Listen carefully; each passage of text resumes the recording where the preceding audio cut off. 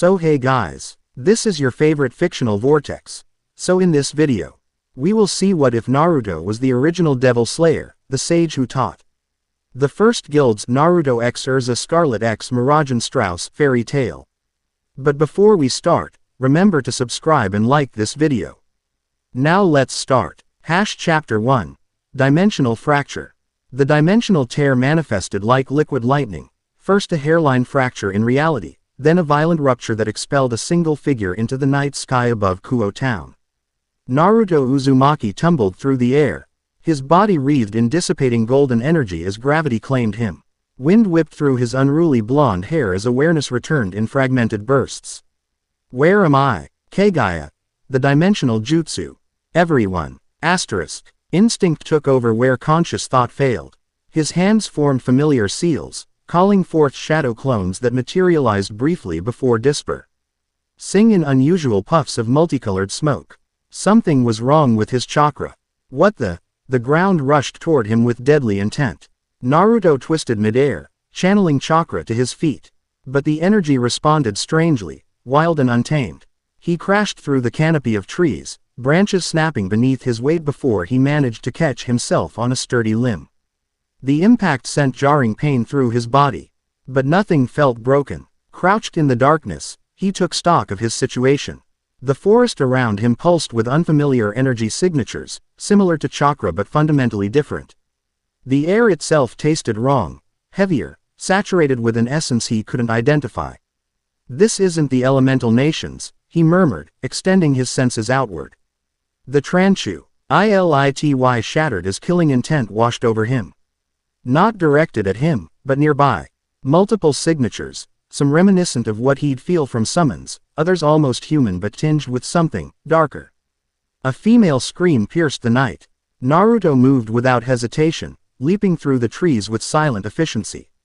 The forest gave way to a clearing where moonlight illuminated a scene of imminent slaughter.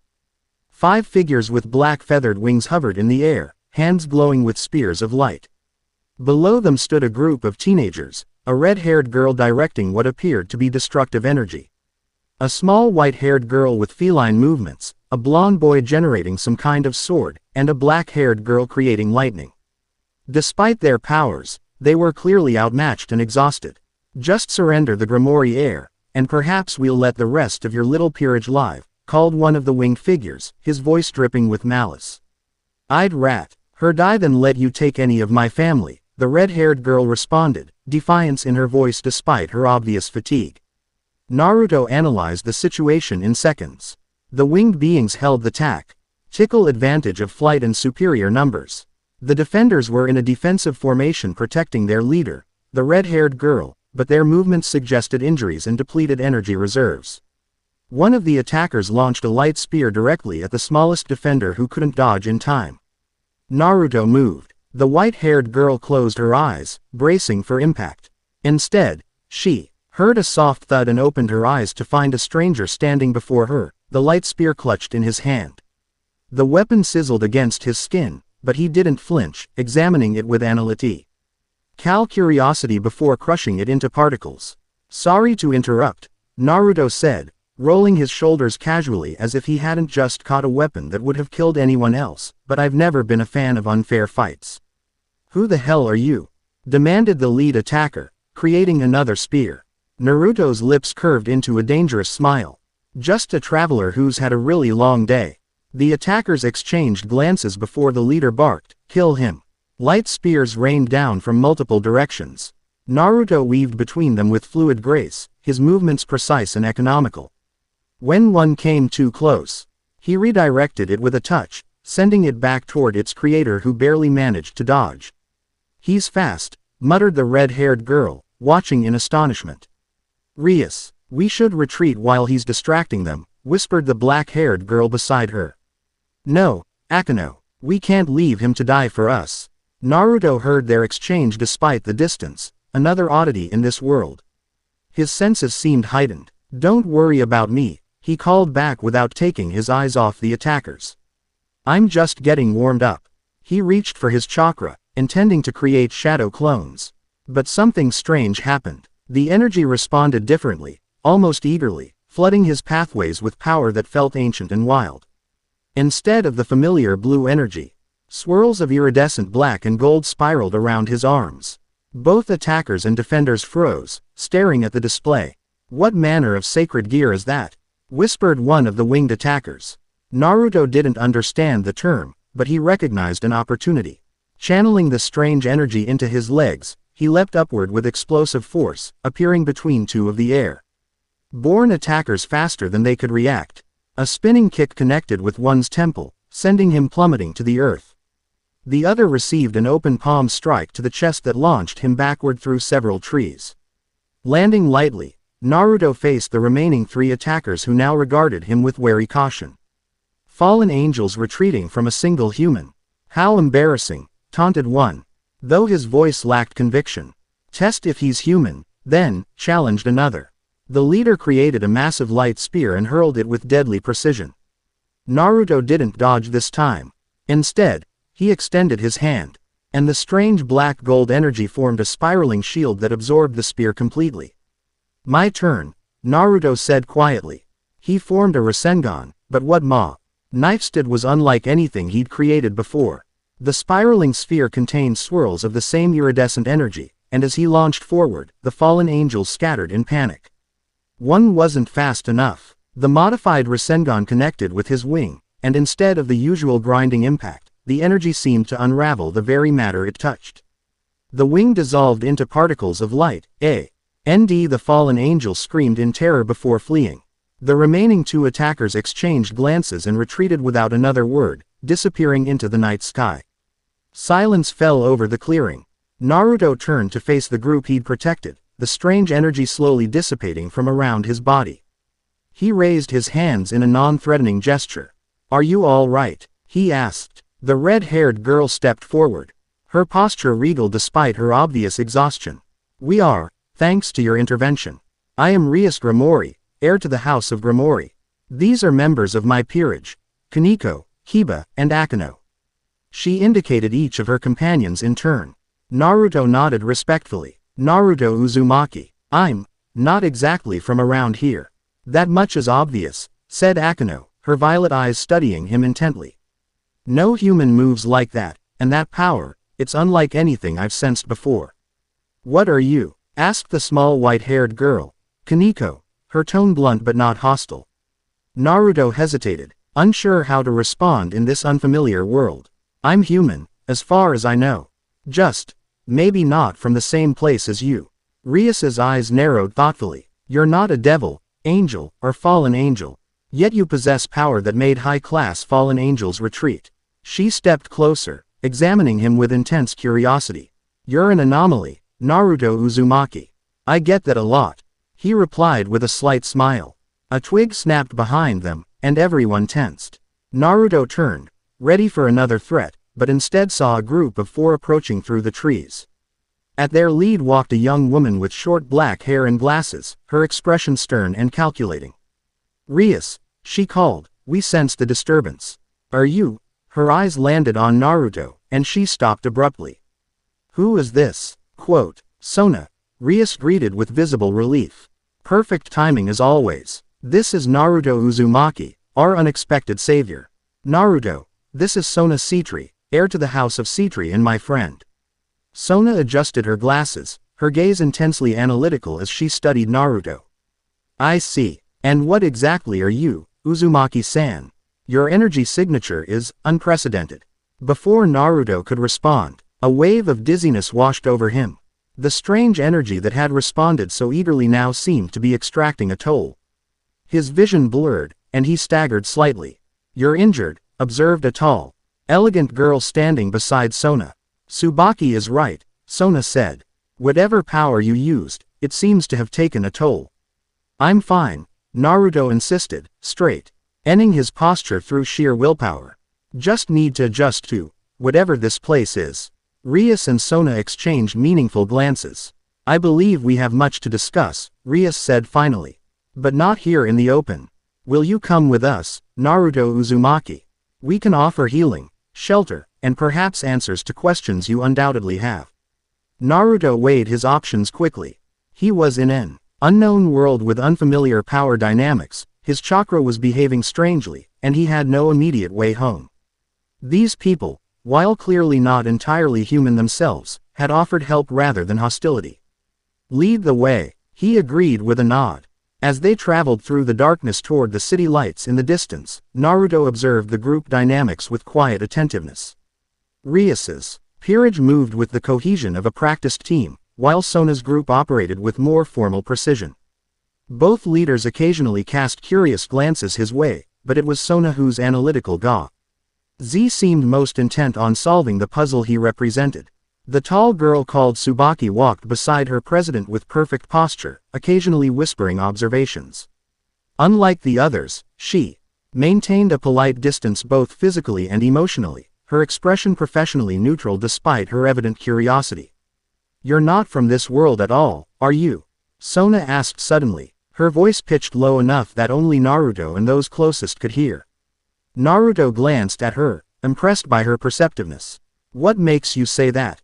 "Multiple factors. Your energy signature. Doesn't match any known supernatural entity. Your fighting style incorporates techniques I've never seen documented.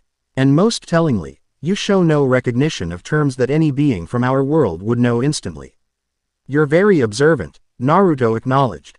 "Observation is a crucial skill for survival," she replied matter-of-factly.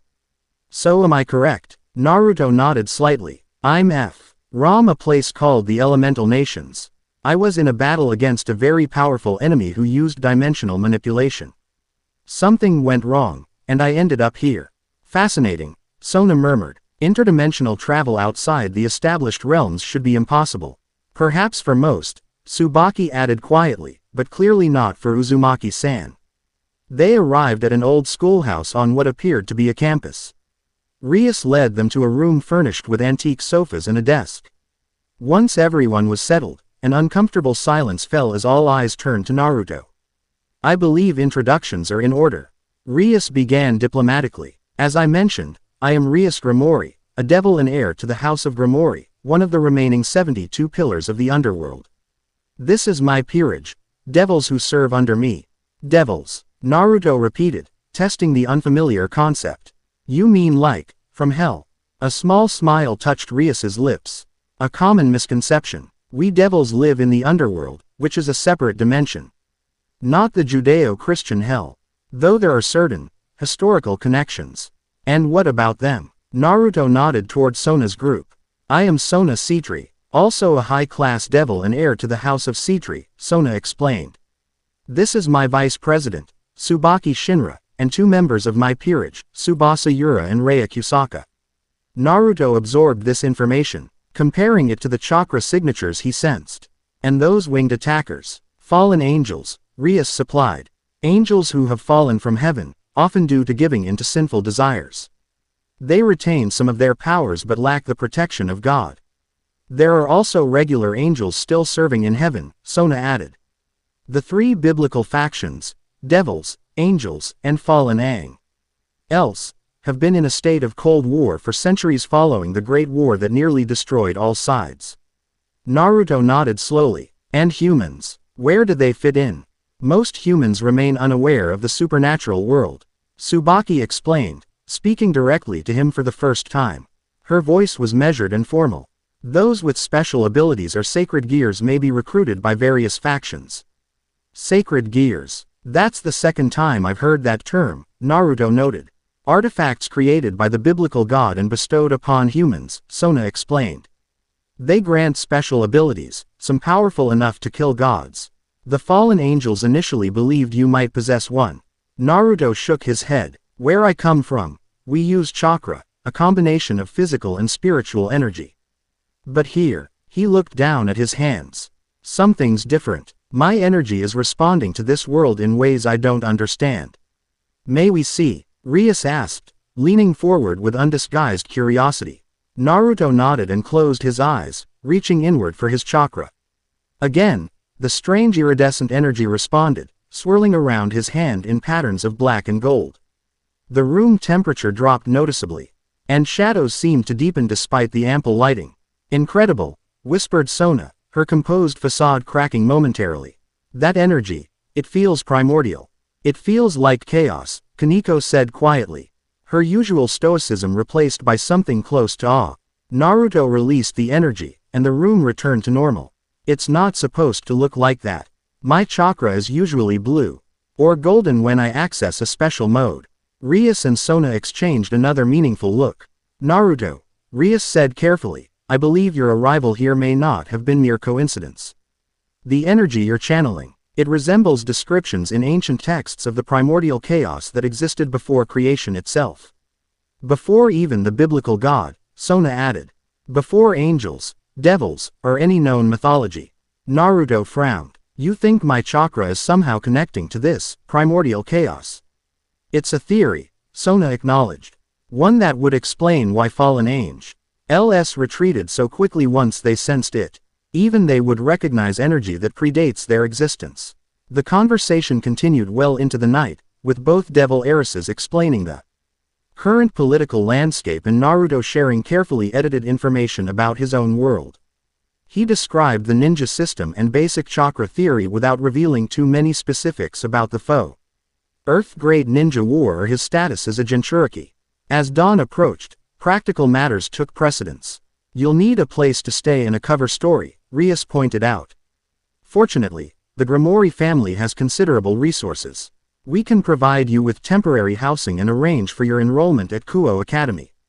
School, Naruto questioned, raising an eyebrow. It's the perfect cover, Sona explained.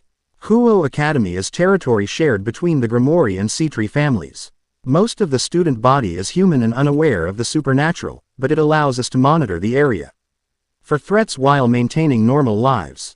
Plus, Rias added with a smile, it will give you the opportunity to learn about this world while we research a way to help you return to your own, if that's what you desire.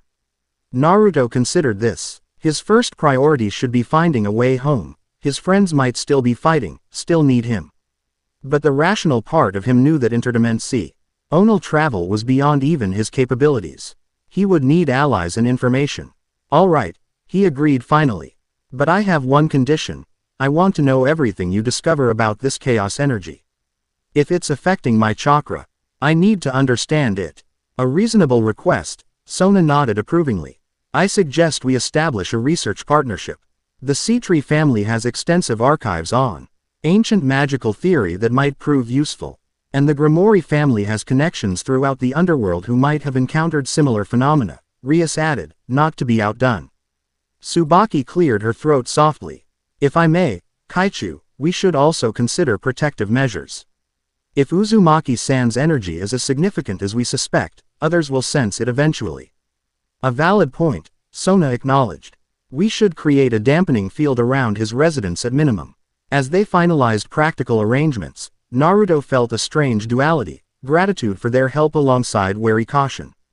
Both devil heiresses, while seemingly genuine in their offers of assistance, clearly also recognized the potential value he represented. Political considerations underpinned their generosity, a fact he couldn't ignore.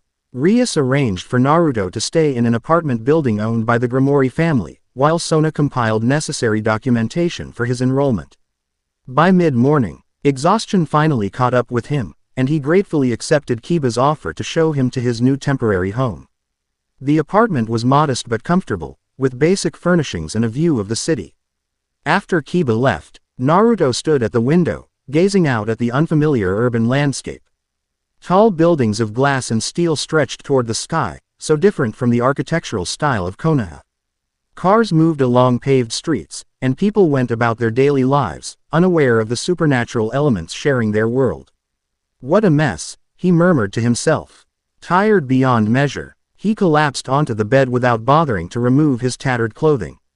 Sleep claimed him instantly, pulling him into dreams that felt more like memories not his own. Darkness, not the absence of light, but darkness as a tangible force, alive, aware, infinite. Within it, patterns formed and dissolved, reality itself in its nascent state. Creation had not yet solidified, possibility remained unbounded. A voice without sound spoke to him.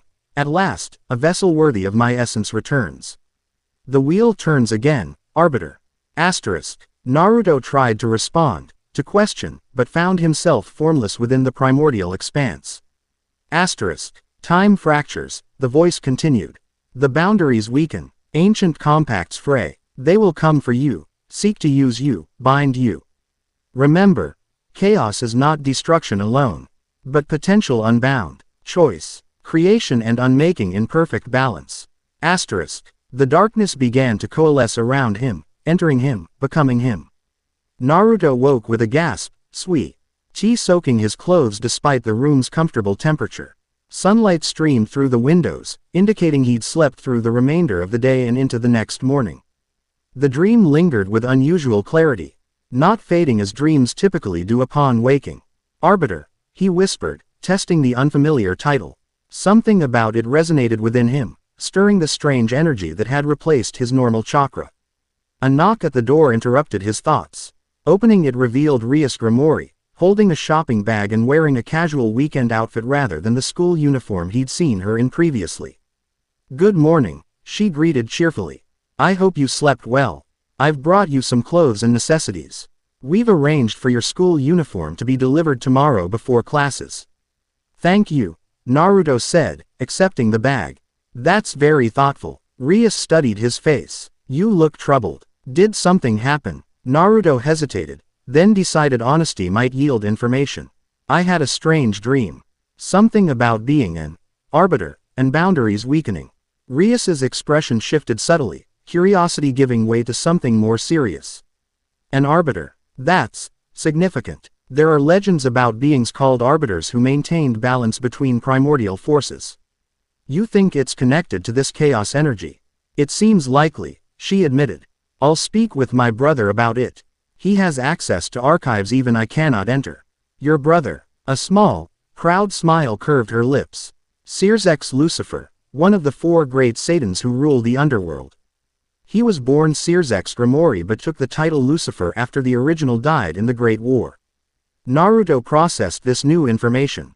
"So your family has significant political power?" "Yes, though it comes with equally significant expectations and responsibilities," she replied, a hint of something heavier entering her tone. "But that's a conversation for another time. Today I thought I might show you around town, help you get your bearings before school starts tomorrow. Unless you'd prefer to rest more." "No, getting familiar with the area is a good idea," Naruto agreed. "Just give me a few minutes to clean up." While Naruto showered and changed into the new clothes, he reflected on his situation. In less than 24 hours, he'd been transplanted to another dimension. Discovered his chakra had transformed into something ancient and powerful, and aligned himself with devil nobility. It was a lot to process, even for someone accustomed to extraordinary circumstances. The clothes Rias had brought fit surprisingly well: simple jeans, a black t-shirt, and an orange hoodie that made him smile at the familiar color. She'd even included practical items like a wallet, watch, and cell phone, which he examined with fascination, having nothing comparable in his world. When he emerged from the bathroom, he found Rias examining a scroll he'd been carrying, one of the few possessions that had made the dimensional journey with him. "I hope you don't mind," she said, not sounding particularly apologetic. "The script is fascinating, unlike any language I've encountered." "It's a storage scroll," Naruto explained, taking it gently from her hands. "We use them to carry supplies on missions." "How does it work?" "I don't sense any magical circles or runes. Fuinjutsu, sealing techniques. They convert physical objects into energy stored within the seal matrix." He demonstrated by channeling a small amount of chakra into the scroll, Kazi Inga Kunai, to materialize in a puff of smoke. Rias's eyes widened with delight. "Remarkable. The applications for such technology would be endless. Is it common in your world?" "Basic storage scrolls are standard equipment, but complex seals require specialized knowledge." Naruto returned the kunai to the scroll. "My father was a seal master. I've learned some, but nowhere near his level." "Your father?" Rias echoed. "You haven't mentioned your family." Naruto's expression grew distant. "They died the day I was born, protecting our village from a powerful entity." "I'm sorry," she said, genuine compassion in her voice. "Were you raised by other relatives?" "No, I grew up alone until I joined the academy and formed bonds with my teachers and fellow shinobi." He deliberately shifted the topic. "Shall we explore the city?" Rias respected the boundary and led him outside. They spent the day walking through Kuo town, with Rias pointing out important locations, shopping districts, parks, transportation hubs, and finally, Kuo Academy itself. The school was an impressive European-style building surrounded by manicured grounds. It was originally an all-girls private school, Rias explained as they stood outside the gates. It only recently became co-ed, so the female student population still outnumbers the male significantly. And it's devil territory, Naruto confirmed. Yes, though we maintain a peaceful environment for all students. Most supernatural activity happens after school hours. She smiled mischievously. Though fair warning, your arrival has generated quite a bit of interest. Expect to be something of a celebrity tomorrow. Great, Naruto muttered. Just what I need. As evening approached, they stopped at a small restaurant for dinner. Over the meal, Rias explained more about Devil Society, the peerage system, and the current political climate. Evil pieces, Naruto repeated after she explained the chess-themed system devils used to reincarnate others.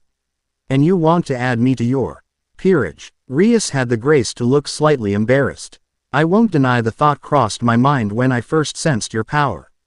Any devil would want someone of your caliber in their peerage. But after learning more about you and this chaos energy, I recognize that might not be possible or appropriate. You're very honest, Naruto observed. I try to be, especially with potential allies. Deception has its place in politics, but rarely in building genuine alliances. She sipped her tea. Besides, something tells me you'd see through manipulation anyway. Naruto smiled slightly. I've had some practice with that. Their conversation was interrupted by a sudden shift in the atmosphere, a heaviness that Naruto was beginning to recognize as supernatural presence. Rias tensed almost imperceptibly, her eyes scanning their surroundings. We're being watched, she murmured. Naruto nodded slightly, having already pinpointed 3 energy signa. Churish observing them from various positions. Fallen angels again. Yes, but different from last night. These feel more coordinated.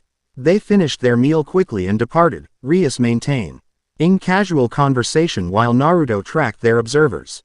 The fallen angels kept their distance but followed persistently as they made their way back toward Naruto's apartment. They're not attacking, Naruto noted quietly. Just watching. That's almost more concerning, Rias replied. It suggests they're gathering intelligence rather than acting impulsively. As they turned down a less populated street, Naruto made a decision. In a swift motion, he created a shadow clone, this time successfully, though the clone appeared with the same strange black-gold energy swirling around it. That's useful, Rias commented, watching as the clone transformed its appearance to match a random passerby before heading in another direction. 2 of their observers immediately followed the clone. It won't last long, Naruto warned. This energy isn't stabilizing properly. They quickened their pace, but before they could reach the apartment building, the remaining observer made his move. En in a trench coat stepped out from an alley, his expression cold and calculating. Rias Grimori, he greeted with false politeness. Out for an evening stroll with your new pet. Rias stepped forward, crimson energy gathering around her hands. Danesik, I should have known Rainer wouldn't be subtle enough to organize surveillance. The fallen angel smiled thinly. You misunderstand. We're merely curious about your companion. His energy signature is unusual. My business is my own, Naruto stated flatly. As is hers. Danesik's eyes narrowed, focusing on Naruto with newfound intensity. You speak boldly for someone so far from home, Arbiter. The title sent a chill down Naruto's spine. How did this fallen angel know that term? What do you want? Rias demanded. Simply to deliver a message. Danesik replied smoothly. Governor Azazel has taken notice of your arrival. His eyes remained fixed on Naruto. He extends an invitation to meet at your convenience. Unlike some factions, we fallen angels recognize the significance of primordial chaos returning to this realm. Returning? Naruto questioned sharply. Danesik merely smiled enigmatically. The governor can explain better than I. Consider the invitation. With that, he unfurled his black wings and launched into the night sky, disappearing among the clouds. Rias and Naruto exchanged concerned glances. Azazel is the leader of the Grigori, the fallen angel organization, Rias explained. He's known for his fascination with sacred gears and unusual phenomena. Can he be trusted? Not entirely, but he's one of the more reasonable faction leaders. And if he's personally interested. She trailed off, looking troubled. They completed the journey to Naruto's apartment in thoughtful silence. At the door, Rias paused. I should report this to my brother. Between your dream and now this invitation, it's clear something significant is happening. She handed him a piece of paper with a magic circle drawn on it. If you need anything, or if anyone else approaches you, activate this. It will summon me immediately. Thank you, Naruto said sincerely. For everything today. Rias smiled warmly. Get some rest. Tomorrow will be busy. She hesitated, then added, and Naruto. Whatever this chaos energy is, whatever being an arbiter might mean, you're not alone in figuring it out. After she left, Naruto secured his apartment and sat cross-legged on the floor, closing his eyes to meditate. He needed to understand this new energy that had replaced his familiar chakra. Reaching inward, he found the vast well of power that had once contained both his own chakra and Kurama's. But instead of the distinct separation he was accustomed to, he discovered something entirely different, an infinite sea of potential. Neither light nor dark but somehow both simultaneously. As he cautiously explored it, images flashed through his mind. The birth of stars, the death of galaxies, civilizations rising and falling. All part of an endless cycle of creation and destruction. Balance, he whispered, understanding dawning. Chaos isn't random destruction, it's perfect balance between creation and unmaking. He extended his awareness outward, sensing the boundaries of reality itself, thinner than they should be, fraying in places. Something had weakened the dimensional walls, not just between his world and this one, but between all realms. Abruptly, his consciousness snapped back to his body as a wave of exhaustion overcame him. Whatever this power was, he hadn't mastered controlling it yet. Morning arrived with the insistent beeping of the alarm clock Rias had provided. Naruto dressed in the Kuo Academy uniform that had been delivered, black pants, white shirt, black blazer with Y.T. accents, and examined his reflection critically. The formal attire felt strange after years of practical shinobi clothing, but he supposed it would help him blend in. He arrived at the school gates with time to spare, observing the flow of students and noting which ones carried traces of supernatural energy. Most were ordinary humans, unaware of the devils walking among them or the new arrival. With primordial chaos flowing through his veins. As predicted, his entrance generated immediate attention. Whispers followed him down the hallway to the administration office where Sona Citri awaited. Looking every inch the professional student council president. Good morning, Uzumaki-san, she greeted formally. I trust you found everything in order with your accommodations. Yes, thank you, he replied. Rias was very helpful. Something flickered briefly in Sona's expression, perhaps competitive spirit, before her professional mask returned. Excellent. I've arranged your class schedule to match Rias's, as she can best assist you with acclimating. However, I'd like to request that you visit the student council room after classes today. There are matters we should discuss privately. About the chaos energy. Precisely. She adjusted her glasses. I've been researching ancient texts and found some concerning references.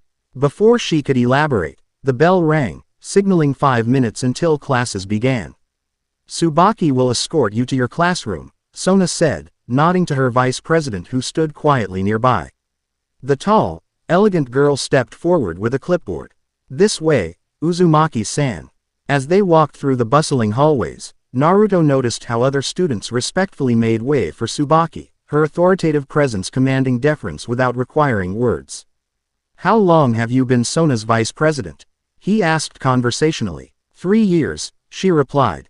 Since we established the current student council, and as her queen in her peerage. Tsubaki glanced at him, mild surprise in her expression. You've learned our terminology quickly. Yes, I serve as Kaichu's queen, her second in command in both school and supernatural matters. The position suits you, Naruto observed. A faint smile touched her lips before quickly disappearing. I take my responsibilities seriously. They reached classroom 2B, where Tsubaki handed him over to the teacher with a polite bow.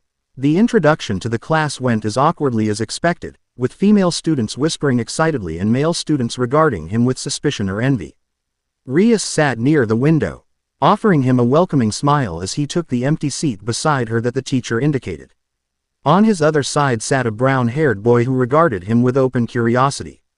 "Hey, I'm Issei Hyodo," the boy whispered as the teacher began the lesson. "Are you really friends with Rias-senpai?" "We met recently," Naruto replied carefully, sensing something unusual about the boy, a dormant power unlike anything he'd encountered yet. "Man, you're so lucky," Issei sighed dreamily. "She's the most beautiful girl in school." Naruto's lips twitched with amusement. "I hadn't noticed." The blatant lie earned him an incredulous look from Issei and a subtly arched eyebrow from Rias, who apparently had excellent hearing. The school day passed in a blur of unfamiliar subjects and social dynamics. Naruto absorbed what information he could while maintaining awareness of his surroundings, a habit from years of shinobi training.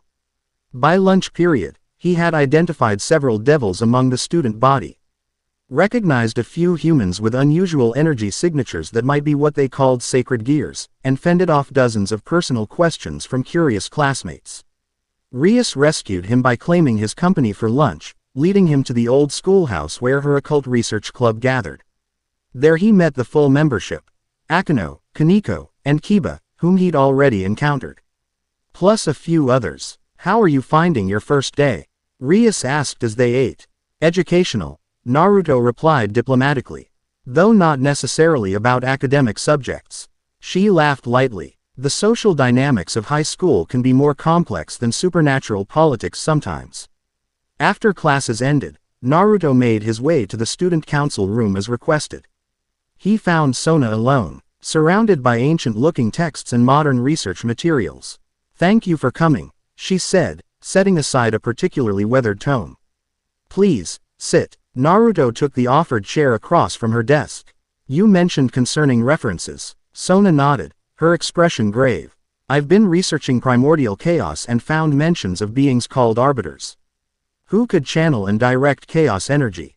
They supposedly existed before the creation of the current universal order, before God, before the biblical factions, before even the oldest pantheons."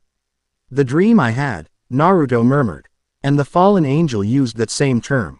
Which confirms my suspicions," Sona said. "This isn't coincidence. Your arrival has triggered something that's been dormant for eons." She pushed a fragment of parchment toward him, its surface covered in symbols he couldn't read but somehow understood. "When balance falters, the arbiter returns, bearing the essence of undivided reality." He translated aloud without realizing how he knew the words. "The wheel turns again." Sona's eyes widened slightly. "You can read the first tongue." "Apparently," Naruto said, equally surprised. "What is this text from?" "A fragment predating any known civilization, preserved in the Citri family archives. It's part of what scholars call the Primordial Codex, writings suppose. DLY recorded by the last arbiters before they disappeared." "What happened to them?" Sona's expression grew troubled. "According to legend, they were bound or banished by an alliance of early Dei ties who feared their power over fundamental reality. The texts suggest they weren't destroyed but rather—" She hesitated. "Rather what?" "Fragmented. Their essences scattered across dimensions, to be reborn when needed." She studied him intently. "I believe your chakra provided the perfect vessel for one such essence, which was triggered when you crossed the dimensional boundary." Naruto absorbed this theory, finding it disturbingly plausible. "So I'm what? Possessed by some ancient entity?" "No." Sona shook her head firmly. "At least, not according to these texts. The relationship between an arbiter and chaos is described as symbiotic, not parasitic. You aren't being controlled or replaced. You're being augmented." "That's not entirely reassuring," Naruto commented dryly. "Perhaps not," she acknowledged with a hint of a smile. "But it does mean you retain your agency. The chaos responds to your will, not the other way around." Their conversation was interrupted by a sudden shriek in the air, a sensation of reality thinning. Both of them stood, alert to the danger. "Something's coming through," Sona said tensely, summoning water magic to her hands. A tear opened in the sea. Enter of the room, not unlike the one that had brought Naruto to this world, but smaller, more controlled. Through it stepped three figures wearing tattered black cloaks, their faces obscured by shadow. That seemed unnatural even in the well-lit room. "Arbiter," hissed one in a voice that seemed to echo from multiple throats simultaneously. We have found you at last. Naruto stepped forward, Ching himself between the intruders and Sona. Who are you? We are the Harbingers, replied another. Servants of the Great Void, come to reclaim what was stolen. I don't know what you're talking about, Naruto said firmly, the chaos energy rising within him instinctively. The third figure raised a gnarled hand, pointing at Naruto's chest. The essence you carry was never meant for mortal vessels. Surrender it willingly, and your death will be painless. In response, Naruto channeled the chaos energy into a defensive stance. I don't surrender to threats. The first harbinger laughed, a sound like breaking glass. Then we shall take it by force. They attacked in perfect unison, shadows extending from their forms like solid weapons. Naruto dodged the initial assault while Sona unleashed a torrent of water that should have swept them across the room. Instead, the water passed through them as if they were illusions. Physical attacks won't work, Naruto called out, analyzing their movement patterns. They're not fully materialized in this dimension. One of the harbingers lunged at Sona, shadow blade aimed at her heart. Naruto moved without thinking, the chaos energy exploding outward in a shield that intercepted the attack. The shadow blade shattered against it, and the harbinger recoiled with a shriek of pain. The Arbiter protects the Realm Walker, hissed another. The prophecy unfolds. Naruto didn't waste time questioning their cryptic statements. He formed a Rasengan infused with chaos energy and drove it toward the nearest attacker. The spinning orb connected, and instead of physical damage, it seemed to disrupt the harbinger's very existence. The figure wavered like a bad transmission before stabilizing, visibly weakened. Sona, quick to adapt, modified her approach. Instead of direct water attacks, she created glowing sigils that surrounded the harbingers, containing them within a boundary of magical energy. Devil magic, spat one contemptuously. Your runes are mere echoes of the first tongue. Perhaps, Sona replied coolly, but effective nonetheless. The containment gave Naruto the opportunity to focus his energy. Drawing on instincts that felt both foreign and natural, he formed a series of unfamiliar hand seals. The chaos responded eagerly, coalescing into chains of iridescent energy that wrapped around the harbingers. Impossible, gasped one. The binding technique was lost with the last conclave. Apparently not, Naruto replied, tightening the chains. Now, you're going to tell us exactly who you are and what you want. The harbingers struggled against their bindings, but the chaos energy held firm. Finally, the leader spoke. We serve the void beyond, the true state of non-existence that preceded even chaos. Oh, Master seeks to return all creation to that pure state of unbeing. And you think he'll help with that? Naruto asked incredulously. Not willingly, replied the harbinger. But the chaos essence within you is a key, the last remnant of the original creation that can undo the boundaries between dimensions. Once extracted, it will allow our master entry into this reality. Sona stepped forward, her expression deadly serious. That will never happen. The harbinger's shadowed face seemed to smile. It already begins. The wheel turns. The boundaries fray. And now the Arbiter walks again, a beacon for all who seek the power of undivided reality. Before either Naruto or Sona could respond, a new pressure filled the room, familiar, powerful, deadly. A crimson magic circle appeared on the floor, and from it rose Searzek's Lucifer in all his terrible glory. Power radiated from him in waves that made even Naruto's enhanced senses recoil. The harbingers hissed in unison. The usurper comes. Creatures of the void. Searzek addressed them, his voice deceptively gentle yet carrying immense authority. You trespass in my realm against the ancient compacts.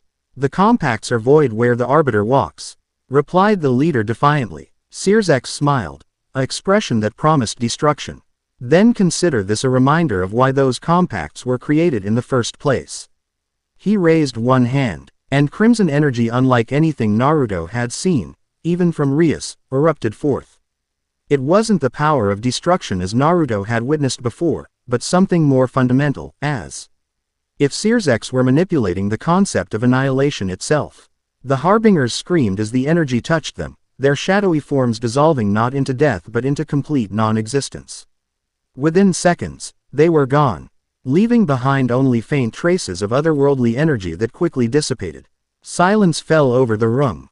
Searsx turned to face Naruto, his power receding to more manageable levels as his expression shifted from deadly seriousness to pleasant cordiality. Naruto Uzumaki, he greeted warmly, as if he hadn't just unmade 3 extra-dimensional entities. I've been looking forward to meeting you. My sister speaks highly of you. Naruto remained alert but respectful, recognizing the immense power before him. Lord Lucifer, your timing is impressive. Please, call me Searsx. His smile turned slightly apologetic. And as for my timing, I confess I've been monitoring the situation since your arrival. The emergence of primordial chaos energy is not something we Satans can ignore. Sona bowed formally. Lord Lucifer, thank you for your intervention. Rise, Sona Citri. Your quick thinking bought valuable time. He gestured to the magical barriers she'd created, now fading without the harbingers to contain. Your family's talent for tactical magic serves you well. His attention returned to Naruto. And you, channeling chaos bindings without training or preparation, remarkable. It seems the legends of the Arbiters were not exaggerated. So you know about them too, Naruto observed. The 4 great Satans are privy to knowledge beyond even what noble families preserve. Searsx confirmed, including the true history of the primordial era and the role the Arbiters played. Which was? Naruto prompted. Searsx considered him thoughtfully. That is a conversation best had in more secure surroundings. The Harbingers, appearance proves that others are aware of your awakening. We must move quickly to prepare. Prepare for what exactly? Naruto asked, growing tired of cryptic statements and partial information. War, Searsx answered simply. Not between the 3 factions this time, but against something far older and more dangerous. The void beyond has sought entry to our reality since creation began, and now, with dimensional boundaries weakening. He glanced meaningfully at Naruto. Well, let's just say you're Arav. Al may be both the problem and the solution. No pressure, Naruto muttered. To his surprise, Searsx laughed, a genuine, warm sound. I see why Rias likes you. Don't worry, you won't face this alone. Devils, angels, fallen angels, when faced with extinction, even ancient enemies find common cause. He turned to Sona. Continue your research, but with caution. Some knowledge attracts unwanted attention. Then to Naruto. And you. Focus on understanding and controlling the chaos energy. You'll need every advantage in the days to come. With that ominous statement, Searsx created another magic circle. I'll be in touch soon to continue our discussion. Until then, be vigilant. He disappeared in a flash of crimson light, leaving Naruto and Sona staring at the empty space where he had stood. After a long moment of silence, Sona spoke. Well, that was illuminating. And terrifying, Naruto added honestly. Indeed. She adjusted her glasses, composure returning. It seems we have more research to do, and quickly. Naruto nodded, his mind racing with implications. In less than 2 days, he'd gone from displaced shinobi to potential key figure in a cosmic conflict. And based on the Harbingers, words and his own strange dreams, this was only the beginning. At least things can't get more complicated, he said wryly. Sona's lips curved in a rare, genuine smile. I wouldn't tempt fate, Arbiter. Especially not when chaos itself flows through your veins. As if in agreement, the chaos energy pulsed within him, resonating with possibilities yet unrealized. Chapter 1 and Chapter 2, The Nature of Chaos. Dawn painted Kuo with hesitant brushstrokes of amber and rose, the sleeping town unaware of interdimensional invaders from the previous night. Naruto stood atop his apartment building, bare feet pressed against cool concrete as he breathed deeply, attempting to center himself. 3 days in this world, 3 days of chaos energy flowing through pathways once reserved for chakra. The sensation remained disorienting, like trying to direct a river with hands accustomed to manipulating streams. Birds scattered from a nearby tree as iridescent energy sparked involuntarily from his fingertips. Controlling this power required different instincts, different awareness. In his world, chakra responded to will and technique. Here, chaos responded to possibility. Balance, he murmured, recalling the dream voice's guidance. He extended his arm, palm upward, and concentrated not on forcing the energy into shape but on imagining potential outcomes. The swirling, black gold energy materialized above his hand, initially formless but gradually coalescing into a perfect sphere. Progress, he acknowledged with measured satisfaction. Impressive control for someone with no formal magical training. Naruto didn't startle at the unexpected voice, he'd sensed her approach. Turning, he observed Tsubaki Shinra standing near the roof access door, clipboard tucked beneath one arm. School uniform immaculate despite the early hour. How she managed to look so composed before sunrise defied comprehension. "Good morning, Shinra-san," he greeted, allowing the energy sphere to dissipate. "Does the student council begin work this early? Kaichu requested I deliver these materials before classes." She approached with measured steps, extending a folder.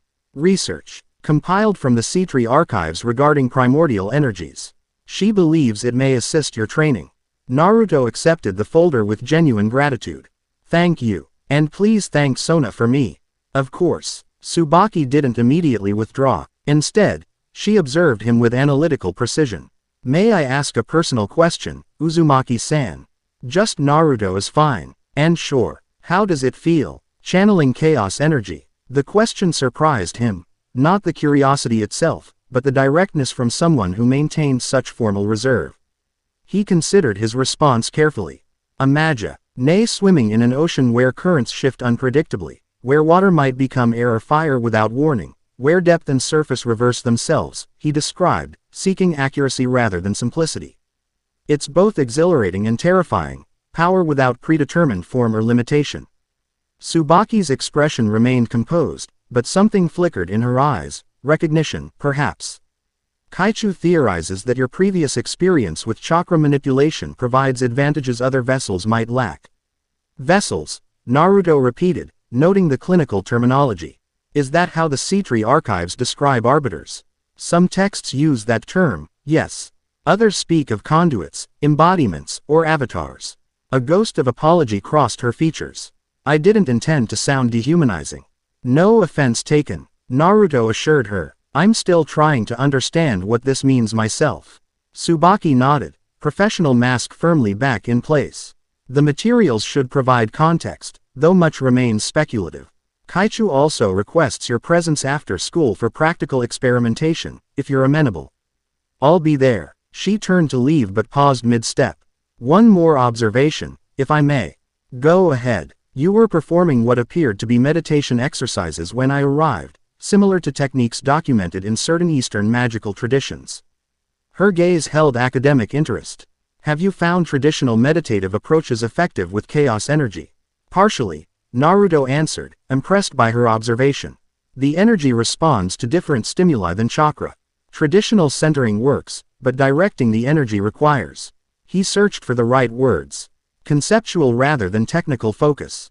"Fascinating." For a brief moment, Scholarly curiosity overcame her reserved demeanor. "The theoretical implications for magical theory are profound.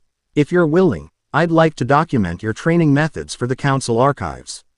"As long as I get copies of your notes," Naruto countered with a small smile.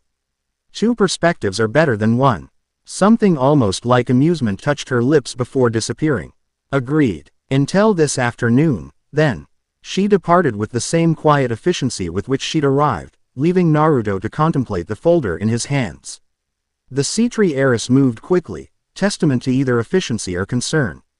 Perhaps both. Opening the folder revealed meticulously organized documents, some appearing centuries old while others bore modern analysis. Each page featured neat annotations in what he assumed was Sona's precise handwriting. The effort impressed him, especially given less than 48 hours had passed since his arrival. One passage in particular caught his attention. The arbiters stood as guardians of possibility itself, maintaining equilibrium between opposing cosmic forces. Neither creators nor destroyers, they ensured that no single principle dominated reality. When necessary, they rewove fundamental patterns, healing breaches between dimensions and preventing incursions from beyond established boundaries. Their greatest responsibility, however, was containing entities from the void beyond, the antithesis of existence itself. Naruto frowned at the clinical description, which aligned disturbingly well with the Harbinger's statements. If these texts were accurate, he'd inherited more than just strange energy, he'd stepped into an ancient cosmic role with responsibilities he barely comprehended. The morning sun crested the horizon fully, reminding him of mundane obligations. School awaited. That strange institution where he paradoxically sought normalcy while investigating supernatural phenomena. With a resigned sigh, he gathered the documents and headed downstairs to prepare for another day of pretending to be an ordinary transfer student.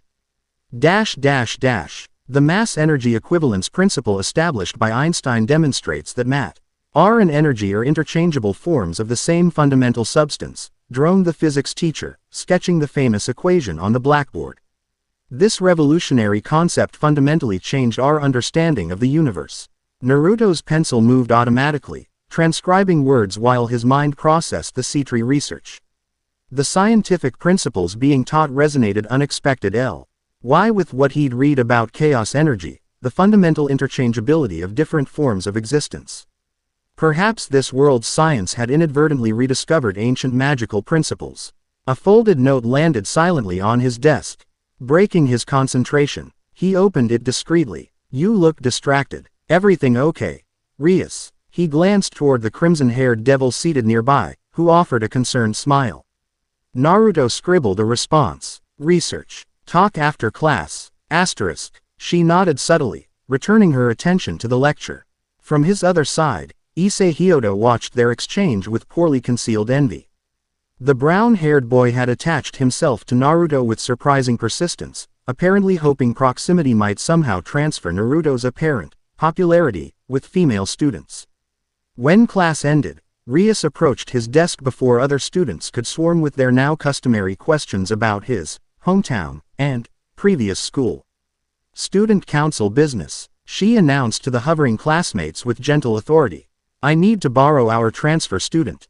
They retreated reluctantly, though not without whispered speculation. Rias led Naruto toward the old school building that housed her occult research club. "You've received information," she stated once they were alone in the hallway. Naruto nodded. "Sona sent research materials about arbiters and chaos energy." Something flickered across Rias's expression, competitive spirit temporarily overwhelming diplomacy. "I see. My brother has also shared some intelligence, which I intended to discuss with you today."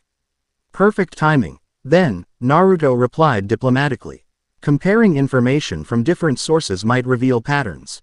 Her momentary tension dissolved into a genuine smile. "You're quite skilled at navigating competing interests, Naruto." "Practice," he replied with dry humor. "When you grow up around ninja clans with centuries-old rivalries, you learn to balance allegiances carefully." They reached the Occult Research Club room, where Akino prepared tea with graceful precision. Kaneko sat quietly in a corner, reading a book while occasionally glancing to observe Naruto with feline wariness. Kiba polished a sword that hadn't been visible when they entered, some form of devil magic, Naruto presumed. "Welcome back," Akino greeted, her voice carrying subtle warmth as she served tea. "You're looking well rested, Naruto-kun. Has our world begun feeling more comfortable?" "The world, yes," he answered honestly. "The energy flowing through me, not quite yet." Rias took her position behind an ornate desk, retrieving a folder that mirrored the one Sona had provided, though with considerably more ornate decoration. "My brother consulted archives sealed since before the Great War. What he discovered disturbed him enough to personally investigate, as you witnessed yesterday." "The Harbingers," Naruto confirmed. "Precisely." She opened the folder, revealing ancient parchments covered in symbols similar to those he'd inexplicably understood in Sona's office. According to these records, the Harbingers serve entities called Void Monarchs, beings that exist in the dimensional space beyond creation itself. "The void beyond," Naruto murmured, recalling the Harbingers' words. "Yes, while chaos represents potential, all possible forms of existence, the void represents non-existence. The complete absence of reality." Rias's expression grew solemn. "The texts describe a primordial conflict between chaos and void that preceded the formation of our universe. And I've somehow been drafted into round 2. Naruto's attempt at humor couldn't quite mask his concern. "It appears so," Rias acknowledged. "Though the Grimoire archives describe arbiters not as mere vessels but as chosen champions, individuals whose natural affinity for balanced energies made them ideal conduits for primordial chaos."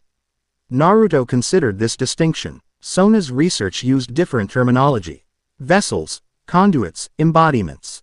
The Cetri have always approached supernatural phenomena more clinically, Rias observed with diplomatic neutrality. My family's records tend toward the dramatic. But the substance aligns. You weren't randomly selected. Something about your essential nature resonated with chaos energy. My connection to natural energy, perhaps, Naruto mused. Thinking of sage mode. In my world, I could draw power from nature itself, balancing it with my own chakra. That would be consistent with historical accounts, Rias nodded. The ancient arbiters reportedly could perceive and manipulate energy patterns beyond ordinary perception. Kaneko spoke unexpectedly from her corner. You feel like senjutsu, but different. Deeper. All eyes turned to the small white-haired girl, who rarely volunteered observations. You can sense that? Naruto asked, intrigued. She nodded once. Nekomata heritage. We naturally sense life energy. Her golden eyes studied him with renewed interest. But yours isn't just life energy. It's everything. The simple assessment carried profound implications. Naruto had experienced something similar during meditation, awareness of not just biological energy but fundamental patterns underlying reality itself. Fascinating, Akeno commented, setting down her teacup. Kaneko rarely detects energy signatures so clearly, even from powerful beings. Because they're not chaos, Kaneko stated matter-of-factly. Everything comes from chaos originally. Everything goes back to it eventually. The profound statement from the seemingly young girl surprised Naruto. That's remarkably insightful. A faint blush touched Kaneko's cheeks before she returned her attention to her book, uncomfortable with the focus. The archives mentioned something else, Rias continued after a thoughtful pause. A ritual called the Concord of Aligned Wills that reportedly helped arbiters stabilize newly acquired chaos energy. Aligned wills? Naruto questioned. A form of synchronized meditation involving individuals with complementary energy signatures, she elaborated. The process supposedly created temporary harmony that allowed new arbiters to establish control patterns. Sounds like a joint meditation technique, Naruto observed, drawing parallels to practices from his world. In the elemental nations, certain clans used similar methods to help Jinchuriki, people like me who contained powerful entities, establish mental barriers. Then perhaps we should attempt something similar, Rias suggested. Between my power of destruction, Akeno's lightning, Kaneko's senjutsu, and Kiba's sword birth, we represent diverse energy types that might help stabilize your chaos energy. Sona suggested practical experimentation this afternoon, Naruto mentioned. Perhaps we could combine approaches. A slight tension returned to Rias's posture. That would be pragmatic. Though coordinating between our groups sometimes proves challenging. Translation. The two heiresses competed for resources and recognition, despite their friendship. Naruto had observed similar dynamics between allied clans in Konoha. I appreciate both perspectives, he said diplomatically. Different approaches might reveal different aspects of this energy. His neutrality seemed to satisfy Rias, whose posture relaxed. Very well. After classes, we can gather at the training grounds behind the old school building. I'll extend an invitation to Sona's group. The conversation shifted to practical arrangements. But Naruto's mind lingered on the concept of aligned wills. If chaos truly represented infinite possibility, perhaps multiple perspectives were necessary to establish meaningful control. No single approach, neither Grimory's intuitive methods nor Cetri's analytical techniques, could encompass the entirety of what he was becoming. The training ground behind the old school building stretched further than physically possible within the school's boundaries, evidence of spatial manipulation magic that reminded Naruto of certain forbidden techniques from his world. Wards shimmered faintly at the perimeter, presumably to prevent detection by ordinary humans and contain any magical discharge. Sona Cetri stood at one end of the field, her peerage arranged in precise formation behind her. Opposite them, Rias and her occult research club members adopted more casual positioning. The contrast between the group's styles extended beyond mere arrangement. Sona's team wore practical training attire while Rias's members remained in modified school uniforms. Thank you for coordinating this session, Sona greeted formally. Combined resources should yield more comprehensive results. Of course. Rias replied with equal diplomacy. We all benefit from understanding this situation fully. Naruto stood at the center point between the groups, uncomfortably aware of being the focal point for so many supernatural entities. Among Sona's peerage, Tsubaki watched him with analytical interest, clipboard ready to document observations. The others, Tsubasa Yura, Momo Hanakai, Rei Kusaka, and Tomo Meguri, exhibited varying degrees of curiosity and caution. Let's establish parameters, Sona suggested, stepping forward with characteristic efficiency.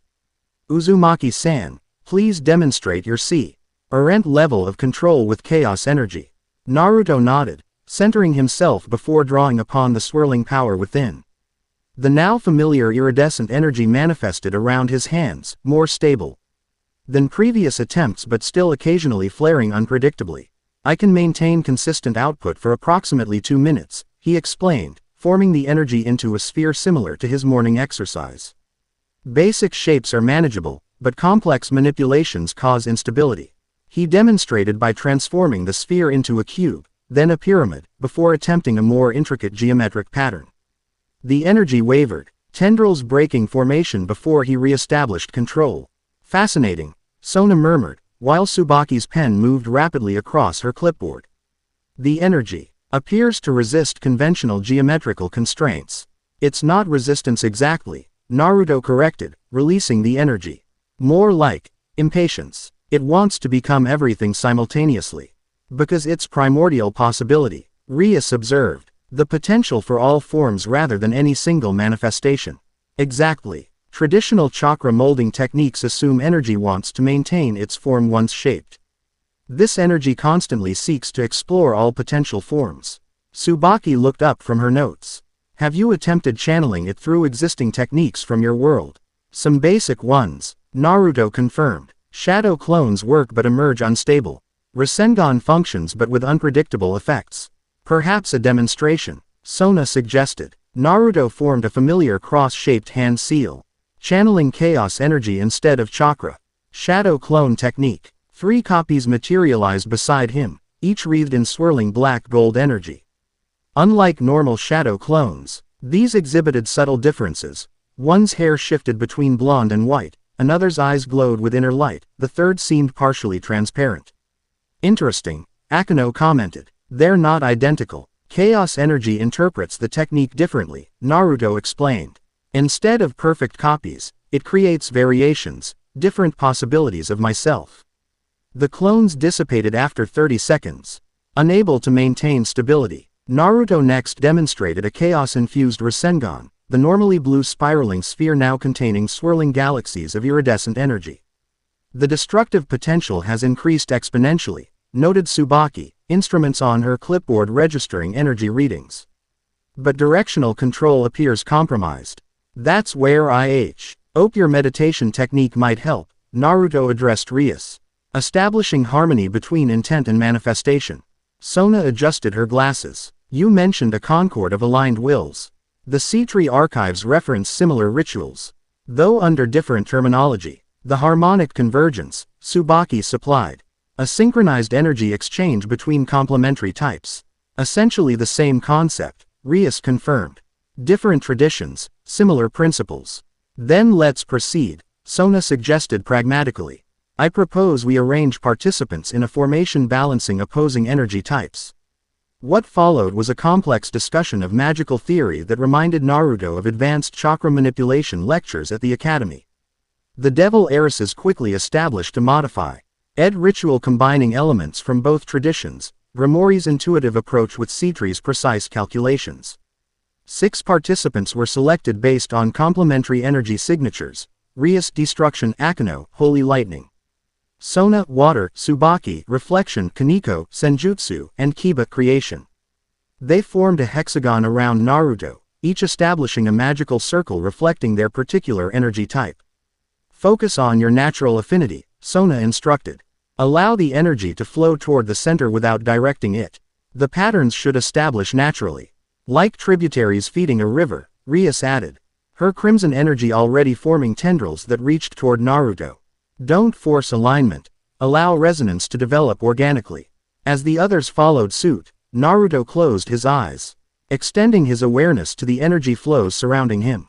Each participant's power carried distinct characteristics. Rias's destruction felt like controlled annihilation, Akino's lightning contained paradoxical holy, demonic duality. Sona's water embodied adaptable precision. Tsubaki's reflection mirrored and amplified. Kaniko's senjutsu pulsed with natural rhythm, and Kiba's creation manifested structured possibility. The chaos within Naruto responded to each, reaching outward with explorative tendrils. Where connections formed, extraordinary patterns emerged, destruction and creation balancing perfectly. Water and lightning establishing harmonic oscillation, reflection and senjutsu amplifying natural cycles. It's working, Tsubasa observed from outside the formation. The chaos energy is stabilizing. Within the convergence, Naruto experienced something profound, not just control over chaos, but understanding of its fundamental nature. Chaos wasn't random but rather infinite potential requiring balanced guidance. The 6 external energy types created a framework, like banks channeling a river without containing its power. I see it now, he murmured, eyes still closed. Not control through limitation, but direction through harmony. He extended his hands, and the chaos energy responded with newfound coherence, forming complex geometric patterns that shifted smoothly rather than erratically. The iridescent energy maintained integrity while flowing through transformations that would have destabilized earlier attempts. Remarkable progress, Sona noted, maintaining her position despite obvious fascination with the results. Try something more complex, Rias suggested, her own energy perfectly synchronized with the convergence. Naruto nodded, reaching deeper into the chaos energy's potential. Instead of forcing it into conventional shapes, he allowed it to express its nature while providing gentle guidance. The result manifested as a 3-dimensional mandala of interconnected forms, each representing a different possibility existing simultaneously rather than sequentially. Beautiful, Akino whispered, her normally teasing demeanor replaced by genuine wonder. The formation maintained perfect stability for nearly 10 minutes before subtle dissonance appeared at the edges. Sona noticed first, her analytical perception catching the earliest signs of desynchronization. We should conclude before energies destabilize, she recommended. Controlled disengagement in 3 phases. The participants followed her instructions, gradually withdrawing their energies while maintaining the harmonic pattern. As the final connections dissolved, Naruto contained the chaos energy within himself once more, but differently than before. Instead of swirling unpredictably, it settled into orderly layers, accessible but no longer chaotically active. How do you feel? Rias asked, stepping forward as the formation disbanded. Centered, Naruto answered truthfully. Like finding balance on shifting ground. Your energy signature has harmonized significantly, observed Tsubaki, consulting her instruments. Previous readings show ED 17 distinct frequency patterns. Current readings show 3 primary frequencies with stable relationships. In less technical terms, Sona translated with a hint of amusement, you've established fundamental control patterns. The chaos energy now recognizes your will as its primary directive rather than exploring all possibilities simultaneously. Naruto tested this assessment by summoning a small amount of energy to his palm. The response proved immediate and precise, no stray tendrils or unpredictable flares. This changes everything. Indeed, Rias agreed. With basic control established, we can proceed to more advanced applications. I recommend daily practice with the established harmonics, Sona advised. Muscle memory applies to energy manipulation as well. Repeated patterns become default responses. Makes sense, Naruto acknowledged. In my world, chakra control exercises followed similar principles. Further discussion was interrupted by a subtle shift in the atmosphere, a pressure that rippled through reality itself rather than merely displacing air. Everyone tensed, sensing unexpected presence. Impressive work, ladies and gentlemen, called a male voice from the edge of the training ground. Particularly creative adaptation of ancient harmonizing techniques. A man stepped through the boundary wards as if they didn't exist, tall and athletic with black hair streaked with blonde in front. His casual stance belied the immense power Naruto sensed beneath his relaxed exterior. Governor Azazel, Rias acknowledged with formal politeness tinged with wariness. To what do we owe this unexpected visit? Professional curiosity, the fallen angel leader replied with disarming candor. When primordial chaos manifests for the first time in millennia, those of us who remember its previous appearance take notice. His perceptive gaze shifted to Naruto. You must be the new arbiter. Fascinating that the mantle would choose a human vessel from another dimension entirely. You seem well informed, Naruto observed cautiously. Azazel shrugged casually. I make it my business to know things others have forgotten. The Grigori archives contain records predating the biblical god himself. He approached with measured steps, hands visible to demonstrate peaceful intentions. Your energy control has improved remarkably in just days. Most previous arbiters required months to achieve similar harmony. Previous arbiters, Naruto repeated. You knew them. The last three, Azazel confirmed with surprising openness. Before your arrival, the Mo Saint recent manifested approximately 2,000 years ago, an interesting coincidence, given certain religious events occurring simultaneously. Both Rias and Sona appeared startled by this revelation. The historical records don't mention this connection, Sona noted with scholarly interest. Most records were altered or destroyed during subsequent conflicts, Azazel explained, his casual tone belying the significance of his words. History written by victors rarely acknowledges powers beyond their control. He focused again on Naruto. Which brings me to the purpose of my visit. I'd like to offer my expertise regarding chaos energy applications. Why would you help me? Naruto asked directly. Azazel smiled, the expression containing genuine amusement alongside calculation. 3 reasons. First, professional fascination. I've spent millennia studying supernatural phenomena, and primordial chaos remains among the most fascinating. Second, pragmatic self-interest.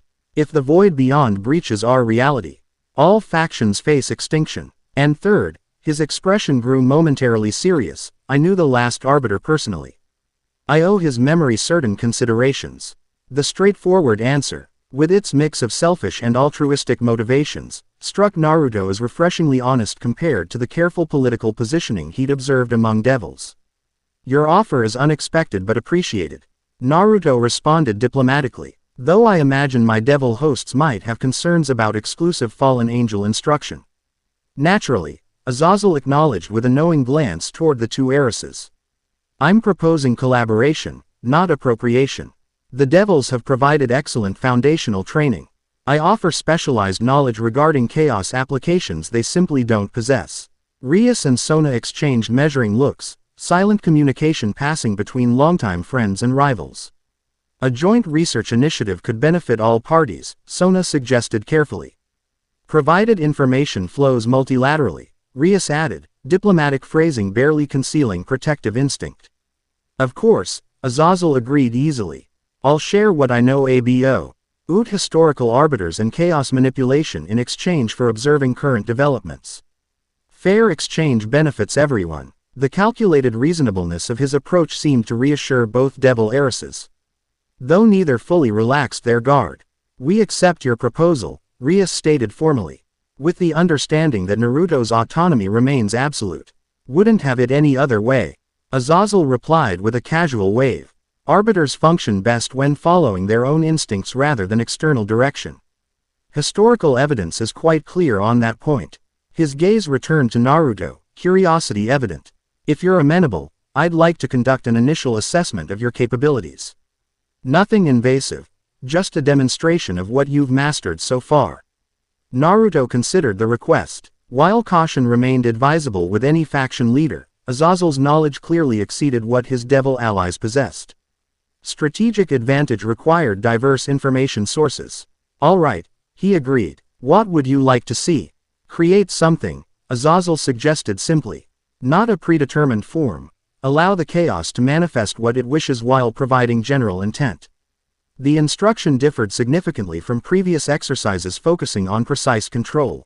Naruto closed his eyes, reaching for the now harmonized energy within. Instead of imposing specific shape or function, he provided only conceptual direction, connection. The chaos responded eagerly. Iridescent energy flowed from his extended hands, expanding outward in branching patterns resembling neural networks or cosmic filaments.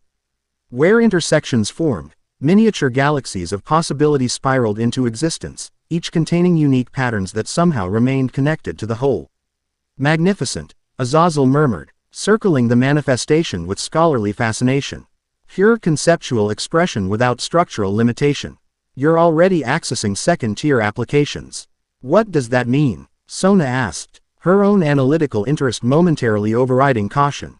Chaos manipulation progresses through conceptual tiers, Azazel explained, his attention fixed on the energy construct.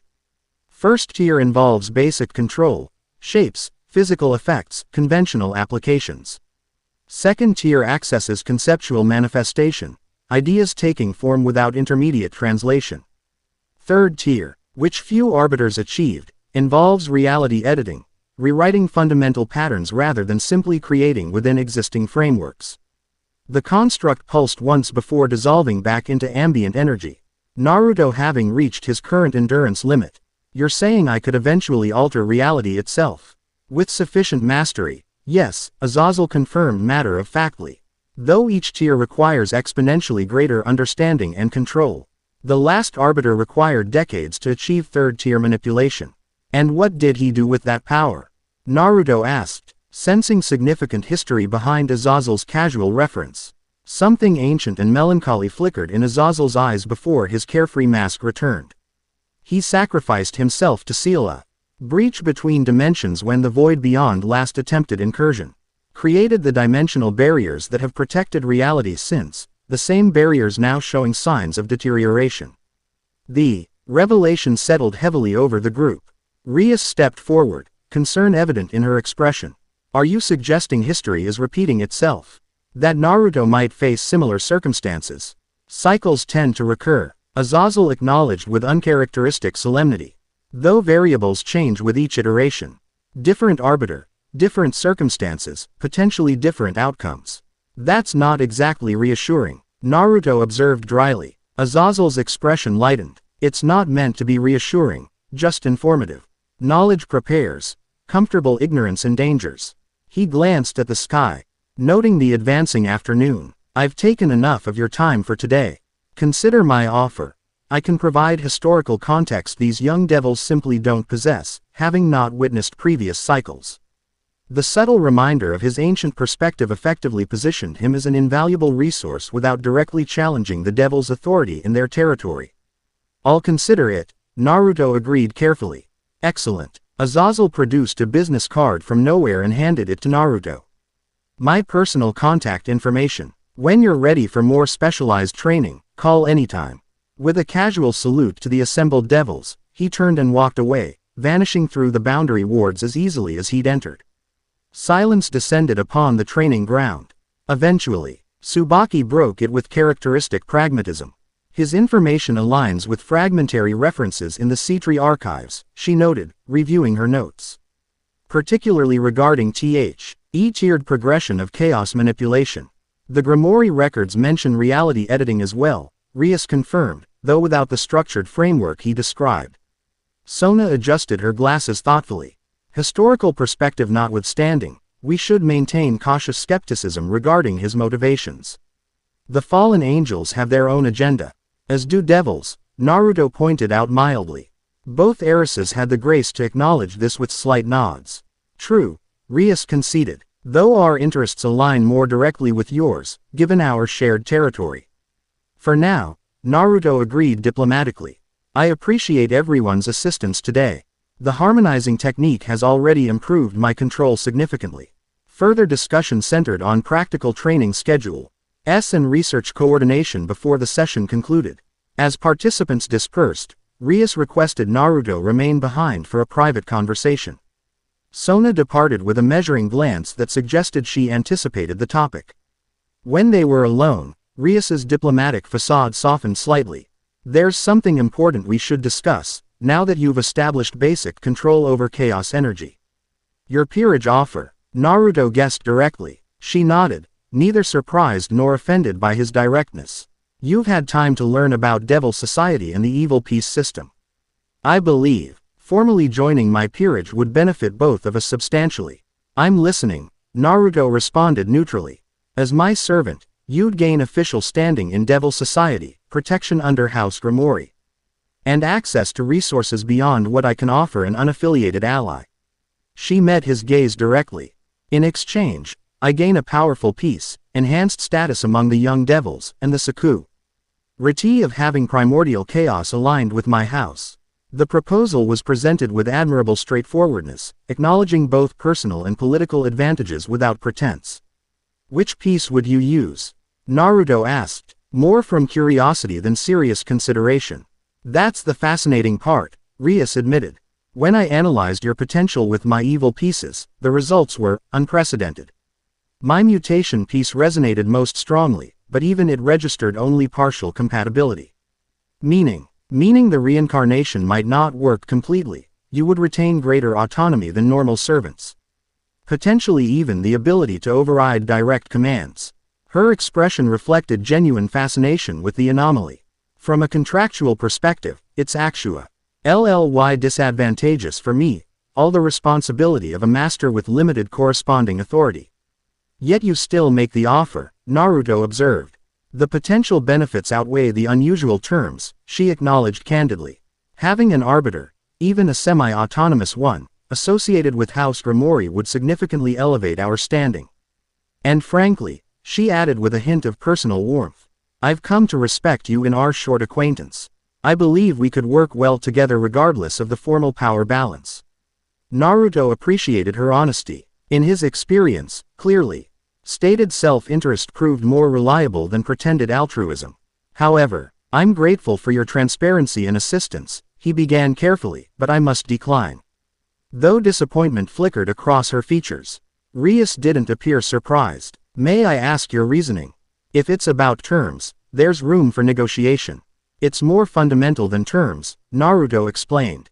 From what I understand about primordial chaos, its essential nature requires neutrality. As an arbiter, I would be inherently compromised by formal allegiance to any faction. A philosophical objection rather than personal, Rias noted. Processing his response. Exactly. The harmonizing exercise demonstrated something important. Balance requires independence. If I formally aligned with devils, the energy itself might become imbalanced. Rias considered this perspective thoughtfully. That's actually consistent with historical accounts of arbiters maintaining neutrality between competing powers. She sighed softly. I can't claim I'm not disappointed, but I respect your decision and the principles behind it. I hope we can continue working together, Naruto offered sincerely. Your assistance has been invaluable. And I suspect we'll need coordinated efforts against whatever's coming through the dimensional weaknesses. Of course, she agreed readily. This changes nothing regarding research collaboration or personal alliance. A mischievous smile touched her lips. Though I should warn you, my brother will likely make a similar offer on behalf of the Satans, and Sona probably has her own proposal prepared as well. Anticipated and similarly declined, Naruto responded with good humor. Though I'm curious if their evil pieces would show the same partial compatibility. An interesting theoretical question, Rias acknowledged, perhaps worth exploring academically, if not practically. Their conversation concluded amicably, with arrangements to continue regular training sessions. As they walked back toward the main campus, however, Naruto sensed tension in Rias's otherwise relaxed demeanor. There's something else bothering you, he observed. She hesitated before responding. Your decision is entirely reasonable and I genuinely respect it. But it does create complications. Political ones. Yes. When word spreads that you've declined official affiliation with any devil house, others will view you as unclaimed territory. Seeing his expression, she quickly clarified. Not that anyone could force you, but the diplomatic pressure will increase substantially. Unaligned power invites competitive courting. I can handle political pressure, Naruto assured her. I don't doubt that, Rias acknowledged. Just be prepared for increased attention from all factions. Devils respect power above all else, and yours represents the most significant wild card in supernatural politics for millennia. Rias's prediction proved accurate with unsettling speed. By the following morning, subtle changes in student behavior indicated information had already circulated through supernatural channels. Devil students observed Naruto with heightened interest, occasionally whispering behind cupped hands when they thought him unaware. During literature class, a note landed on his desk from an unfamiliar sender. The elegant handwriting belonged to neither Rias nor Sona. The House of Bail recognizes the potential of unaligned power. Consider our patronage offer. Terms negotiable, autonomy respected. Further discussion welcomed at your convenience. Asterisk. C. Milar messages arrived throughout the day from various devil houses, each phrasing their interest in carefully diplomatic language while emphasizing potential benefits. Even minor houses apparently v. EWED association with the arbiter is worth pursuing despite limited resources. Naruto collected the notes with resigned amusement, sharing them with Rias during lunch. She reviewed them with the practiced eye of someone born to supernatural politics. Predictable opening gambits, she assessed, sorting the messages by family significance. Bale's interest is concerning but not surprising, given their purest blood ideology. Phoenix and Glacia Labelas are opportunists sensing advantage. The minor houses are simply hoping to elevate their status through association. All this from declining your offer? Naruto questioned, surprised by the rapid response. Information travels quickly in Devil Society, Rias explained. Particularly information that might shift power balances. The afternoon brought more direct approaches. Between classes, a striking blonde girl intercepted Naruto in the hallway, her regal bearing and calculated smile marking her as nobility before she spoke. Naruto Uzumaki, she greeted with practiced charm. I'm Revel Phoenix, representing my family's interests. Might I have a moment of your time? Before Naruto could respond, another presence materialized beside them, Tsubaki Shinra. Appearing with impeccable timing. Pardon the interruption, she stated with cool professionalism, but the student council requires Uzumaki-san's presence immediately. Urge. NT matters concerning his registration status. Revel's smile tightened fractionally. Of course. The C-tree's administrative efficiency is legendary. Perhaps we might continue our conversation later.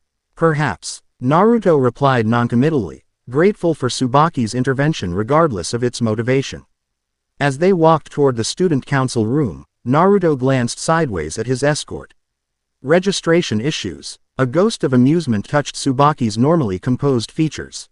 A diplomatic fiction. Kaichu anticipated increased recruitment efforts following your decision, and sent you to run interference. To provide options, she corrected precisely. Your interactions remain your choice, but uninformed decisions serve no one's interests. The careful phrasing revealed much. About the C-tree approach, information and analysis offered without overt direction, respecting autonomy while subtly influencing outcomes through strategic context. I appreciate the consideration, Naruto acknowledged sincerely. Tsubaki nodded once, professional mask firmly in place despite the personal nature of his gratitude. Kaichu believes maintaining your independence benefits supernatural balance. The C-tree have historically valued stability over expansion. When they reached the student council room, Sona was reviewing documents with characteristic focus. She glanced up as they entered, noting Naruto's collection of recruitment messages with a raised eyebrow. I see the courtship has begun in earnest, she observed dryly. Apparently declining Rias's offer opened diplomatic floodgates, Naruto confirmed. Placing the notes on her desk, Sona examined them with analytical precision, categorizing and assessing much as Rias had done.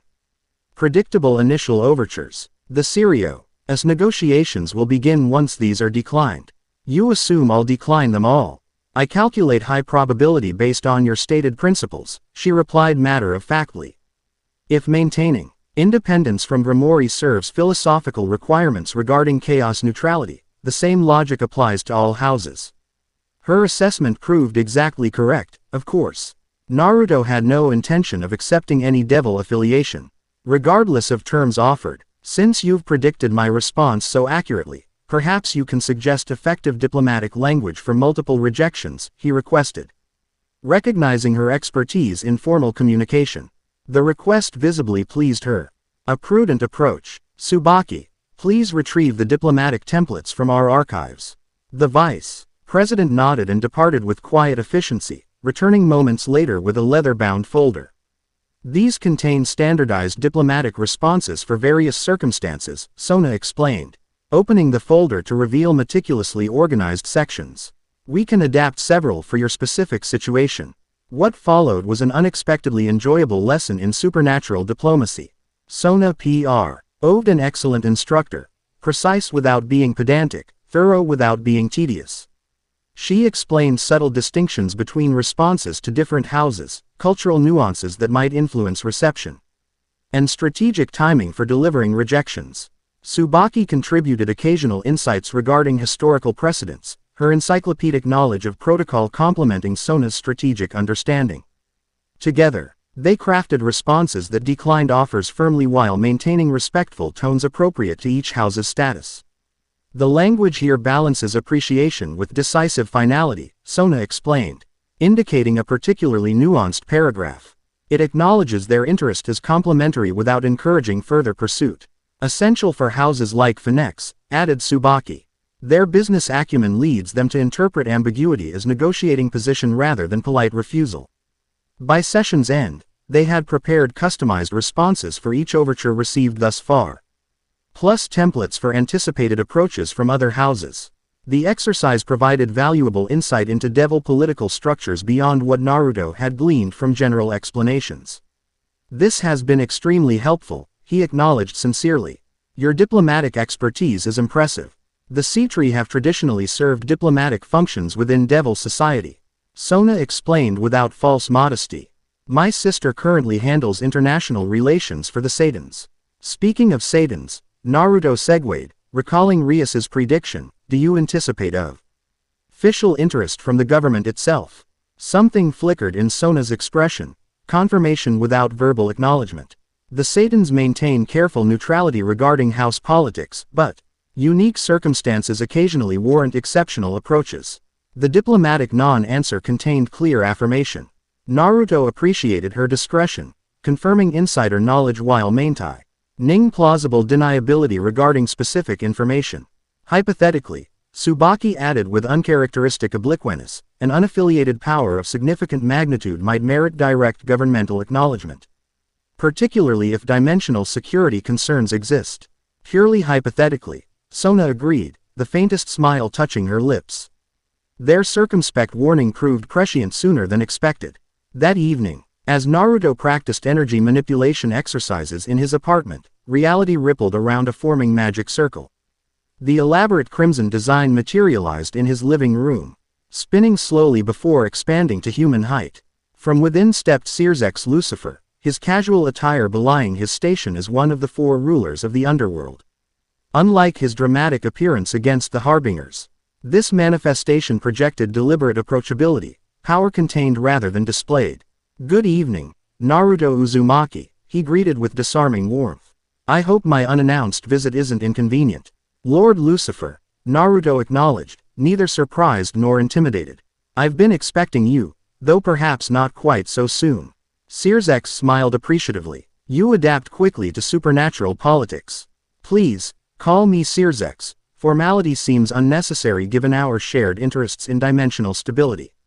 He glanced around the modest apartment with genuine curiosity rather than judgment. May I? He asked, indicating the small sitting area.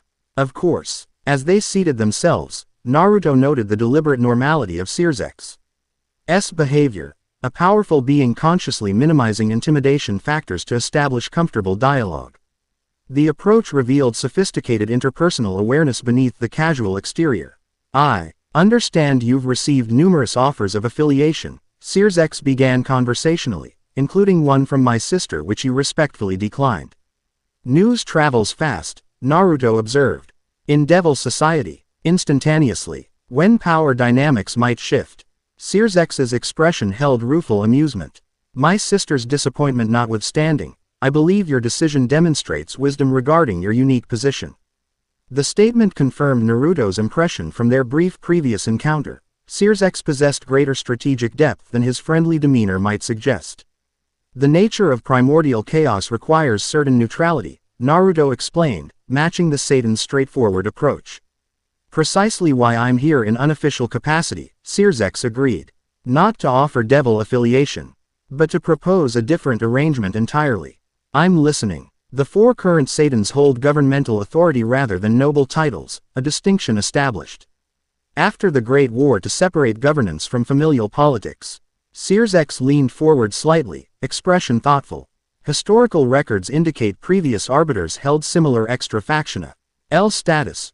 recognized by all supernatural authorities while maintaining independence from any single group. And you're suggesting something similar for me, Naruto deduced. With appropriate modernization, Searsex confirmed. Official recognition of arbiter status with diplomatic standing equivalent to faction leaders, without subordination to existing power structures. The offer surprised Naruto with its generosity and apparent lack of strings. That seems unusually accommodating. Searsex acknowledged the skepticism with an appreciative nod. Political calculation aligns with historical precedent in this case. An independent arbiter recognized by all factions provides neutral ground for addressing dimensional threats that endanger everyone equally. There would be conditions, Naruto guessed. Naturally, Searsex agreed without hesitation. Primarily information sharing regarding dimensional anomalies, coordination during crisis situations, and agreement to consult before taking actions with cross-factional implications. Reasonable parameters, Naruto assessed, assuming they apply equally to all parties. They would. Multilateral agreements require reciprocal obligations to function effectively. Searsex's expression grew momentarily more serious. Make no mistake, this arrangement serves our interests as much as yours. The void incursions threaten everyone equally. Having an arbiter operating with recognized authority rather than as a rogue element benefits dimensional stability. The candid acknowledgement of self-interest actually enhanced the proposal's credibility. In Naruto's experience, openly admitted advantages indicated fewer hidden agendas than purely altruistic claims. I appreciate your directness, Naruto said. And the offer itself seems well considered. However, I'd need to understand the complete implications before accepting. Of course, Searsex agreed readily. I've prepared documentation outlining historical precedents, proposed parameters, and implementation frameworks. He produced an elegant folder embossed with the Lucifer crest. Review at your convenience, consult advisors you trust, suggest modifications as needed. The approach reflected sophisticated diplomatic practice. Proposal offered without pressure, complete information provided, reasonable timeframe for consideration. Whether calculated strategy or genuine respect, the effect communicated seriousness without coercion. I'll review it carefully, Naruto promised, accepting the folder. Excellent. Searsex rose smoothly. I won't take more of your evening. Should you have questions, feel free to contact me directly. He provided a communication card similar to Azazel's, though considerably more elegant in design. At the door, he paused. Quote, one final matter, perhaps more personal than political. My sister values your friendship regardless of formal affiliation.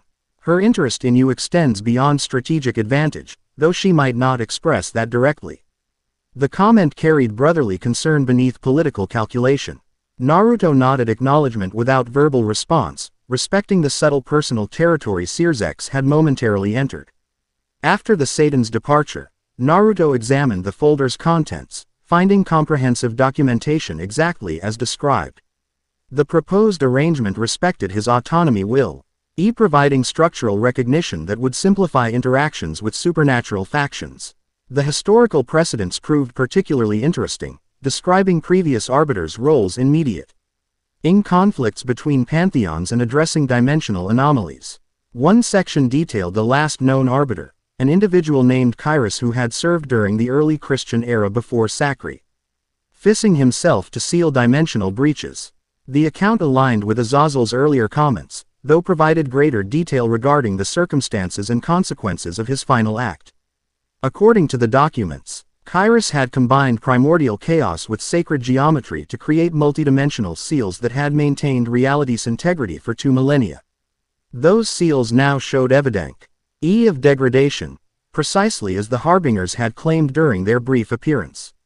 The implications proved sobering. If previous patterns held true, Naruto might face similar circumstances, required to sacrifice himself to renew failing barriers between dimensions. The documentation didn't state this explicitly, but the parallel remained unmistakable. His contemplation was interrupted by his phone ringing, a device he was still acclimating to using. The display showed Rias's name. Hello, he answered. Naruto. Her voice carried unusual urgency. Are you all right? Yes, why? I sense my brother's energy signature at your location, she explained. Given recent events, I was concerned. He just left, Naruto confirmed. Diplomatic visit, not emergency. I see. Relief colored her tone. I should have expected that. After you declined my offer, formal acknowledgement from the Satans was the logical next step. You're not upset about the government potentially recognizing me when your personal offer was declined? Naruto asked, curious about devil political dynamics. Why would I be? Genuine confusion sounded in her voice.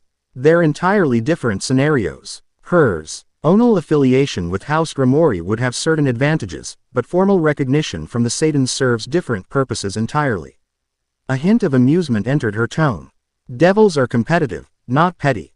Well, most aren't. Anyway, the distinction highlighted cultural differences between his world and this one. In the elemental nations, clan pride often superseded rational governance considerations. He mentioned you specifically, Naruto informed her. Said your friendship was important regardless of political arrangements. A surprised pause followed. My brother said that, directly, not in those exact words. But the meaning was clear. How unusually forthright of him, she murmured, sounding both pleased and slightly embarrassed. Well, he's right. My offer was sincere, but its decline doesn't affect our alliance or friendship. The slight hesitation before the final word carried meaning Naruto filed away for later consideration. Their conversation concluded, with arrangements to meet the following day for continued training, Rias's initial urgency replaced by her usual composed demeanor. After hanging up, Naruto returned to the documents, examining Prop. OSED implementation frameworks with careful attention. The arrangement would grant him diplomatic status equivalent to faction leaders while preserving independence, an elegant solution to his unique position. Yet questions remained. Why had Chaos Energy chosen him specifically? What connection existed between his shinobi abilities and this primordial power? And most pressingly, could he avoid his predecessor's sacrificial fate when confronting whatever threatened dimensional stability? The following days established new patterns as Naruto balanced school obligations, training regimens, and diplomatic considerations. Mornings typically began with solo practice of the harmonizing techniques developed during the joint session. Afternoons alternated between training with Rias's group and research with Sona's team. Evenings often involved diplomatic meetings with various supernatural representatives, each seeking information or offering assistance regarding his emerging abilities. 7 days after Sirzex's visit, Naruto found himself in the student council room after classes, reviewing historical documents with Tsubaki while Sona attended an administrative meeting. Their work-and-G relationship had evolved into comfortable collaboration, her analytical precision complementing his intuitive approach to chaos energy. This passage describes a technique called reality anchoring, Tsubaki noted, indicating an ancient text carefully preserved between protective sheets. Previous arbiters apparently used it to stabilize dimensional boundaries during periods of unusual disruption. Naruto studied the described method with interest. The process seems similar to Fuinjutsu from my world, creating reference points that define spatial parameters. An intriguing parallel, Tsubaki observed, making careful notes. Perhaps dimensional manipulation follows universal principles regardless of specific implementation methods. Their academic discussion was interrupted by Momo Hanakai entering with uncharacteristic urgency. Shinra-senpai, we've detected an anomaly near the abandoned factory district. Energy signature matches previous dimensional disturbance patterns. Baki immediately shifted to vice presidential efficiency. Alert Kaichu and implement containment protocol 3. Has Grimori's group been notified? Yes, they're already mobilizing, Momo confirmed. We should investigate immediately, Naruto suggested, already standing. Tsubaki nodded agreement. Uzumaki-san's expertise with dimensional phenomena may prove crucial. I'll coordinate with Kaichu to join us there. They departed swiftly, Tsubaki directing C-Tree Peerage members with precise instructions as they moved through school grounds toward the disturbance location.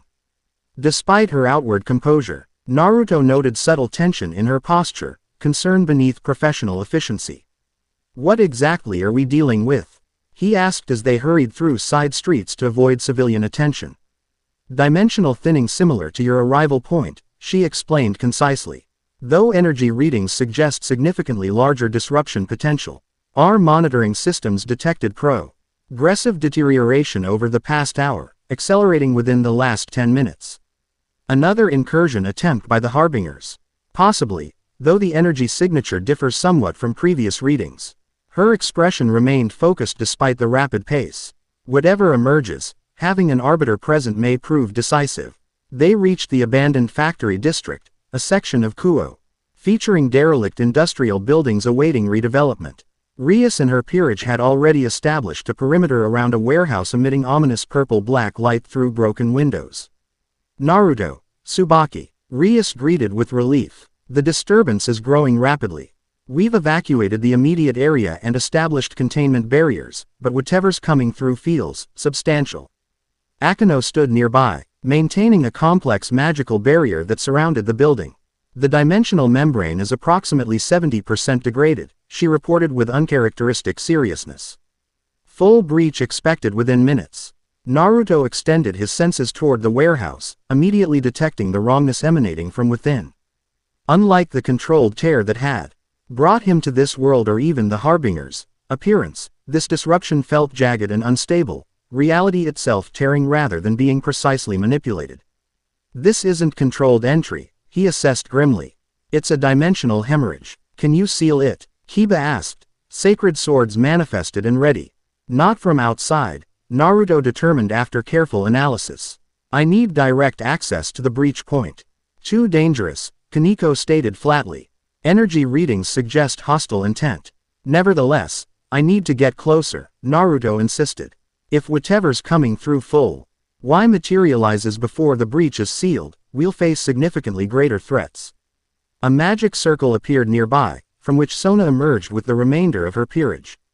Situation assessment, she requested immediately. Tsubaki provided a concise briefing while Naruto continued analyzing the dimensional tear's properties. The chaos energy within him responded strongly to the disruption, resonating with the fundamental forces being manipulated.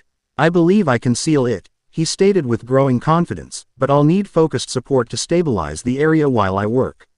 Sona and Rias exchanged glances before nodding agreement. Combined containment formation, Sona suggested. Grimori's group maintains outer perimeter while Citri handles immediate support.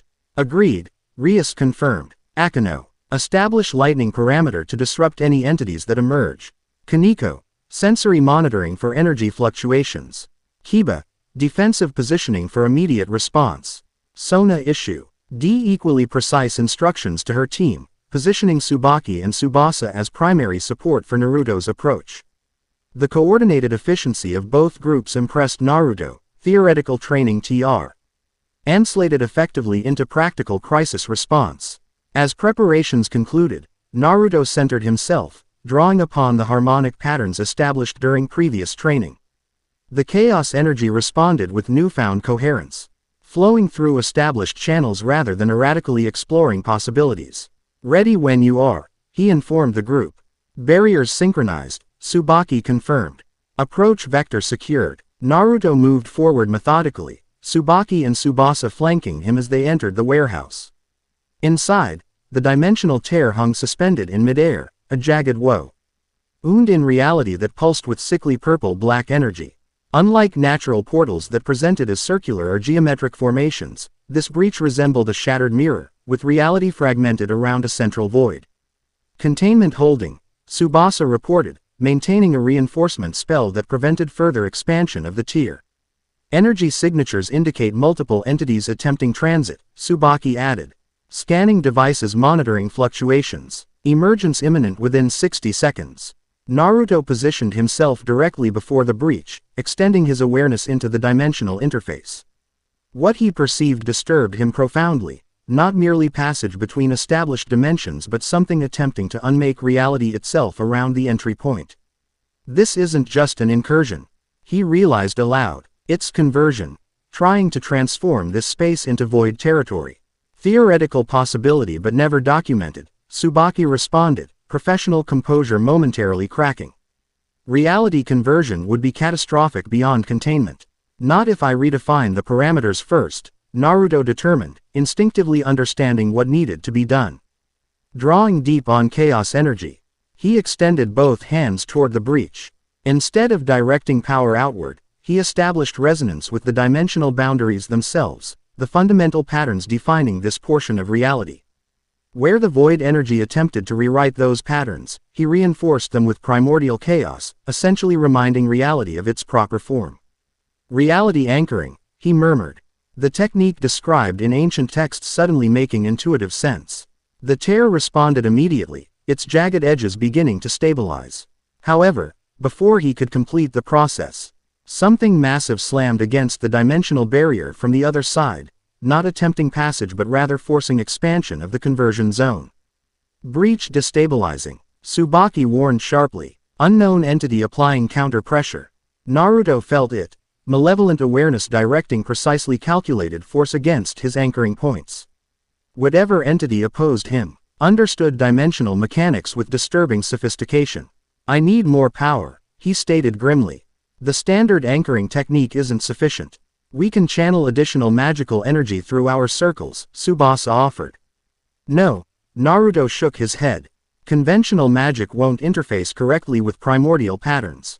I need to access deeper chaos potential. Making a swift decision, he shifted approach entirely. Instead of externally manipulating the boundary, he aligned his consciousness directly with chaos itself, becoming a conduit rather than director. The sensation proved disorienting. Individual identity temporarily subsumed within primordial awareness that existed before differentiation itself. Through this expanded perception, he recognized the opposing entity more clearly. Not merely void-aligned but a void monarch itself, one of the entities the harbingers served. Its presence represented fundamental non-existence pressing against reality's membrane, eking to convert ordered existence back to primal absence. Arbiter. It acknowledged across dimensional barriers, its communication bypassing conventional language. Your interference is futile. The cycle progresses as ordained. Nothing is ordained. Naruto responded through the same non-verbal channel. Possibility remains open until actualized. Your predecessor understood eventually. The entity replied with cold certainty. As shall you. The barriers fail. The void reclaims what was temporarily ordered. This is neither victory nor defeat, merely restoration of original state. Rather than continue the philosophical debate, Naruto focused entirely on reinforcing reality's pattern. The chaos energy flowed through him in unprecedented volume, no longer constrained by his limited understanding. Conceptual barriers between his consciousness and primordial potential temporarily dissolved, allowing direct manipulation of fundamental patterns. From outside his expanded awareness, he dimly perceived Tsubaki and Tsubasa maintaining protective barriers around him, their magic reinforcing his physical form while his consciousness operated beyond conventional limitations. Their presence anchored him to individual identity even as he accessed universal patterns. With newfound perception, Naruto identified the dimensional tear's fundamental structure, not random damage, but precise incision along reality's stress points. The void entity had methodically exploited weaknesses in existing barriers, targeting precisely where the previous arbiter's seals had begun deteriorating. Understanding the pattern allowed counter-response. Rather than merely closing the current breach, Naruto began rewriting the underlying dimensional framework, reinforcing stress points, establishing new anchoring patterns, creating redundant stability systems that would prevent similar exploitation. The Void Monarch recognized his strategy immediately, increasing pressure against the boundary with sudden ferocity. You cannot maintain this level of manipulation without permanent consequence, Arbiter. Your vessel will burn away. The warning contained truth. Naruto's physical form strained under the energy channeling through it. Even with chaos harmonized to his essence, mortal limitations remained. Yet surrender meant allowing void conversion to begin, an unacceptable outcome regardless of personal cost. Drawing upon his innermost reserves, the determination that had defined him since childhood, Naruto pushed beyond previous limitations. The chaos energy responded to his unwavering will, condensing into precise geometric patterns that reinforced reality's fundamental structure. Breach stabilizing, Tsubaki reported, her voice seemingly distant despite physical proximity. Conversion process reversing. The Void Monarch's presence receded reluctantly, its final communication tinged with something resembling respect. Temporary victory only, Arbiter. We are patience embodied. When your mortal form fails, the pattern resumes. Asterisk. With a final surge of effort, Naruto completed the reinforcement framework and sealed the dimensional tier. Reality snapped back into P. Roper alignment with audible reverberation, the purple-black energy dissipating completely as natural laws reasserted dominance. The expanded awareness receded, leaving Naruto abruptly returned to individual consciousness. The transition proved jarring, cosmic perception contracting to physical limitations in an instant. His knees buckled as equilibrium failed, energy reserves critically depleted. Tsubaki caught him before he collapsed completely, her usual reserve replaced by genuine concern.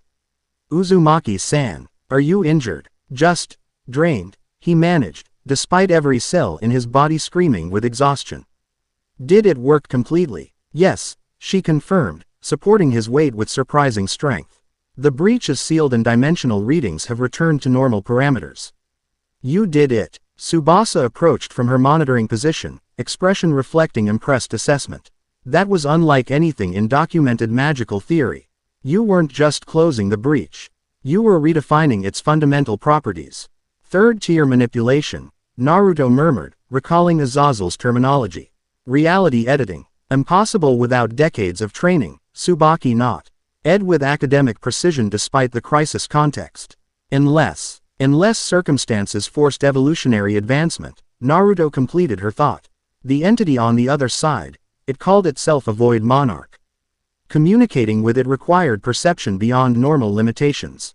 Further discussion was interrupted by the arrival of both heiresses, who entered the warehouse with their respect. Tive Group's once containment barriers confirmed the threat had passed. Naruto. Rias hurried forward, concern evident in her expression. Are you all right? The energy readings were off the charts. I'll recover, he assured her. Though his weakened state belied confident words. The breach is sealed, but it wasn't random damage. Something deliberate is targeting specific weak points in dimensional barriers. Sona approached with characteristic analytical focus despite the crisis atmosphere. You successfully implemented reality anchoring. The technique we were researching earlier. An advanced version, Tsubaki clarified before Naruto could respond. He appears to have achieved third-tier manipulation under duress. Both heiresses exchanged significant glances at this assessment. We should get you medical attention. Rias insisted, noting Naruto's exhausted condition. And complete documentation of the procedure, Sona added pragmatically. If you've truly achieved third-tier manipulation, understanding the method could prove crucial for future incursions. Despite physical depletion, Naruto found himself smiling at their characteristic responses. Rias focused on immediate personal welfare while Sona prioritized strategic information preservation. Both approaches reflected genuine concern expressed through different frameworks. Both good ideas, he acknowledged. I might need help with the walking part. Without hesitation, both heiresses moved to support him, Rias on his left side, Sona on his right. The symbolic positioning wasn't lost on observing peerage members, whose expressions ranged from amusement to calculation depending on individual perspectives. We should return to the Occult Research Club, Rias suggested. Asia can provide healing, we have containment facilities if any residual dimensional effects manifest. The student council room has better documentation equipment, Sona countered, and more comprehensive reference materials regarding dimensional mechanics. Before competitive spirit could escalate further, Tsubaki intervened with diplomatic precision.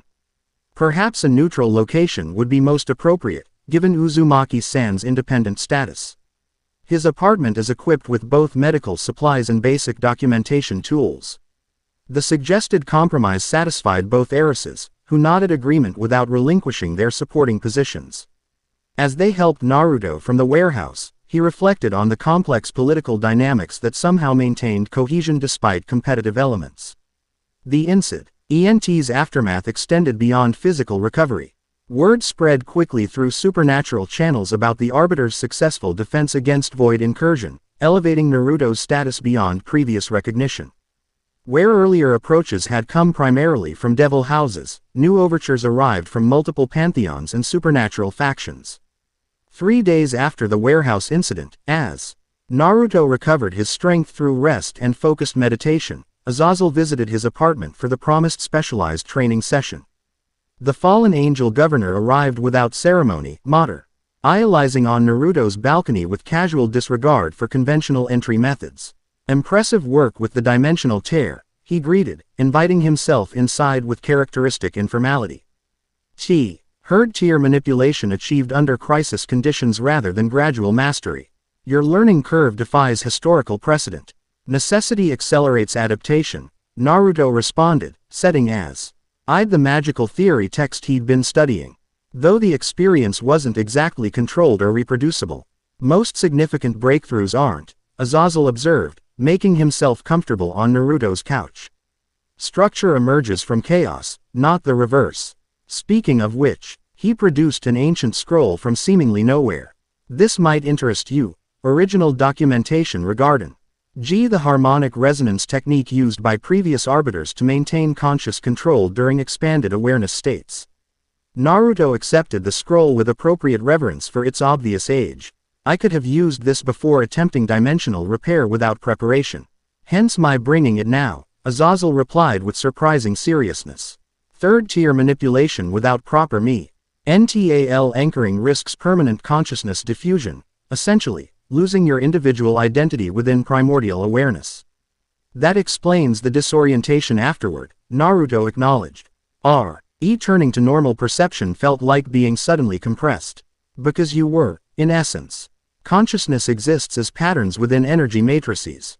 Expand those patterns too far without proper anchoring techniques, and reassembly becomes problematic. The fallen angel's explanation aligned with Naruto's intuitive understanding following the experience. His consciousness had indeed expanded beyond individual parameters, interfacing directly with fundamental reality patterns in ways his human mind couldn't fully process. This scroll contains anchoring methods, he asked, carefully unrolling the delicate parchment. Developed by your predecessors over thousands of years, Azazel confirmed. Techniques for maintaining identity coherence during cosmic scale operations. Essential knowledge given your accelerated development timeline. The unexpected generosity prompted natural skepticism. Why are you helping me so directly? What's your actual interest in all this? Rather than taking offense, Azazel smiled appreciatively at the direct question.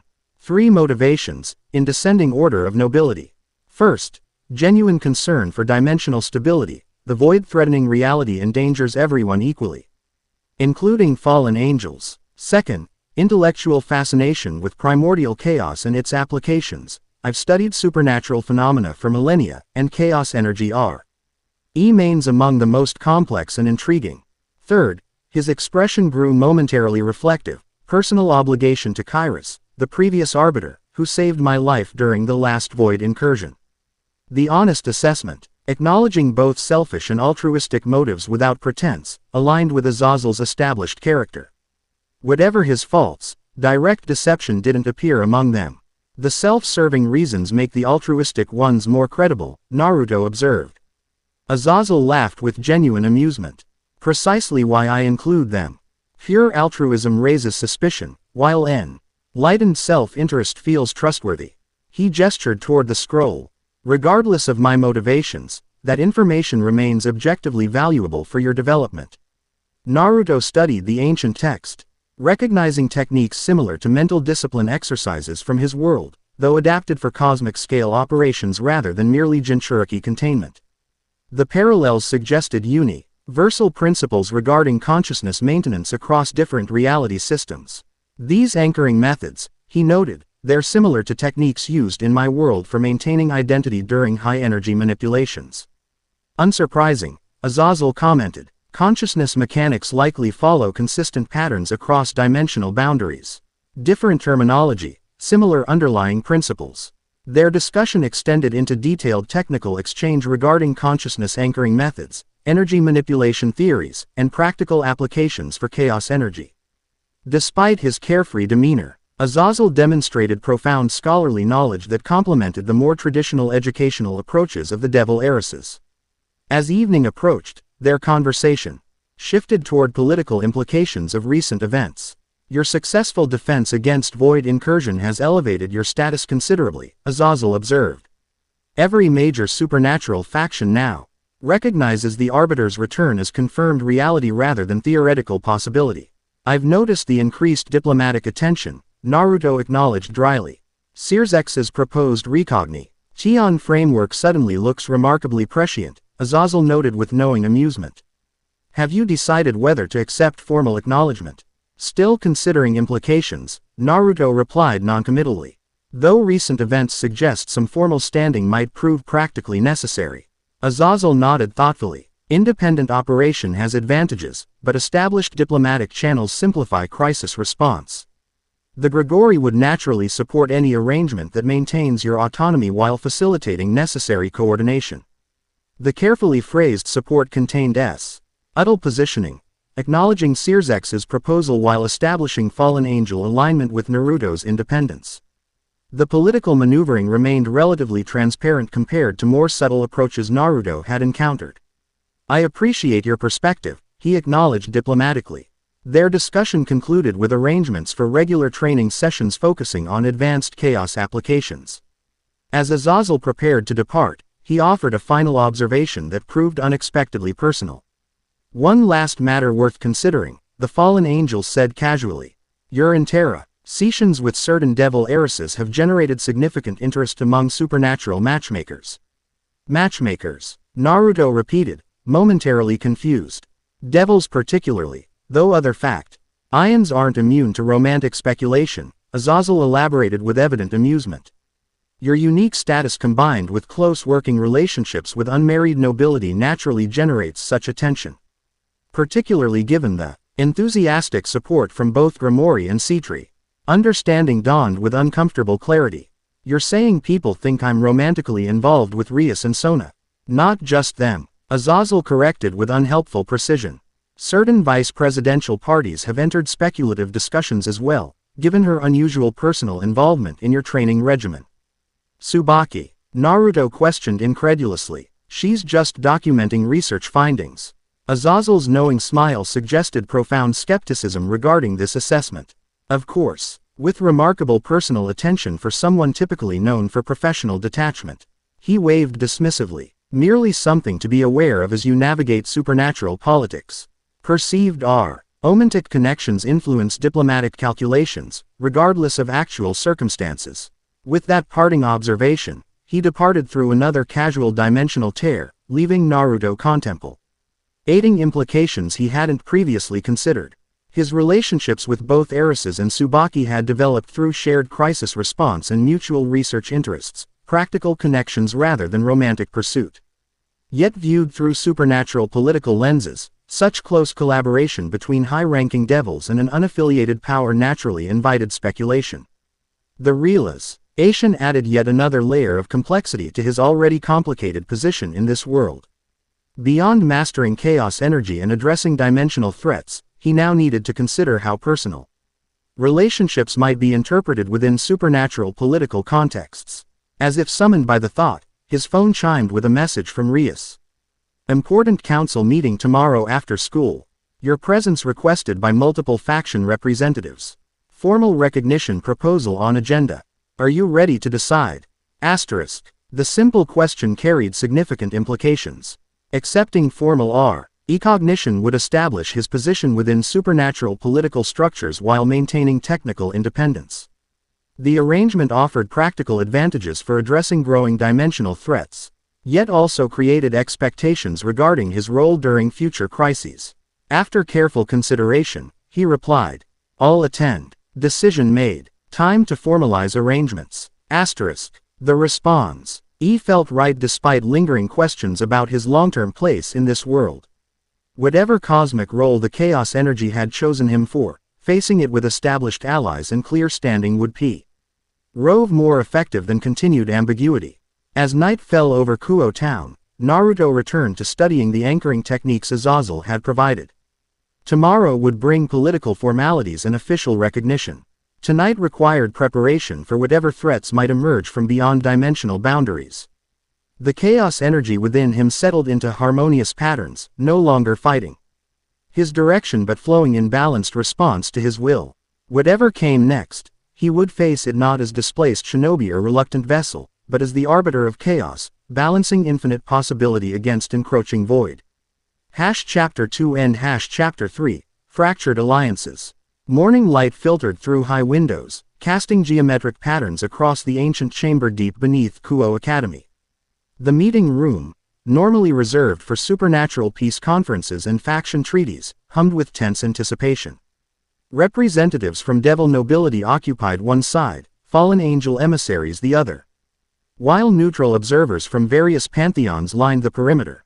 At the head table sat the four great Satans, Circex Lucifer, Seraphol Leviathan, Ajuka Beelzebub, and Falbium Asm.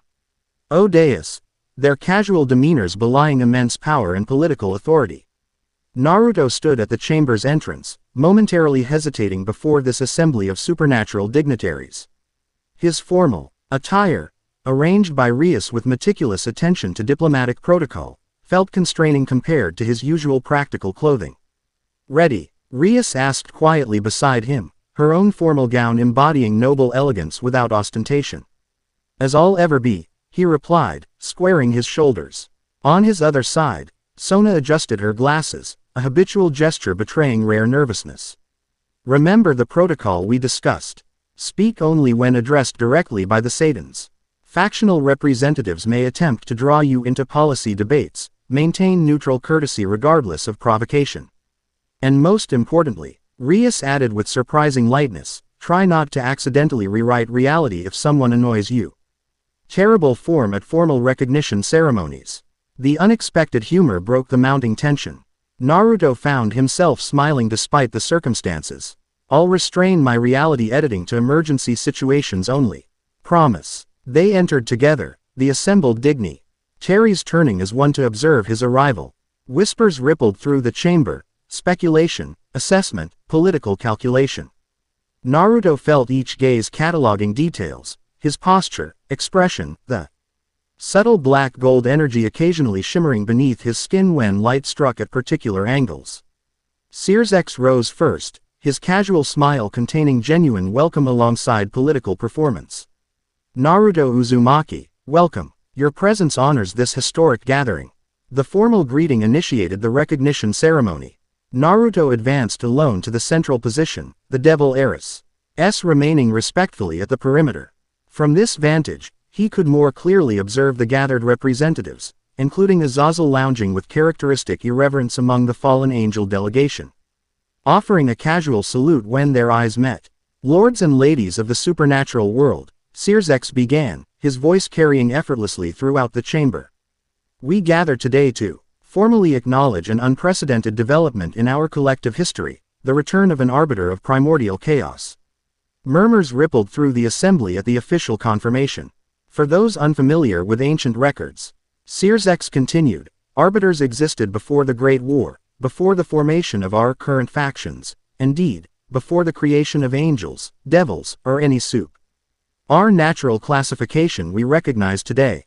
They channeled the fundamental energy from which all existence emerged, maintaining balance between competing cosmic forces." Ajuka Beelzebub, the research-focused Satan, stepped forward with uncharacteristic formality. Historical accounts describe arbiters as neutral parties who intervened only when dimensional stability faced genuine threat. Neither aligned with nor opposed to any faction. They served reality itself rather than political interests. Seraphol Leviathan, appearing surprisingly dignified without her usual magical girl attire, added her perspective. The last documented arbiter sacrificed himself during the early human era to seal dimensional breaches that threatened all existence. Those seals have maintained reality's integrity for millennia. Falbium Asmodeus, normally disinterested in ceremonial functions, completed the historical context. Recent dimensional disturbances indicate those ancient seals are weakening. Simultaneous with this development, primordial chaos has manifested once more through Naruto Uzumaki, who has already demonstrated the Arbiter's traditional role by defending our realm against void incursion. The formal introduction complete, Circex turned his attention directly to Naruto. "Naruto Uzumaki, you stand before representatives of all major supernatural factions.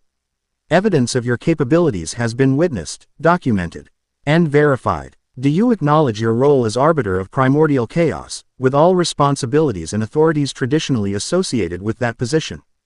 The chamber fell silent, all attention focused on Naruto's response. Despite extensive preparation with both Rias and Sona regarding diplomatic phrasing, he chose simple directness. I acknowledge energy flowing through me and the responsibilities it brings, he stated clearly. I accept the role of arbiter as I understand it, maintaining balance and protecting dimensional integrity against genuine threats. I will remain neutral in factional conflicts unless they directly endanger reality's stability. The unembellished response seemed to satisfy the assembled dignitaries more than elaborate diplomatic phrasing might have. Several nodded approval at his straightforward approach. Then by the authority vested in the four great Satans as governors of supernatural affairs, Sears declared formally. We hereby recognize Naruto Uzumaki as arbiter of primordial chaos, granting diplomatic standing equivalent to faction leaders and acknowledging his neutral authority in matters of dimensional security.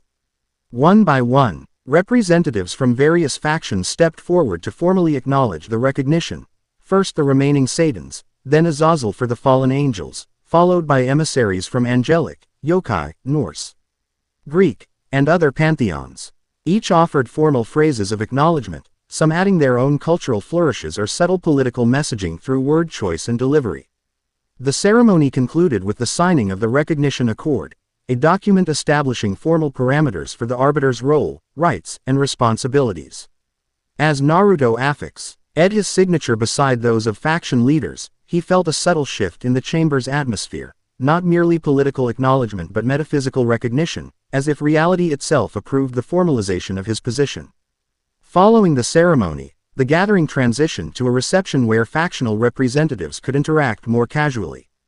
Naruto found himself at the center of diplomatic attention, representatives approaching with carefully calibrated conversation balancing curiosity about his abilities with political positioning regarding potential alliances. Handling it well, Azazel commented, materializing beside him during a rare moment between conversations. Political navigation comes naturally to you, it seems. Necessity rather than nature, Naruto responded quietly. Growing up in a village of shinobi clans with competing interests taught me to read underlying motivations. A valuable skill in any reality, the fallen angel governor observed. Partiku, largely when everyone wants a piece of you. Is that what's happening here? Naruto asked wryly. And here I thought they were just being friendly. Azazel laughed appreciatively. Refreshing perspective. Most new players in supernatural politics either panic at the attention or let it inflate their ego. You're doing neither. Their conversation was interrupted by the approach of a striking woman. Naruto hadn't previously met, tall and elegant with imperious bearing that marked her as devil nobility. Her silver-white hair contrasted dramatically with violet eyes that assessed him with clinical interest. Governor Azazel, she acknowledged with minimal courtesy before focusing entirely on Naruto. Arbiter Uzumaki, I am Lady Azria Nibirius, House of Nibirius. My family has historically specialized in interdimensional research and primordial energy theory. Lady Nibirius, Naruto greeted with appropriate formality, noting how Azazel subtly tensed beside him. A pleasure to meet you. The pleasure is mine, she replied with practiced charm. House Nibirius maintains the most comprehensive archives regarding primordial energies among the 72 pillars. We would be honored to offer our resources to support your development as arbiter. The offer seemed straightforward, yet something in her delivery struck Naruto as carefully calculated, academic interest layered over deeper motivation. An interesting proposal, he responded diplomatically. I'm currently working with both Grimoire and Citri researchers, but additional historical context could prove valuable. Of course, Azria agreed smoothly. Multiple perspectives ensure comprehensive understanding. Perhaps we might arrange a private consultation to discuss specific areas where our archives could complement your current research. Before Naruto could respond, Azazel interjected with casual precision. The arbiter's schedule is quite full with faction leader briefings following today's ceremony. Perhaps submit a RMAL research proposal through the established channels. The Recognition Accord does specify protocol for knowledge exchange. Something flashed briefly in Azria's eyes, frustration quickly masked by political poise. Naturally, I wouldn't dream of circumventing proper channels. Her attention returned to Naruto. When your schedule permits, House Nibirius stands ready to assist. Primordial chaos has been our scholarly focus for generations. She departed with graceful efficiency, leaving Naruto curious about the subtle tension underlying the exchange. "House Nabirius?" he inquired quietly. "Something I should know. Ancient family with complicated history," Azazel replied, uncharacteristically serious. Their interdimensional research occasionally crossed ethical boundaries even by devil standards. Nothing provable in recent centuries, but, he shrugged expressively, old habits, deep roots. Exercise caution if you accept their assistance. The warning registered alongside Azazel's usually carefree demeanor, suggesting genuine concern rather than factional rivalry. Naruto filed the information for later consideration as Seraphal Leviathan approached with characteristic energy barely contained within formal diplomatic constraints. "Arbiter Uzumaki," she greeted enthusiastically. "Or may I call you Naruto? Sotan speaks so highly of you." "Sotan?" Naruto questioned, momentarily confused. "My adorable little sister," Seraphal clarified with beaming pride. "Sona Citri. She's usually so serious about everything, but her reports about your chaos energy experiments actually contained exclamation points. Actual exclamation points. From my Sotan." The contrast between Seraphal's exuberant personality and her sister's composed demeanor proved startling. Where Sona embodied calculated precision, Seraphal radiated enthusiastic energy despite her position as one of the four rulers of the underworld. "Your sister has been extremely helpful with my research," Naruto acknowledged diplomatically. "Her analytical approach has provided valuable structure for understanding chaos energy." "That's my Sotan," Seraphal declared proudly, "always the smartest devil in any room." Her expression shifted subtly, exuberance temporarily replaced by surprising perceptiveness. "Though I should warn you, House Citri takes magical research very seriously. If you've captured my sister's intellectual interest, she'll pursue that knowledge with absolute determination." The statement carried nuanced meaning beyond its surface, both personal insight regarding Sona's character and subtle political positioning from a Satan ostensibly above factional concerns. "I've noticed her thoroughness," Naruto acknowledged. "It's a quality I respect." Seraphal's bright smile returned instantly. "Wonderful. Oh, and as Foreign Affairs Administrator, I should officially welcome you to the supernatural diplomatic community. My office will provide comprehensive briefing materials regarding cross-factional protocols, neutral territory regulations, and emergency response frameworks."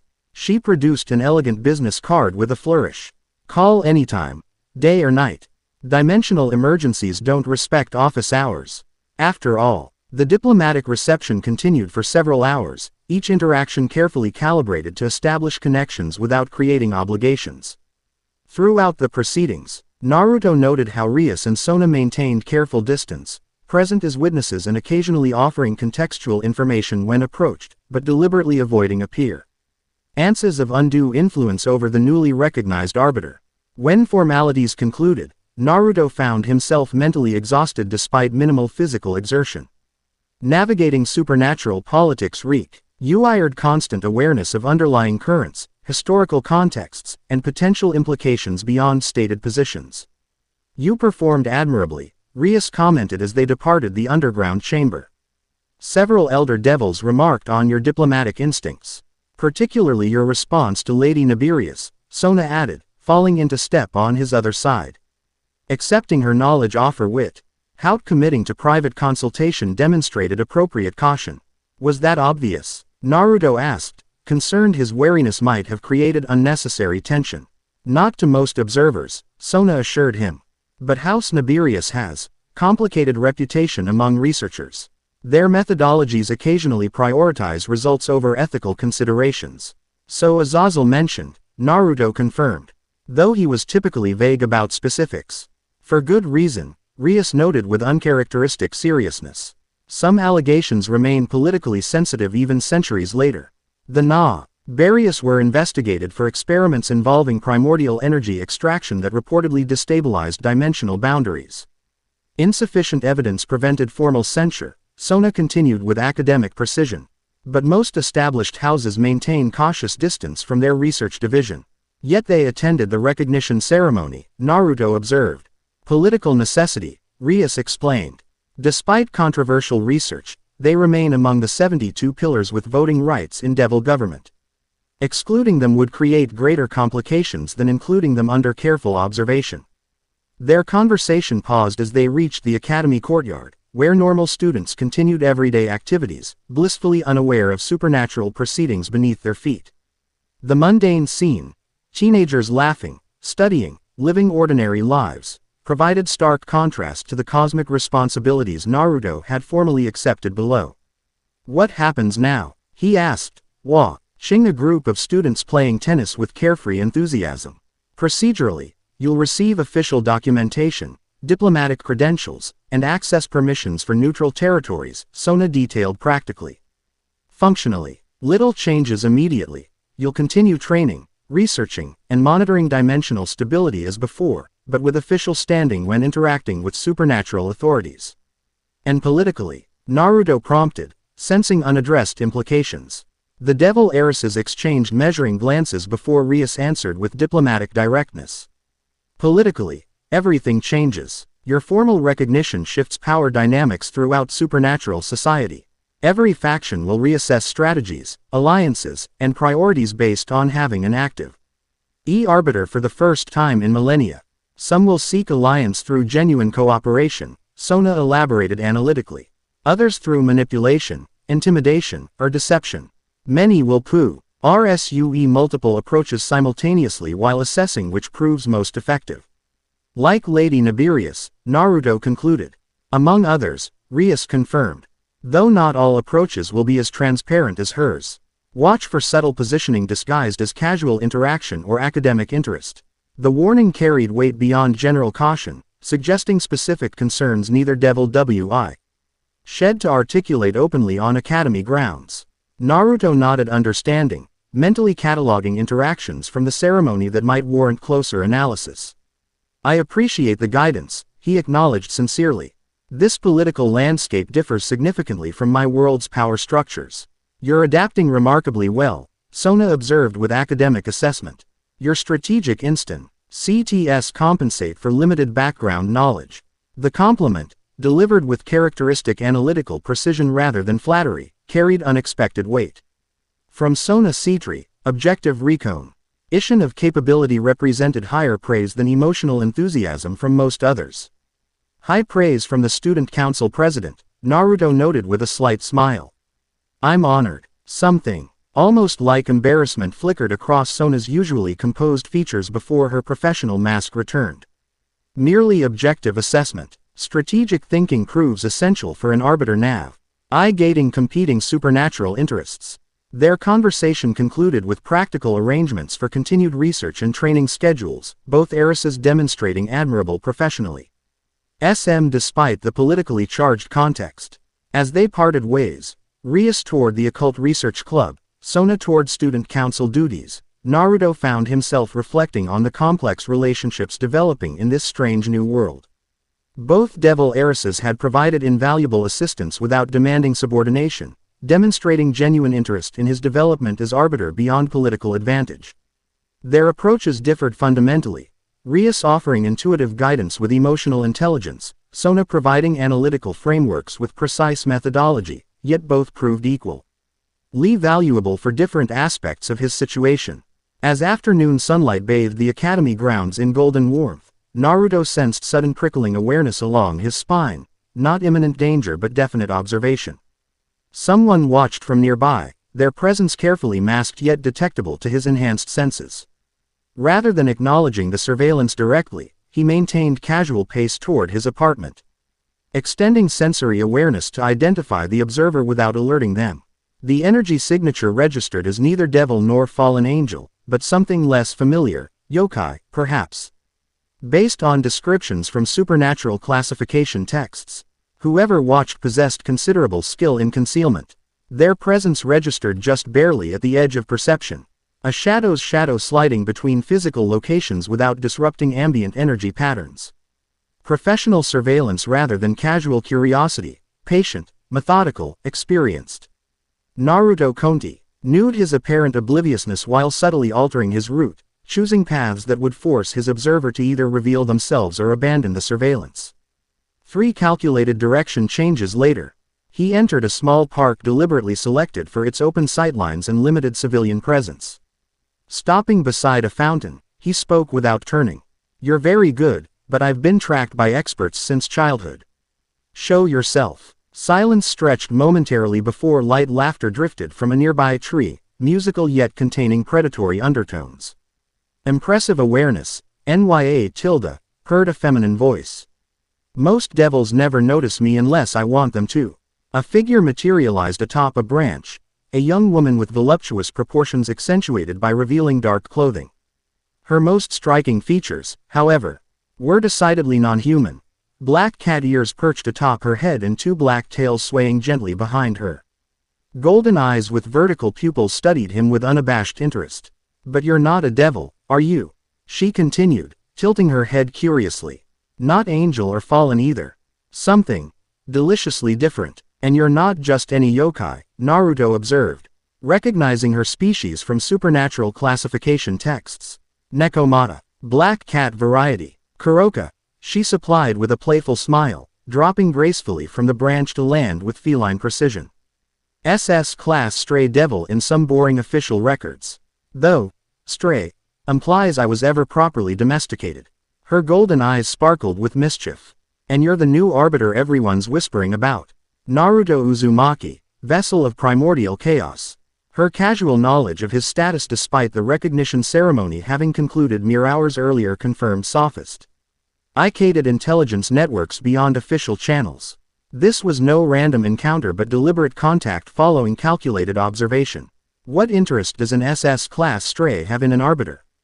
Naruto asked directly, maintaining relaxed posture despite heightened awareness. Kuroka circled him with predatory grace, golden eyes assessing with unnerving intensity. Such delicious energy you have, she practically purred. Not quite senjutsu, but related somehow. Natural energy manipulated through impossibly ancient patterns. Her assessment surprised Naruto with its accuracy. Few in this world had recognized connections between his chakra background and chaos manipulation. You're familiar with senjutsu, intimately, she confirmed with suggestive emphasis. Master practitioner, in fact. Natural energy and I are very compatible. She stepped closer, invading his personal space with deliberate provocation. But your energy makes mine feel like a candle beside a star. So bright, so vast, so primal. Naruto maintained his position despite her proximity, neither retreating nor advancing. That doesn't answer my question. What do you want, Kuroka?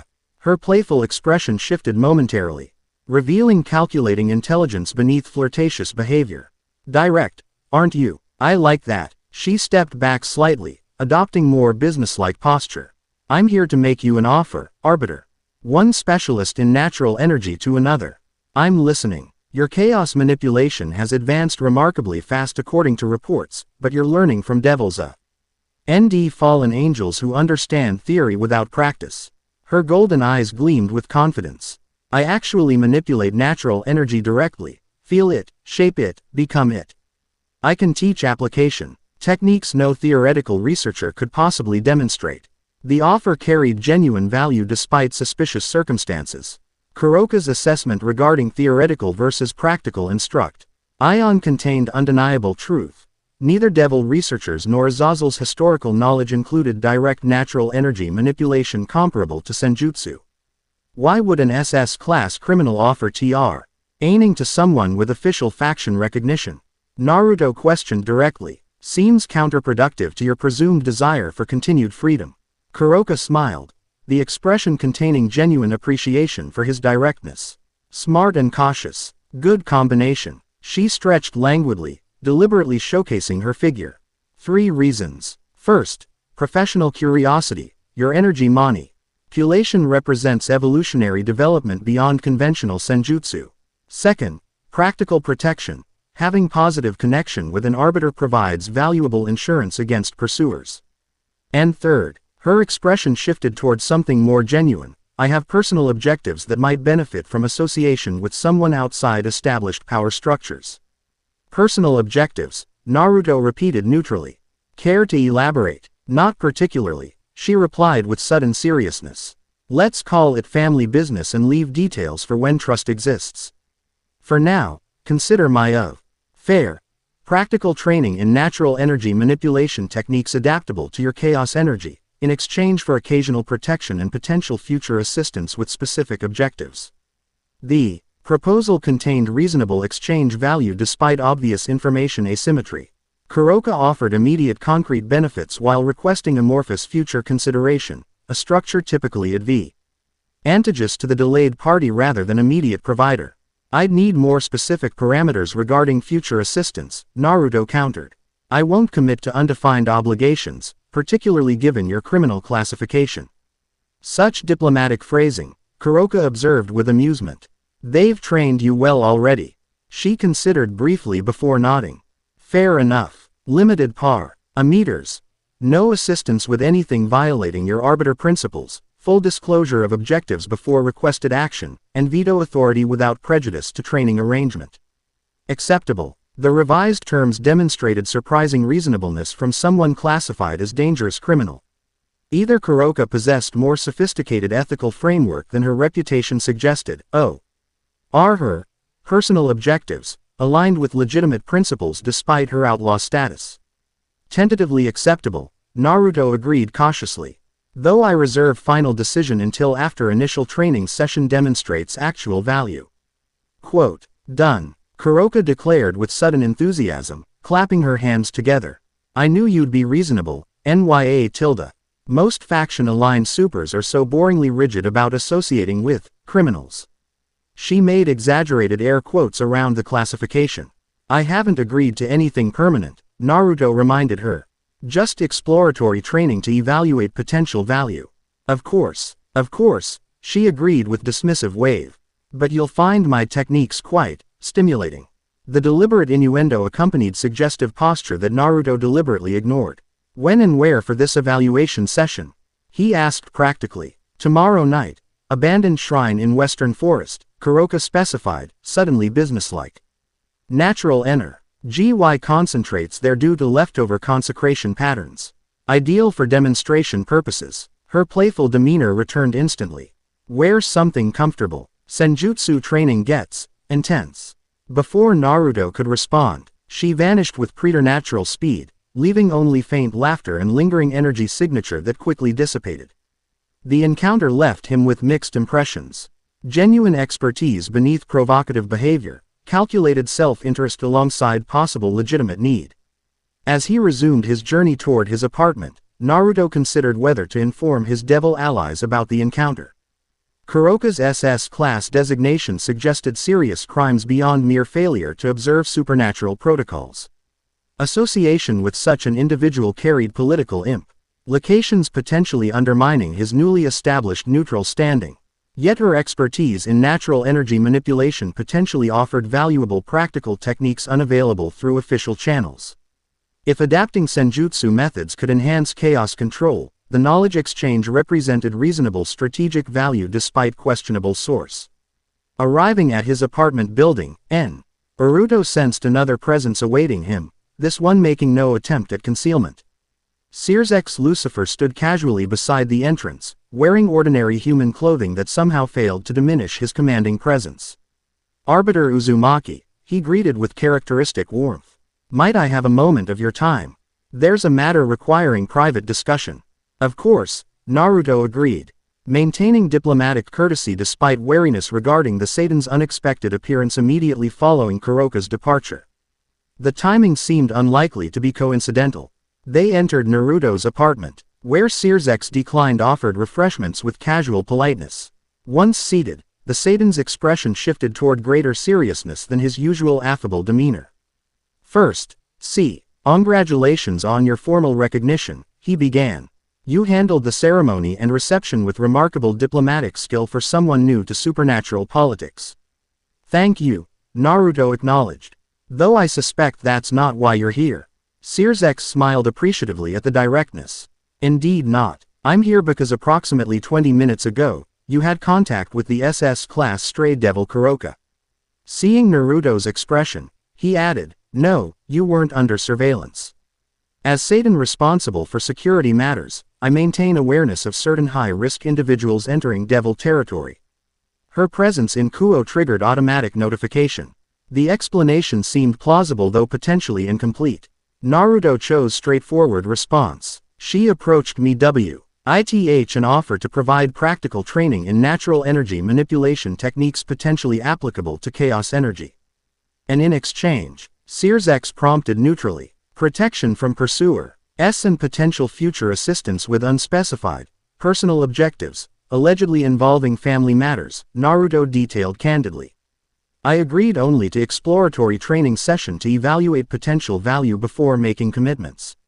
Sears nodded thoughtfully, neither approving nor condemning the arrangement. Kuroka's situation is complicated. Her classification is SS class stray rezu.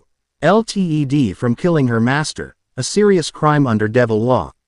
However, he continued with careful precision, certain contextual factors remain classified in official records. What factors? Naruto asked directly. The Satan considered him carefully before responding.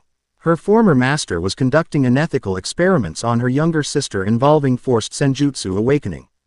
Experiments had would have likely resulted in the younger sister's death or insanity. Kuroka's actions, while illegal under absolute interpretation of devil law, contained mitigating circumstances that some might consider morally justifiable. The revelation cast Kuroka's mysterious, family business, in significant new light. Her sister survived, yes, currently serving in my sister's peerage, in fact. Kaneko, Naruto realized immediately, recalling the white-haired girl's Nekomata heritage and her unusual ability to sense his chaos energy. Sears nodded confirmation. Sharon originally, though, she abandoned that name along with her yokai heritage after the incident. The trauma of watching her sister kill their master left significant psychological impact. Does Kaneko know her sister is in Kuo? Likely not yet, though she'll sense Kuroka's presence eventually given their blood connection. Sears' expression reflected genuine concern beneath political calculation, which create potential complications beyond simple criminal jurisdiction. Why are you telling me this? Naruto asked directly. As Satan, shouldn't you be demanding I report any further contact with a wanted criminal? Technically, yes, Sears acknowledged with surprising candor. Officially, I should insist you reject any association with a convicted stray devil. However, his expression shifted towards something more personal. As someone concerned with actual justice rather than mere legal adherence, I recognize Kuroka's case contains nuance beyond official classification. And as someone responsible for dimensional security, you recognize potential value in my learning applicable techniques regardless of instructor's legal status, Naruto added perceptively. Sears smiled, the expression containing genuine appreciation. Precisely. The arbiter's effectiveness against dimensional threats takes precedence over technical legal considerations regarding knowledge sources. He leaned forward slightly. That said, I would appreciate being kept informed about your interactions, particularly regarding her personal objectives, if disclosed. Some matters require delicate handling beyond standard protocols. The request seemed reasonable given the complicated circumstances. Agreed, provided such information sharing respects legitimate confidentiality where appropriate. Of course, Sears confirmed easily. I have no interest in compromising trust established between you and potential information sources. My concern lies with potential factional complications should certain aspects of Kuroka's situation become public in uncontrolled manner. Their discussion continued briefly regarding practical security considerations before Sears departed with characteristic diplomatic courtesy. The encounter left Naruto with deepened appreciation for the Satan's strategic complexity, capable of prioritizing practical outcomes over rigid protocol while maintaining necessary political positioning. The following morning brought new complications in unexpected form. As Naruto entered his classroom, he immediately sensed tension among the devil students, Rias particularly radiant. Controlled anger beneath her composed exterior. The source became apparent when he noticed unfamiliar devil presences scattered throughout the academy grounds, their energy signatures carrying aristocratic arrogance despite attempts at inconspicuous positioning. House Phoenix representatives, Rias explained quietly when he joined her before class. Riser's doing, undoubtedly. Riser Phoenix, Naruto questioned, recalling the name from devil nobility briefings. My arranged fiancé, she clarified with distaste evident despite diplomatic phrasing. Third son of House Phoenix, arrogant even by devil aristocratic standards. And unfortunately, bound to me through political arrangement established by our parents. The revelation surprised Naruto, not the existence of arranged marriages among devil nobility, which he'd learned about through political briefings, but Rias's personal involvement in such an arrangement. Her independent nature seemed fundamentally incompatible with enforced matrimony. I wasn't aware you were engaged, he noted carefully. It rarely seems relevant to mention during dimensional crises or chaos energy research, she replied with attempted lightness that didn't quite mask underlying tension. The arrangement remains technically active though not yet formalized. She searched for diplomatic phrasing, exploring potential alternatives. Before Naruto could inquire further, the classroom door opened dramatically to admit a tall blonde man whose expensive clothing and imperious expression immediately identified him as aristocratic devil. Multiple female students sighed appreciatively at his conventionally handsome features while male students bristled at his dismissive glance across the classroom. "Rias, my dear," he greeted with exaggerated gallantry. "I've come personally to escort you to our luncheon engagement." "Riser," she acknowledged with minimal courtesy. "I don't recall confirming any luncheon plans." A spontaneous romantic gesture, he declared grandly. "Your father thought you'd appreciate the surprise." His gaze shifted to Naruto, assessing with barely concealed territorial suspicion. "And this must be the new arbiter everyone's discussing. Curious that my fiancé neglected to mention her close association with such a significant development." The deliberate pause carried clear implication, questioning both Rias's judgment in withholding information and the nature of her relationship with Naruto. Political provocation disguised as casual observation. "Naruto Uzumaki." Naruto introduced himself with neutral courtesy. "You have the advantage of me, Lord Riser Phoenix, third son of the illustrious House Phoenix," the devil announced with practiced flourish. "A mortal champion of rating G. Aims and betrothed to the Grimoire princess." He placed possessive hand on Rias's shoulder, which she subtly but definitively removed. "Class is about to begin, Riser," she stated with forced politeness. "Perhaps we could discuss your spontaneous plans after educational hours." "Nonsense. Surely your teachers will understand the priority of noble courtship over mundane studies." His dismissive gesture encompassed the entire classroom. "I've arranged a private dining experience at Aurum Infernus, quite impossible to reschedule given their exclusivity." The exchange drew increasing attention from classmates, creating precisely the public spectacle Riser clearly intended. A calculated performance establishing territorial claim before witnesses, particularly targeting the newly recognized Arb. Eider, whose connection to Rias had evidently generated unwelcome speculation. "I have responsibilities as both student and club president," Rias countered with admirable composure. "While I appreciate the gesture, proper advance notice would allow appropriate schedule accommodation." Riser's expression hardened slightly, aristocratic charm giving way to entitled impatience. "Rias, darling, you misunderstand. This isn't merely social engagement but diplomatic necessity. My father specifically requested your presence to discuss certain political developments." His meaningful glance toward Naruto left little doubt regarding the developments in question. Before Rias could formulate diplomatic response, another presence entered the increasingly tense situation, Sona Citri appearing at the CL Asroom doorway with characteristic perfect timing. "Lord Phoenix," she greeted with precise formality. "The Kuo Academy administration requests your registration at the main office before conducting business on school grounds.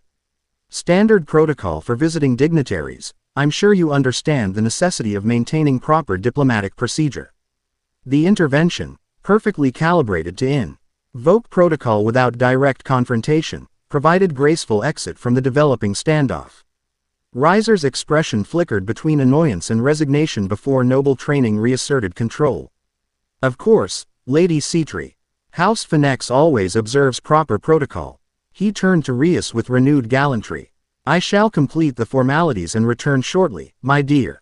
Perhaps we might compromise with afternoon tea rather than luncheon." Without waiting for response, he departed with aristocratic flourish, leaving tension gradually dissipating in his wake.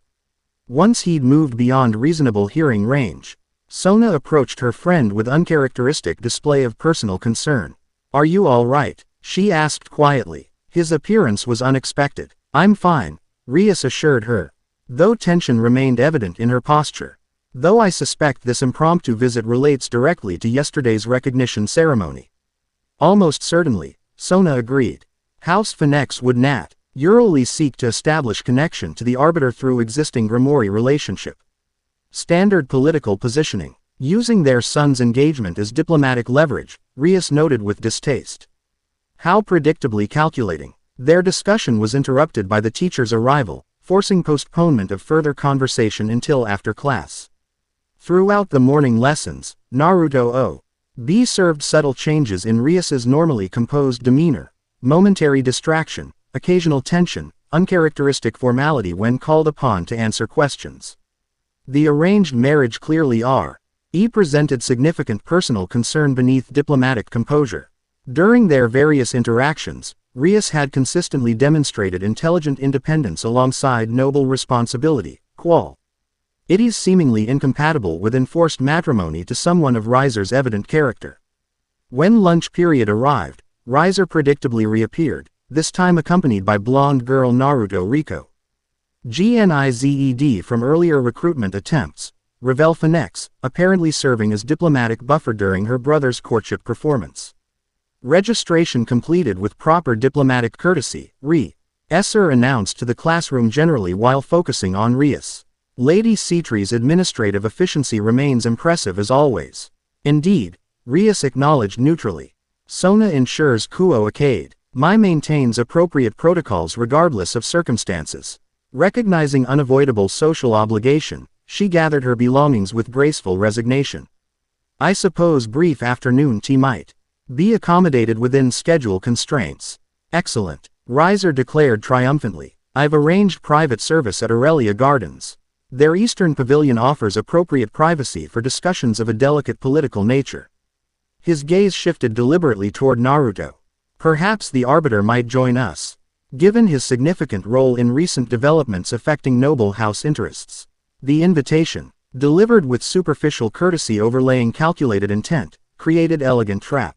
Declining would appear dismissive toward House Phoenix's diplomatic overture, potentially creating unnecessary political friction. Accepting placed Naruto directly within Phoenix influence operations while potentially exacerbating tensions with Rias given her evident discomfort with the arrangement. Before Naruto could formulate appropriately diplomatic response, unexpected assistance arrived from Revel Phoenix. Brother, the Eastern Pavilion's reservation specifically accommodates intimate conversation between betrothed parties, she noted with practiced diplomacy. Adding additional participants would necessitate venue reconfiguration requiring advance notice. Perhaps separate diplomatic engagement with the arbiter might better serve house interests. The elegant extraction preserved both Phoenix dignity and diplomatic propriety while creating reasonable separation between RT ship performance and political positioning. Riser appeared momentarily annoyed before noble training reasserted control. An excellent point, dear sister. Proper diplomatic engagement deserves dedicated attention rather than casual inclusion. He turned to Naruto with calculated cordiality. House Phoenix would be honored to arrange formal meeting at your convenience, Arbiter Uzumaki. My father particularly wishes to discuss potential collaboration regarding certain interdimensional research initiatives. I look forward to proper diplomatic exchange when schedules permit, Naruto responded with matching formality. Neither accepting nor declining specific arrangement. The diplomatic dance concluded with appropriate courtesies, Riser escorting Rias from the classroom with possessive poorly disguised beneath aristocratic manners. Revel remained momentarily behind, approaching Naruto with surprisingly genuine professionalism. I apologize for my brother's theatrical approach, she offered quietly. House Phoenix values diplomatic precision, despite occasional individual deviations from protocol. No apology necessary, Naruto assured her. Noble courtship apparently OWS different conventions than diplomatic exchange. Something like appreciation flickered in her expression before political mask returned. Indeed, though sometimes those conventions prove unnecessarily archaic even by devil standards. She produced elegant business card with practiced grace. When you wish to discuss actual substantive matters without theatrical accompaniment, my office handle. House Phoenix diplomatic affairs directly. The distinction between her brother's domain and her own professional territory emerged clearly through careful phrasing. Naruto accepted the card with appropriate acknowledgement, recognizing potentially valuable diplomatic channels separate from Riser's personal agenda. After the Phoenix siblings departed with Rias, classroom atmosphere gradually normalized. Though speculative whispers continued among students who'd witnessed the exchange, Naruto found himself targeted by curious glances, both from ordinary students wondering about his connection to the theatrical noble visit and from devil students calculating political implications. When afternoon classes concluded, Naruto made his way to the student council room, seeking perspective on the Phoenix situation from someone with appropriate political context. He found Sona reviewing documents with characteristic focus, Tsubaki organizing research materials nearby with efficient precision. Arbiter Uzumaki, Sona greeted formally. School discipline temporarily superseding their developing personal rapport. How may the student council assist you? I was hoping for context regarding the Grimoire Phoenix engagement situation. Naruto replied directly. It seems politically significant beyond personal arrangement. Sona set aside her documents, gesturing toward empty chair opposite her desk. A reasonable assessment. Please, sit. As Naruto took the offered seat, she continued with academic precision. The Grimoire Phoenix engagement represents traditional devil nobility practice, political alliance through matrimonial connection between prominent houses, specifically arranged to combine Grimoire's power of destruction with Phoenix regenerative abilities, Tsubaki added with scholarly detachment. Genetic strategic planning spanning generations. Precisely, Sona confirmed. House Grimoire and House Phoenix have maintained cooperative political relationship for centuries, with this particular arrangement established shortly after Rias's birth. Yet she seems distinctly unenthusiastic about the match, Naruto observed carefully. Something like personal concern briefly interrupted Sona's professional analysis. Rias values personal autonomy alongside noble responsibility. The arrangement was established without her input or consent, as is unfortunately common in devil aristocratic practice. Lord Riser also possesses challenging personality traits, Tsubaki noted with diplomatic understatement. His reputation regarding treatment of peerage members, particularly females, suggests potential compatibility issues with Grimoire leadership philosophy. The careful phrasing conveyed significant warning beneath scholarly assessment. Reading between carefully constructed lines, Naruto discerned genuine concern from both C3 devils regarding their friend's matrimonial situation. Can she decline the arrangement? He asked directly. Technically yes, though, with significant political consequences, Sona explained. Breaking formally recognized engagement between noble houses requires substantial justification beyond personal preference. Traditionally, successful rating game victory against prospective spouse offers honorable dissolution pathway, but Rias lacks combat experience compared to Riser's extensive rating game record, Tsubaki completed when her president hesitated. Statistical victory probability remains below 5% given current capability differential. The analytical assessment carried surprising emotional weight despite clinical delivery. Genuine concern for Rias's well-being beneath professional assessment of power dynamics. I see, Naruto acknowledged thoughtfully. And my formal recognition as arbiter somehow complicates this situation. Sona adjusted her glasses, habitual gesture indicating transition to particularly precise analysis. Your emergence introduces significant variable into established power calculations. House Phoenix naturally seeks connection to unprecedented power source through existing Grimoire relationship. Riser's unexpected appearance today likely represents accelerated timeline. Nay to establish public association before competing houses develop alternative approaches. Using Rias as political access point, Naruto concluded with distaste. Standard devil nobility practice. Sona confirmed without personal judgment.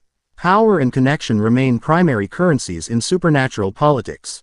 Riser's theatrical display serves dual purpose, reinforcing claim on Rias while establishing public association with newly recognized arbiter. The political assessment aligned with Naruto's instinctive reading of the situation, though added valuable context regarding established devil practices. House Phoenix's maneuvering represented logical strategic positioning rather than merely Riser's personal arrogance, though his implementation method certainly reflected individual character. What would you recommend? Naruto asked directly, valuing Sona's strategic perspective. She considered carefully before responding. Diplomatically, maintain formal courtesy with House Fiend X while avoiding specific commitments until situation clarifies. Personally, she hesitated uncharacteristically. As Rias's friend rather than political analyst, I would hope your influence Rima ends independent of arrangements that may prove detrimental to her long-term well-being. The carefully phrased response balanced political pragmatism with personal concern, maintaining diplomatic neutrality while subtly encouraging position beneficial to Rias's interests. The approach typified Sona's character, principled calculation rather than emotional appeal, yet containing genuine care beneath analytical exterior. Thank you for the context, Naruto acknowledged sincerely. Both diplomatic and personal perspectives prove valuable when navigating unfamiliar political territory. Something almost like approval flickered in Sona's expression before professional composure returned. Strategic understanding benefits all parties in complex situations. Speaking of which, she segued smoothly. Our research team has discovered potentially significant historical references regarding arbiters that might interest you. What kind of references? Naruto asked, grateful for the topic transition. Sona nodded to Tsubaki, who retrieved ancient-looking manuscript from nearby shelf. Fragmentary records predating Great War, the vice president explained, carefully placing the document on specialized viewing stand. Recently transferred from Citri family archives following your formal recognition. The manuscript appeared extraordinarily old, parchment darkened with age, writing faded yet somehow luminous when viewed from certain angles. The script resembled no language Naruto recognized, yet he found himself understanding its meaning through some inexplicable connection to the chaos energy flowing through him. The Codex Primordialis, he read aloud from the title page, the words emerging in his voice despite never having encountered them before. Sona's eyes widened slightly. You can read the first tongue directly, without translation matrix. Apparently, Naruto confirmed, equally surprised by the ability. The meaning simply forms in my mind when I look at the symbols. Fascinating, Tsubaki murmured, making rapid notes. Previous research suggested arbiters possessed innate comprehension of primordial languages, but contemporary scholars dismissed such accounts as mythological exaggeration.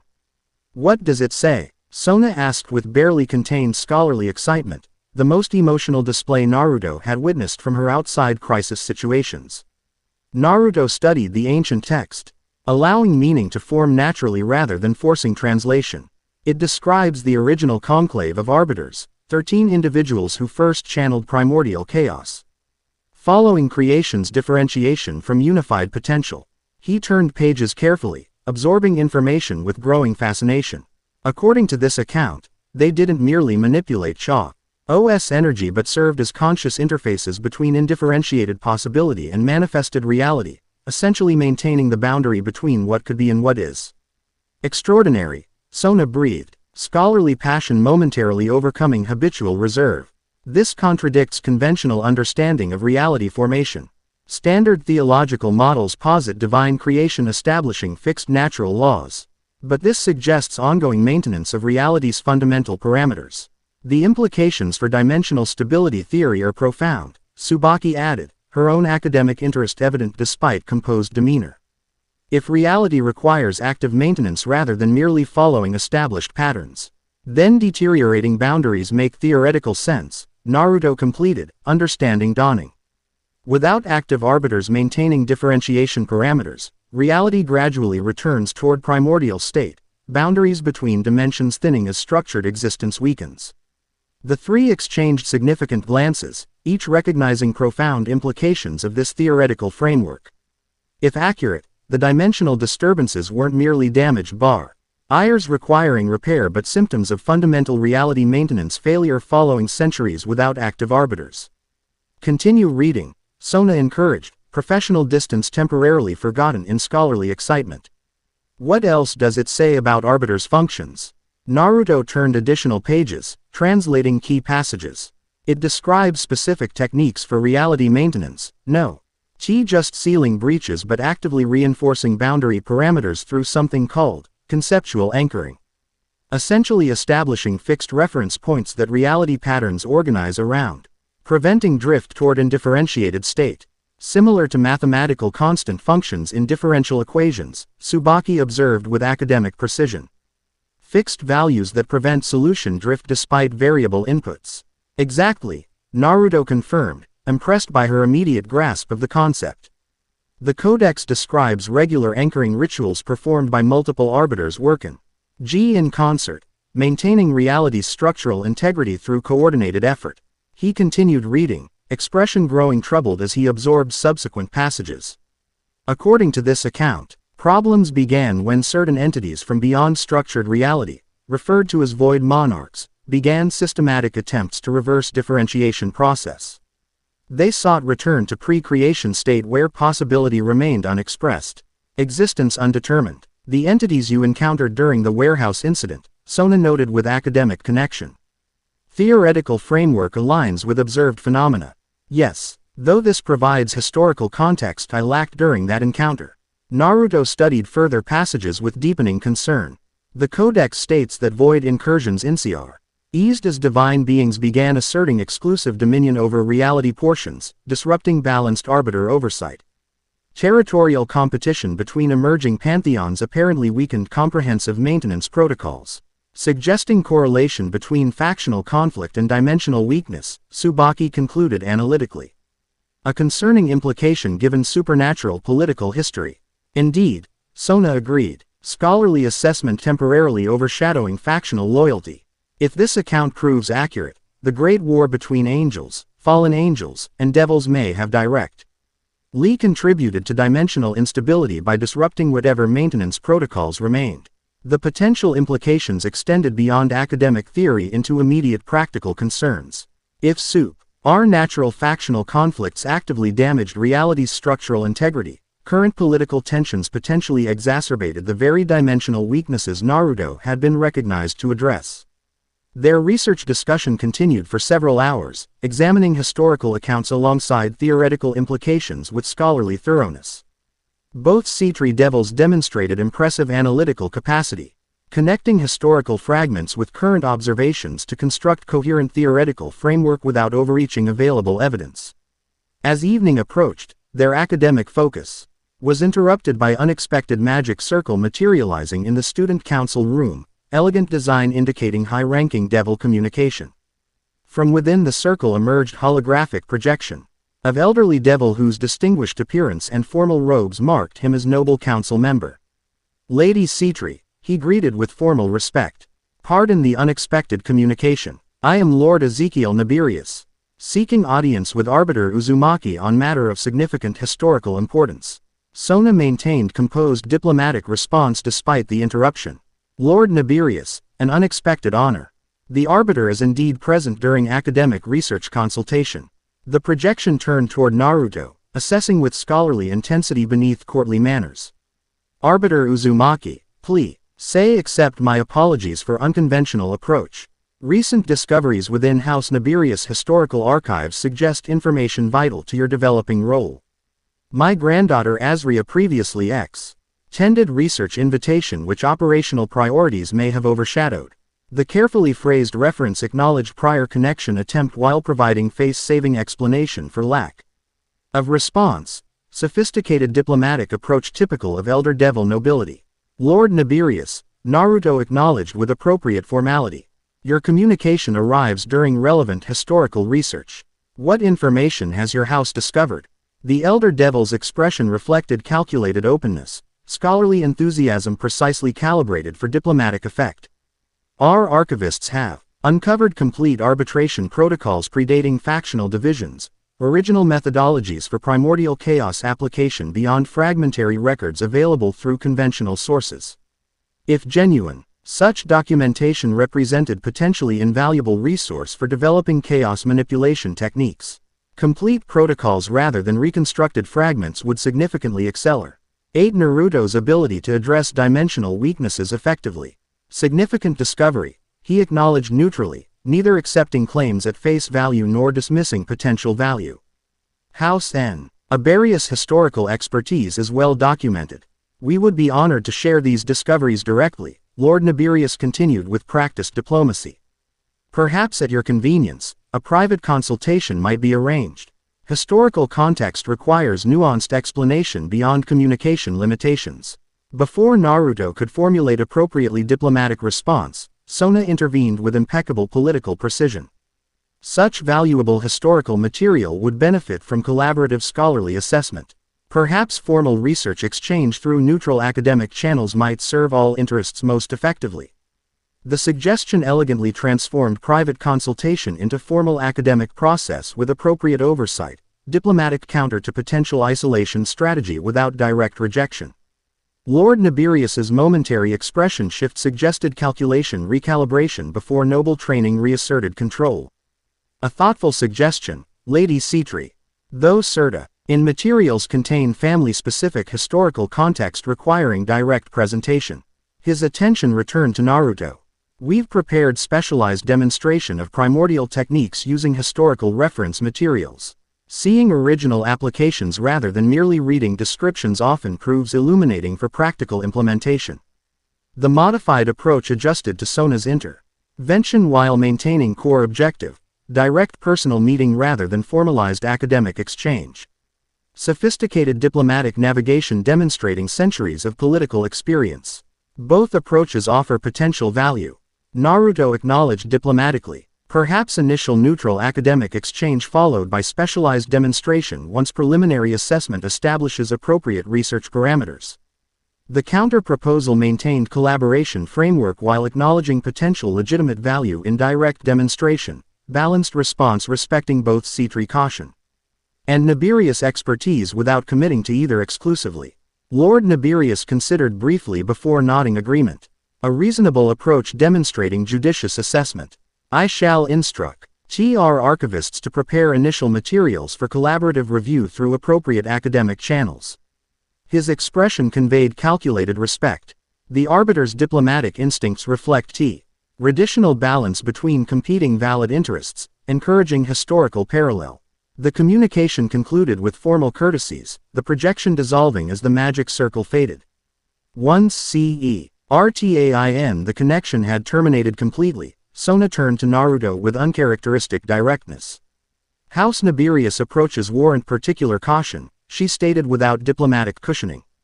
Their historical research reputation contains concerning irregularities regarding experimental ethics and information disclosure. So I've gathered from multiple sources, Naruto confirmed. Though, a outright rejection of potentially valuable information seems equally problematic without specific evidence of malicious intent. Hence your balanced counter-proposal, Tsubaki observed with analytical appreciation. Maintaining access to potentially legitimate research while establishing collaborative oversight framework. Precisely, Naruto acknowledged. If their discoveries prove genuine, the information could significantly advance chaos manipulation capabilities. If questionable, collaborative review should identify inconsistencies before operational implementation. Sona nodded approval of the strategic approach. A prudent balance. Though I recommend comprehensive verification protocols for any information provided through Nibirius channels. Their historical interpretations occasionally reflect family-specific perspectives rather than objective assessment. The diplomatic phrasing conveyed clear warning without direct accusation, characteristic Citri approach providing valuable guidance while maintaining plausible deniability regarding specific concerns. Naruto filed the caution alongside similar warnings from Azazel, noting pattern recognition across factional boundaries. Their research session concluded shortly thereafter, each requiring attention to different responsibilities. As Naruto departed the student council room, Tsubaki accompanied him to the hallway with uncharacteristic initiative. If I might offer personal observation, she began with formal precision that barely masked genuine concern, House Nibirius' historical interest in primordial energy. IE's extends beyond purely academic documentation. Their archives reportedly contain experimental records regarding chaos energy extraction methodologies with concerning ethical implications. The specific warning, offered privately rather than during official session, represented significant departure from Tsubaki's normal protocol adherence. Personal concern overriding institutional constraints. Meaningful given her typically strict professional boundaries. Thank you, Naruto acknowledged sincerely. I appreciate the additional context beyond official assessment. Something almost like Sonal connection flickered briefly in her usually composed expression before professional mask returned. Academic thoroughness requires consideration of all relevant historical factors, she stated formally. Though the personal motivation behind the warning remained evident beneath diplomatic phrasing. As evening descended over Kuo Academy, Naruto found himself contemplating the day's complex developments, political maneuvering from House Phoenix, historical revelations regarding Arbiter's original purpose, and now House Nibirius's targeted approach regarding specialized knowledge. Each interaction carried both potential value and possible complication, requiring careful navigation beyond simple acceptance or rejection. His scheduled meeting with Kuroka regarding senjutsu techniques would add further complexity to an already intricate situation. Association with SS-class criminal alongside formal noble house interactions created potential diplomatic contradictions requiring careful compartmentalization. Yet despite these complications, certain positive developments emerged clearly, particularly his deepening connections with both devil heiresses and their respective approaches to supernatural challenges. Rias's intuitive understanding of personal dynamics complemented Sona's analytical precision, while Tsubaki's scholarly thoroughness added valuable historical context to practical applications. Whatever political machinations surrounded his position as arbiter, these genuine alliances based on mutual respect rather than mere advantage provided foundation for navigating unfamiliar supernatural territory. As he prepared for evening's unconventional training session with fugitive senjutsu master, Naruto found himself appreciating the unexpected relationships developing in this strange new world. Moonlight painted silver patterns across ancient stone steps leading toward abandoned shrine deep within western forest. Moss-covered torii gates marked ceremonial boundaries long neglected yet still carrying faint spiritual resonance. The sacred site, once actively maintained but now forgotten by human worshippers, retained concentrated natural energy patterns ideal for senjutsu practice, precisely as Kuroka had indicated. Naruto arrived precisely at appointed time, sensing Kuroka's presence before seeing her physical form. She lounged atop weathered shrine roof, golden eyes gleaming with reflected moonlight as she observed his approach with feline attentiveness. Punctual, she noted with approval, dropping gracefully to ground before him. Most devils are unfashionably late to establish dominance positioning. But you're not a devil, are you? As we established yesterday, Naruto confirmed neutrally. I'm here for practical demonstration as agreed. All business tonight. Kuroka pouted playfully, circling him with deliberate sensual movement. No pleasant conversation before diving into technical matters. You're starting to sound like that stuck-up Citri vice president.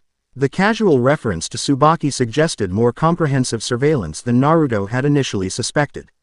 You've been watching longer than just yesterday. Of course, she acknowledged without pretense. SS-class criminals don't approach powerful unknowns without thorough assessment first. I've observed your interactions, training sessions, and growing capability. Ties since dimensional disturbance at warehouse. The admission contained surprising openness, acknowledging information gathering without attempting misrepresentation. Either calculated honesty to establish credibility or genuine directness resulting from professional assessment of his character. And what did your observations conclude? Naruto asked directly. Kuroka stopped her circling, gold eyes meeting his with unexpected seriousness. That you're neither devil pawn nor fallen angel asset despite working with both. That you prioritize genuine dimensional security above factional advantage. That your chaos manipulation, while advancing remarkably quickly, lacks certain intuitive components that natural energy practitioners develop through direct experience rather than theoretical instruction. The assessment proved impressively accurate, particularly regarding limitations in his current training despite rapid progress. Theory without corresponding experiential understanding created technical proficiency without intuitive mastery, precisely the gap between book knowledge and practical wisdom. Accurate analysis, Naruto acknowledged. So what can you teach that my current instructors cannot? Rather than immediate verbal response, Kuroka closed her eyes and visibly shifted her energy pattern. The transformation proved fascinating to observe, her already substantial energy expanding outward while simultaneously drawing environmental energy inward, creating perfect circulation system between internal and external power sources. When her eyes reopened, They glowed with intensified golden light. Pupils elongated to vertical slits while dark markings appeared across visible skin, manifestation of advanced senjutsu state. Direct natural energy integration, she explained. Voice carrying subtle harmonic resonance. Not merely channeling external power but becoming conduit between microcosm and macrocosm. Feeling reality's patterns directly rather than intellectually understanding their theoretical structure. She extended her hand, natural energy visibly flowing around and through her physical form. Your devil and fallen angel teachers provide excellent conceptual frameworks. But they analyze energy externally rather than experiencing it internally. Like describing water's chemical properties versus learning to swim by immersion.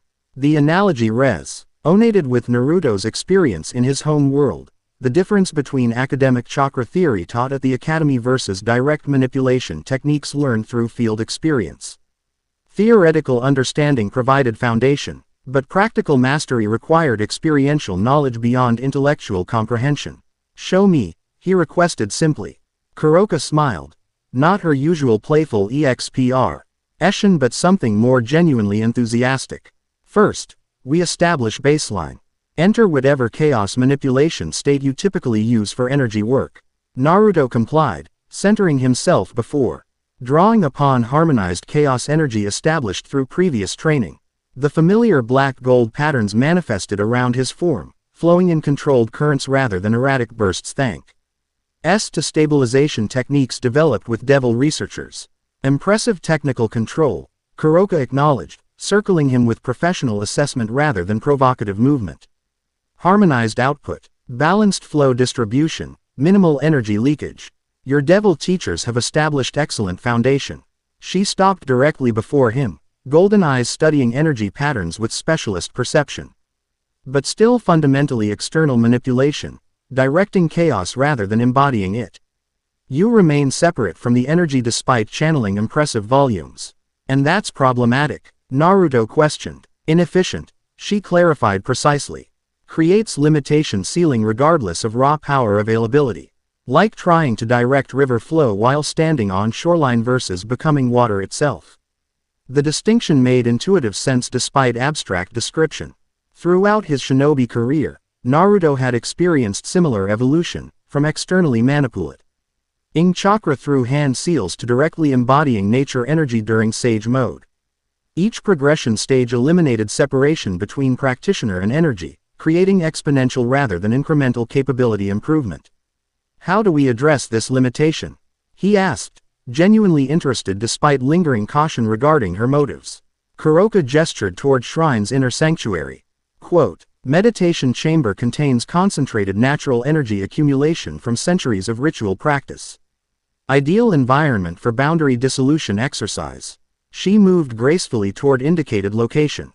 We begin with sensory recalibration, teaching your consciousness to perceive energy patterns directly rather than through intellectual interpretation. The training session that followed proved both more rigorous and more productive than Naruto had anticipated. Kuroka demonstrated surprising professionalism once focused on technique transmission. Her normally provocative demeanor replaced by specialist precision when explaining complex energy manipulation concepts. Within ancient meditation chamber, she guided progressive exercises expanding sensory perception beyond conventional limitations. Techniques remarkably similar to advanced sage mode training from Naruto's world despite different terminology and philosophical framework. Natural energy flows through established patterns. She explained during particularly challenging perception exercise.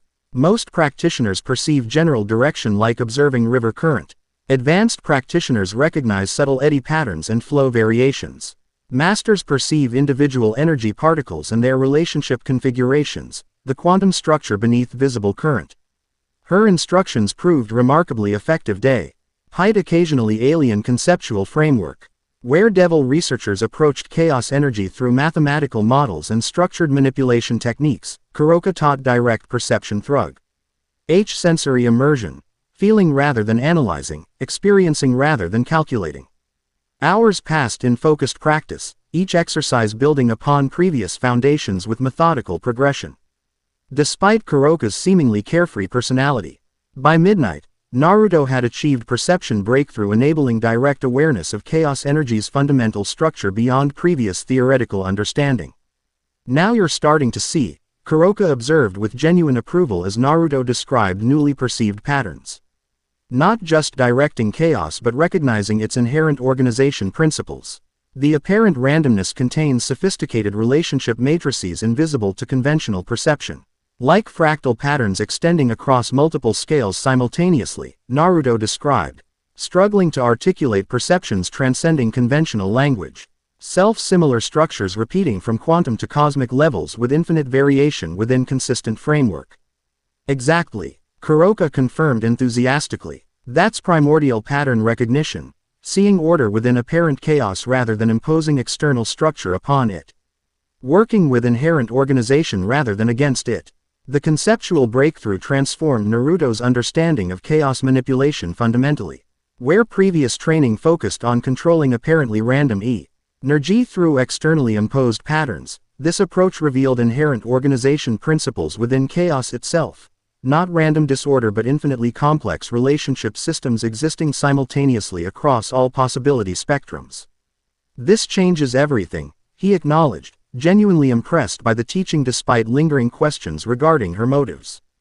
The harmonization technique, we've been using attempt to impose order on chaos, but chaos already contains perfect order within apparent randomness. Precisely why yokai senjutsu masters historically achieved greater natural energy integration than structured magical practitioners, Kuroka noted with academic precision surprising from her typically playful demeanor. We perceive inherent patterns rather than imposing artificial frameworks, working with nature's actual organization rather than theoretical approximations.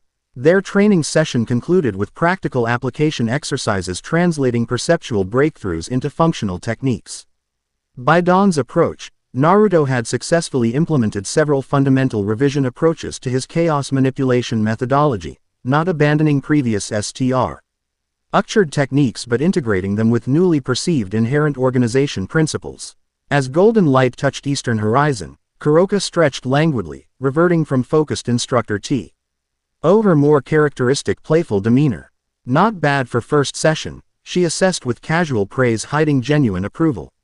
You absorb new concepts remarkably quickly for someone trained in structured magical theory. My original chakra training included natural energy manipulation, Naruto explained, recognizing fair exchange value in limited personal disclosure.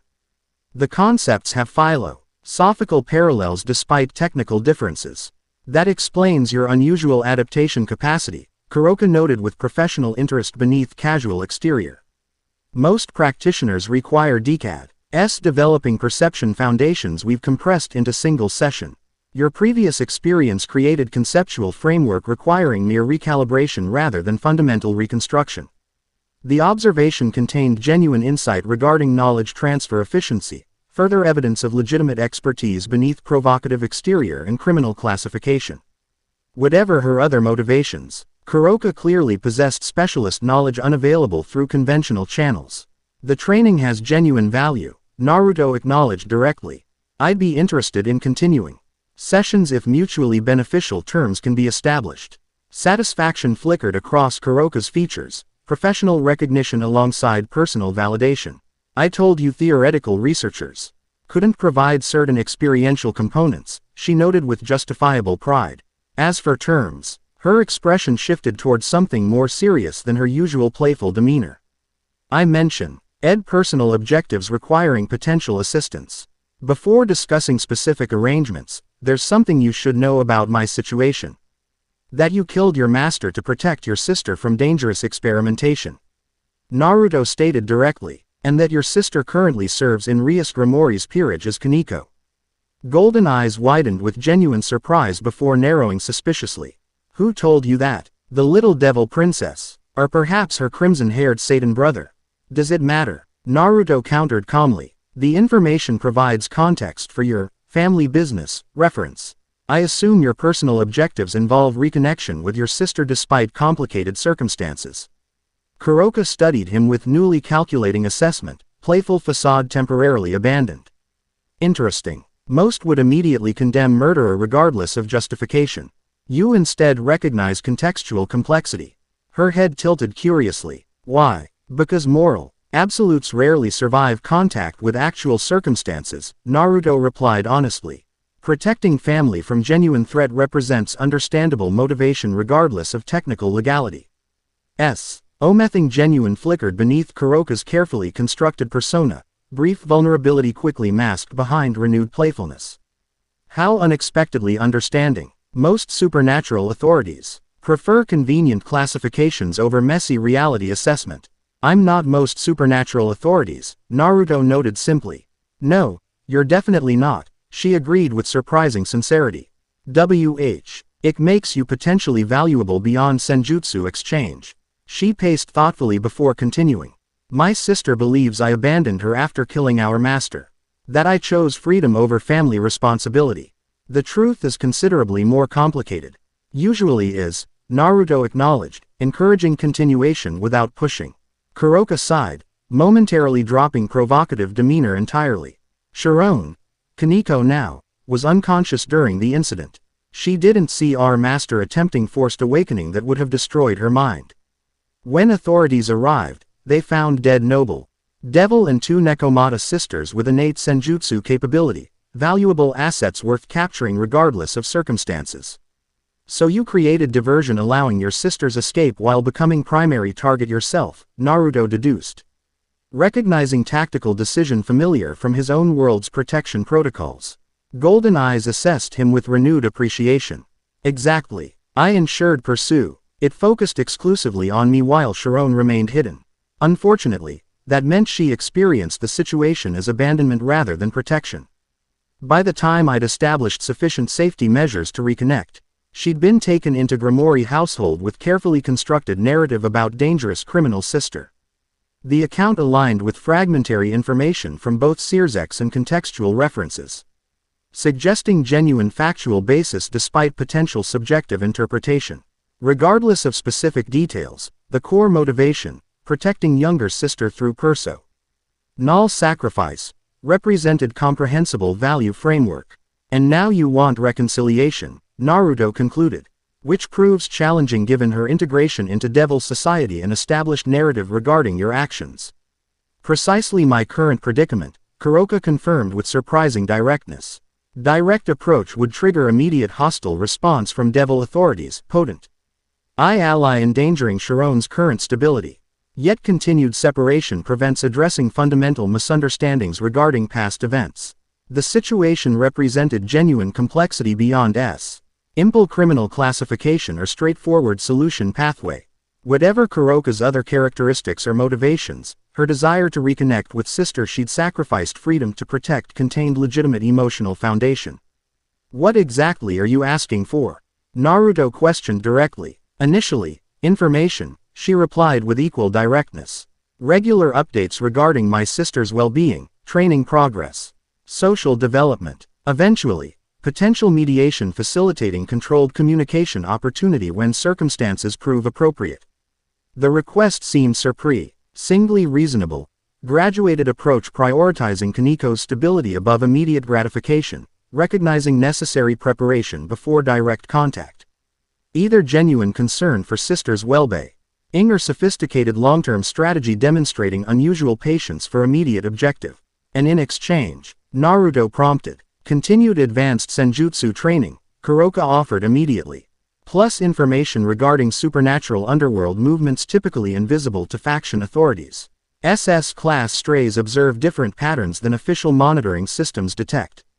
The proposed exchange contained reasonable value proposition, specialized training and unique intelligence sources in return for low-risk information gathering with potential future mediation contingent upon appropriate circumstances. Balanced arrangement serving mutual interests without compromising core principles. I can agree to information exchange regarding your sister's general well-being, Naruto stated carefully. And potential future mediation if and when circumstances indicate receptiveness on her part. No guarantees regarding timeline or specific outcomes. Acceptable limitations, Kuroka acknowledged with surprising reasonableness. I recognize reconciliation requires patience and appropriate timing. Forcing confrontation before she's ready would cause more damage than continued separation. The mature assessment further complicated Naruto's impression of the self-proclaimed playful criminal.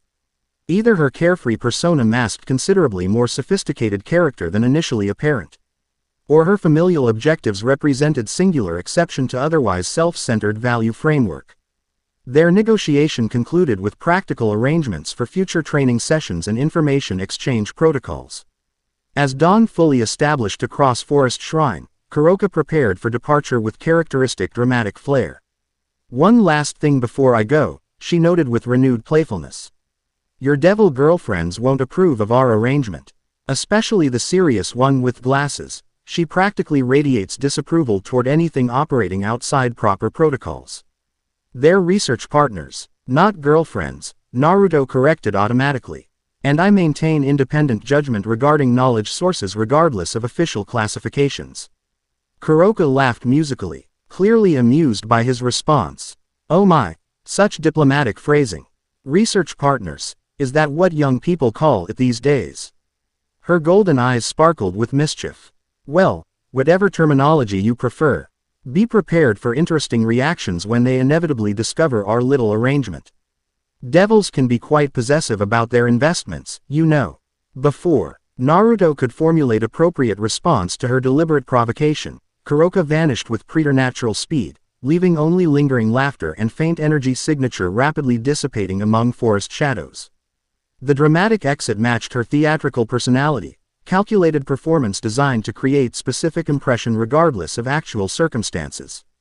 As Naruto made his way back toward town in early morning light, he reflected on the complex new relationship established despite legitimate concerns regarding Kuroka's criminal classification.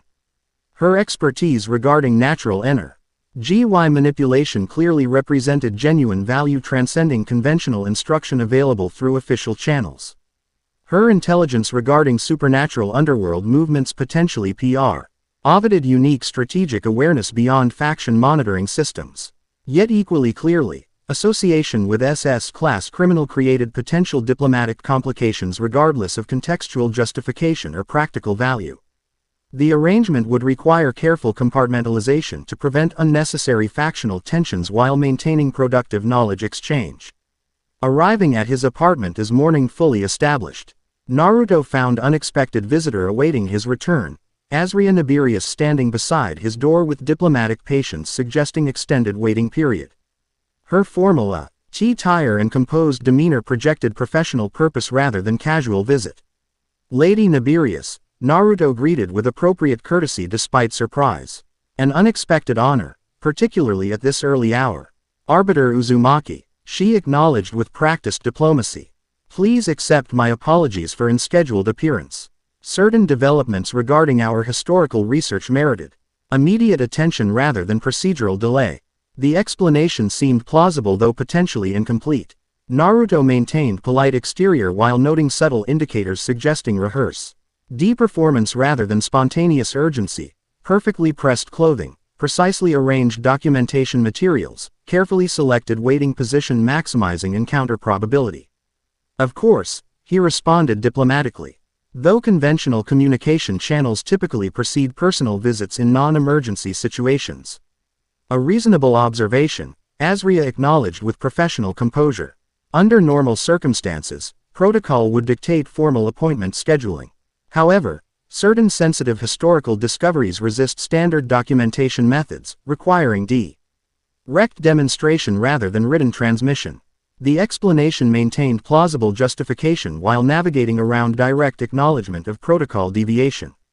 Sophisticated diplomatic approach typical of established noble houses, technical correctness masking potential ulterior motivation. "Perhaps you might explain the nature of these discoveries," Naruto suggested, neither accepting nor rejecting unscheduled consultation. "Of course." Azria produced elegant folder containing official appearing documentation. "Our archivists have uncovered implementation methodologies for primordial anchoring protocols, techniques used by original arbiters to stabilize dimensional boundaries through direct chaos manipulation. If genuine, such documentation would indeed represent significant discovery meriting expedited attention. Dimensional anchoring protocols precisely addressed current stability challenges manifesting through increased boundary deterioration. Fascinating discovery, Naruto acknowledged neutrally. Though collaborative verification through established research partnerships would seem appropriate for historical materials of such significance. Absolutely, Azria agreed with diplomatic precision. Complete documentation has been prepared for formal academic exchange through proper channels. However, she continued with calculated emphasis, certain practical demonstration components require specialized environment available through House Nabirius research facilities. My grandfather believed direct observation of implementation technique might prove valuable given recent dimensional incursions. The approach demonstrated sophisticated strategy, acknowledging formal verification requirements while creating parallel pathway for direct engagement without institutional oversight. Technical compliance with Naruto's previous diplomatic counter-proposal while maintaining core objective of isolated interaction.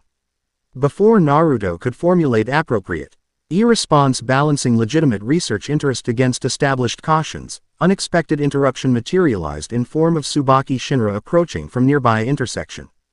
Her appearance at his precise moment seemed statistically improbable given early hour and location outside normal patrol routes. Arbiter Uzumaki, she greeted with formal precision before acknowledging the visitor with minimal courtesy. Lady Nabirius, the student council has urgent matter requiring immediate attention regarding yesterday's research discoveries. Kaichu sent me personally to request your presence at earliest convenience. The intervention, delivered with impeccable professional courtesy while creating clear extraction pathway, suggested either remarkable coincidence or deliberate monitoring. System triggering response to Azria's unscheduled appearance. Given Sona's established caution regarding House Nabirius approaches, the latter seemed considerably more probable. Lady Nabirius was Saint sharing news of interesting historical discoveries, Naruto explained diplomatically. Perhaps these findings might complement yesterday's research developments through proper academic exchange. The suggestion created graceful integration opportunity rather than oppositional positioning, diplomatic approach respecting both parties while maintaining collaborative framework. Tsubaki immediately recognized the strategy, nodding with professional appreciation. An excellent suggestion. The Student Council Research Division would welcome formal academic exchange through established protocols. Perhaps Lady Nabirius might coordinate with our documentation department regarding appropriate materials preparation. Azria's expression reflected momentary calculation recalibration before noble training reasserted diplomatic poise. Of course, House Nabirius values collaborative research methodology, particularly regarding historically significant discoveries. She offered elegant business card with practiced grace. My office stands ready to facilitate comprehensive information exchange through appropriate channels. The exchange concluded with formal courtesies, Azria departing with diplomatic efficiency that masked potential frustration beneath professional exterior. Once certain she had moved beyond reasonable perception range, Tsubaki's normally composed expression reflected unusual concern. Your location monitoring indicator activated unexpectedly, she explained without preamble. When combined with unscheduled appearance by House Nabirius representative, Kaichu deemed direct intervention appropriate despite early hour. The explanation confirmed deliberate response rather than coincidental appearance, suggesting sophisticated security protocols established around Naruto's movements despite apparent everyday normalcy. Location monitoring indicator, he questioned directly. Something almost like embarrassment flickered across Tsubaki's normally composed features. A standard security measure implemented following your formal recognition as arbiter. The Student Council maintains awareness of general positioning to ensure appropriate response capabilities during potential dimensional incidents. The explanation seemed technically accurate while potentially incomplete, justifying surveillance through legitimate security concerns while possibly serving additional monitoring objectives. However, the immediate intervention regarding Azria's appearance suggested protective rather than controlling motivation behind the monitoring system. I see, Naruto acknowledged neutrally. And today's urgent research matter, requiring immediate attention. Not entirely diplomatic fiction, Tsubaki clarified with characteristic precision. Kaichu has indeed made significant progress correlating Codex Primordialis references with contemporary dimensional stability theory. The timing emphasis represented tactical response to circumstances rather than fundamental inaccuracy. The distinction typified Citri approach to complex situations, creating strategic advantage through technically accurate statements arranged for specific effect rather than outright fabrication. Sophisticated methodology maintaining integrity while achieving practical objectives. Then perhaps we should address these developments directly, Naruto suggested reasonably. As they walked toward Kuo Academy, Tsubaki maintained professional demeanor while explaining actual research progress regarding dimensional stability theories. Her detailed technical explanation provided time and intellectual content justifying intervention regardless of initial tactical motivation. Kaichu has identified correlation patterns between arbiter maintenance protocols described in the code X and observable dimensional deterioration sequences in current monitoring data, she explained with scholarly precision. The theoretical framework suggests systematic rather than random boundary weakening, potentially indicating deliberate external influence rather than natural entropy progression. Deliberate influence, Naruto repeated thoughtfully, suggesting coordinated effort rather than isolated incidents. Precisely, Tsubaki confirmed. If accurate, the theory indicates organized attempt to systematically weaken dimensional boundaries following specific pattern optimization rather than opportunistic exploitation of random weaknesses. The assessment aligned disturbingly well with Naruto's direct experience during void entity confrontation, perception of methodical boundary manipulation rather than chaotic damage. Strategic dimensional weakening following calculated efficiency parameters rather than random deterioration. Their arrival at the academy revealed Sona already present despite early hour. Surrounded by research materials and monitoring equipment displaying complex dimensional stability readings. Her focused expression shifted briefly toward relief upon seeing Naruto before professional composure returned. Arbiter Uzumaki, she greeted formally. Thank you for responding promptly to our research update request. The diplomatic fiction maintained BLE framework for intervention without directly acknowledging surveillance activation or specific concerns regarding Azria's unscheduled appearance. Sophisticated approach preserving multiple interpretation pathways while achieving practical objective. Of course, Naruto responded with matching formality. Tsubaki mentioned correlation patterns between historical protocols and current dimensional monitoring data. Their discussion quickly transitioned to legitimate research developments, Sona demonstrating impressive analytical progress integrating ancient codex information with contemporary dimensional theory. Her methodical approach identified systematic patterns invisible through conventional monitoring systems, revealing coordinated effort behind apparently random deterioration incidents. The boundary weakening follows optimization algorithms rather than natural entropy patterns, she explained, displaying complex mathematical models correlating historical reference points with current monitoring data. Essentially, whatever entity directs these incursions is systematically testing defensive parameters to identify optimal breakthrough methodology.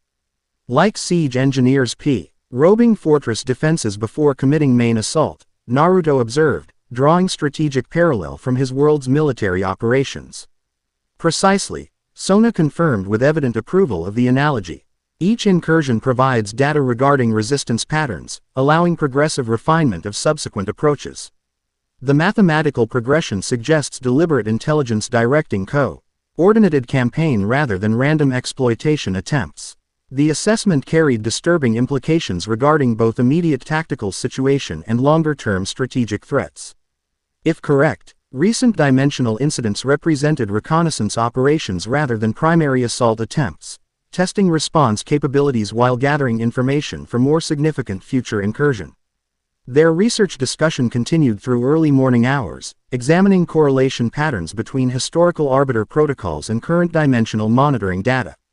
The work proved genuinely productive despite originating from tactical intervention rather than scheduled research session. Sona's analytical methodology complementing Naruto's intuitive understanding of chaos energy patterns in remarkably effective combination.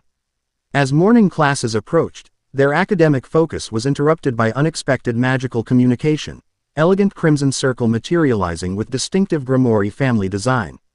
From within appeared holographic projection of Rias, her expression containing unusual urgency despite maintained composure. Sona, Naruto, she greeted without customary formalities. My apologies for interruption, but situation has developed requiring immediate attention. Riser has accelerated engagement timeline through unexpected political maneuver. Marriage ceremony has Been formally scheduled for next week despite my explicit objections. The announcement carried significant personal distress beneath diplomatic phrasing, genuine emotional impact despite noble training. Sona's expression reflected rare personal concern overriding professional analysis, while Tsubaki's normally composed features demonstrated clear disapproval despite maintained reserve. How is this possible? Sona questioned directly. Traditional protocols require mutual agreement for ceremony scheduling unless specific contractual triggers activate. Apparently one did, Rias replied with barely contained frustration. Obscure clause in original arrangement permits accelerated timeline when external influence threatens established alliance parameters. House Phoenix legal represent at Ives claim the arbiter's recognition and close association with House Grimoire constitutes such influence. The revelation demonstrated sophisticated political maneuvering, using Naruto's formal recon. Ishin is justification for accelerating unwanted arrangement rather than allowing Rias further opportunity to develop alternative dissolution strategies. Calculated exploitation of contractual technique. Ality rather than honorable engagement practice. That's ridiculous, Sona stated with uncharacteristic directness. The arbiter's neutrality was formally established during recognition ceremony. No legitimate interpretation could construe research collaboration as threatening established alliances. Legitimate interpretation isn't their objective, Rias noted with bitter understanding. Critique. Insufficient legal framework to force compliance regardless of ethical considerations represents standard Phoenix negotiation approach. The clause provides technical justification despite obvious manipulation of original intent. The situation demonstrated darker aspects of devil political maneuvering, technical adherence to contractual language while deliberately violating underlying principles. Form without substance, letter without spirit, manipulation disguised as compliance. What options remain available? Naruto asked directly, setting aside diplomatic phrasing in favor of practical problem solving. Rias's expression reflected momentary hopelessness before determination reasserted control. Technically, rating game challenge remains valid response to accelerated timeline. However, practical implementation proves problematic given current capability differential between my peerage and Riser's experienced team. The statistical victory probability remains below acceptable parameters. Tsubaki noted with analytical precision despite evident concern. Riser's extensive rating game experience combined with Phoenix regeneration capability creates fundamental asymmetry difficult to overcome through conventional approach. The assessment, while technically accurate, contained unusual emotional component beneath analytical exterior, genuine concern for friends' well-being transcending mere statistical evaluation. Rare personal investment from normally reserved vice president indicating meaningful relationship beyond professional association. There must be alternative ACH beyond accepting forced matrimony or certain rating game defeat, Naruto stated firmly. Legal challenges, external mediation, contractual reinterpretation, all explored and rejected through Grimoire legal representatives. Rias explained with resigned frustration. House Phoenix constructed their position with characteristic thoroughness, anticipating standard objections while establishing sufficient technical compliance to satisfy traditional authorities. The conversation continued exploring increasingly limited options, each potential alternative path revealing careful preemptive countermeasures established through sophisticated legal preparation. House Phoenix had clearly anticipated resistance, constructing comprehensive response framework eliminating conventional objection ways while maintaining technical adherence to contractual parameters. As their discussion reached increasingly desperate speculation, unexpected interruption arrived through new magical communicatio. N. Elegant circle bearing unfamiliar design materializing beside Grimoire projection. From within appeared holographic image of striking blonde woman with aristocratic bearing and calculating expression. Lady Citri, Arbiter Uzumaki. She greeted with formal precision. I am Lady Freya Phoenix, head of House Phoenix Diplomatic Division. Please pardon unexpected communication, but time-sensitive matter requires direct discussion beyond conventional channels. The appearance of senior Phoenix representative during crisis discussion regarding their house's actions suggested either remarkable coincidence or sophisticated intelligence gathering beyond expected parameters. Given the timing precision and specific targeting, the latter seemed considerably more probable. Lady Phoenix, Sona acknowledged. G'd with appropriate diplomatic courtesy despite evident wariness. Your communication arrives during relevant discussion regarding House Fenech's recent actions concerning the Grimoire Fenech's engagement arrangement. The direct reference established clear contextual framework rather than allowing ambiguous diplomatic positioning. Characteristic Citri approach establishing factual parameters before potential misdirection attempts. Lady Fenech's expression reflected momentary recalibration before noble training reasserted controlled response. Indeed, that matter indirectly relates to my communication purpose, she acknowledged with practiced diplomacy. House Fenech wishes to extend formal invitation to Arbiter Uzumaki for private consultation regarding certain interdimensional research in it. IATIVs potentially affecting recent recognition arrangements.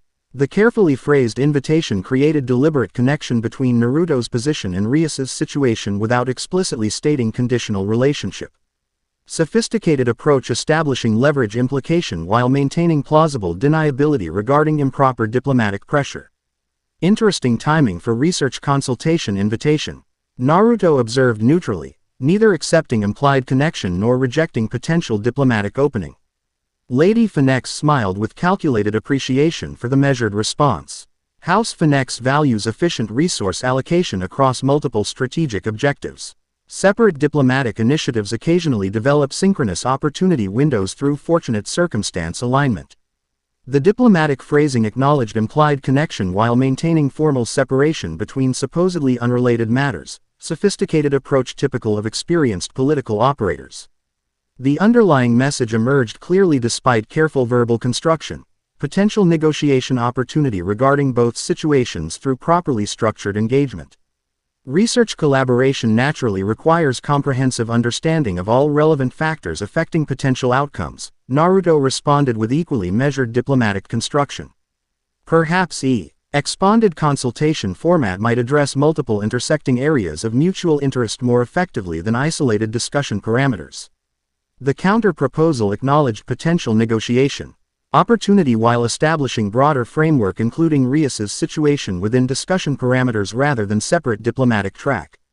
Strategic positioning accepting engagement while modifying structural format to include currently separated components.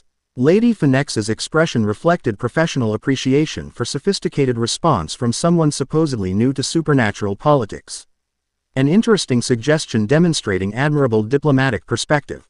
House Fenech welcomes comprehensive discussion format addressing interconnected matters through appropriate framework. Their exchange continued establishing practical parameters for potential negotiation session, each participant maintaining careful diplomatic phrasing while navigating toward substantive engagement opportunity. By discussion conclusion, tentative arrangement had been established for meeting between Naruto, senior Fenech representatives, and relevant Grimoire participants regarding both research initiatives and engagement situation. Once communication terminated, Rias's projection reflected complex emotional mixture, hope alongside skepticism, appreciation with wariness. That was unexpected, she acknowledged. House Fenech rarely demonstrates flexibility once legal position has been established. They perceive potential value in arbiter association outweighing immediate matrimonial advantage. Sona assessed with analytical precision. Classic resource optimization calculation balancing multiple strategic objectives against opportunity cost parameters. In simpler terms, Naruto translated, "They want something from me more than they want to rush your marriage to Riser." The question becomes identifying what specifically represents sufficient value to justify contractual concession. Their discussion shifted toward strategic preparation for upcoming negotiation, analyzing House Fenech's possible objectives regarding arbiter association while developing potential exchange. Frameworks addressing Rias's situation. The conversation demonstrated impressive collaborative problem-solving despite crisis circumstances, each participant contributing unique perspective toward comprehensive approach development. As they finalized preliminary strategy, Rias's expression softened briefly from political calculation toward genuine appreciation. "Thank you," she said simply. 4. Engaging directly rather than maintaining diplomatic distance from personal matters technically outside arbiter jurisdiction. The gratitude contained significant meaning beyond surface expression, cognition of personal involvement transcending formal role boundaries. Naruto acknowledged with equally genuine response. Some matters transcend official parameters. Friends help friends regardless of political classification. Something meaningful passed between them before diplomatic composure returned on both sides. The moment, though brief, established important foundation beneath practical problem-solving and political maneuvering, genuine personal connection beyond strategic alliance or factional positioning. Their meeting concluded with practical arrangements for upcoming negotiation session, each participant departing with assigned preparation responsibilities. As Naruto left the student council room alongside Tsubaki, he found himself reflecting on complex relationship networks developing in this strange new world. Political alliances, personal friendships, professional collaborations, potential romantic connections, all interwoven through multiple dimensions of interaction. Whatever cosmic purpose the chaos energy had selected him for, the journey clearly involved more than mere power development or dimensional guardian responsibilities. Human connections, or perhaps more accurately, sentient connections regardless of species classification, shaped experiences significantly as cosmic energy manipulation or interdimensional conflict. The realization brought unexpected perspective regarding his original world and the relationships left behind. Though circumstances differed dramatically, the fundamental importance of meaningful connection transcended dimensional boundaries, whether in elemental nations or supernatural societies centered around Kuo Town. As morning sunlight bathed academy grounds in golden illumination, Naruto found himself genuinely appreciating the unexpected bonds forming despite cosmic disruption and political complication. Whatever challenges awaited, whether dimensional incursions, political negotiations, or personal relationship developments, facing them alongside allies who genuinely cared created foundation for navigating even the most complex situations. The day's schedule proceeded with outward normalcy, classes, training sessions, research discussions, while preparation for both Finek's negotiation and continued investigation into systematic dimensional weakening continued beneath surface activities. By evening's approach, strategic frameworks had been established for addressing both immediate crisis and longer-term threat assessment. As Naruto returned to his apartment following extensive preparation sessions, he sensed the familiar presence awaiting his arrival, Kuroka lounging casually on his balcony with characteristic disregard for conventional access protocols. Her relaxed posture conveyed deliberate nonchalance despite evident purpose behind unexpected appearance. My, she greeted playfully as he entered. Such busy day you've had, Arbiter-kun. Devil princesses, political negotiations, dimensional research. When do you find time to actually practice those techniques I taught you?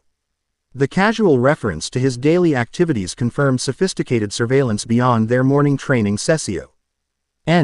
Either personal observation or comprehensive information network providing detailed awareness of his movements throughout the day. As continuous monitoring part of our training arrangement, Naruto questioned directly, neither hostile nor accommodating. Kuroka laughed musically, clearly amused by his directness.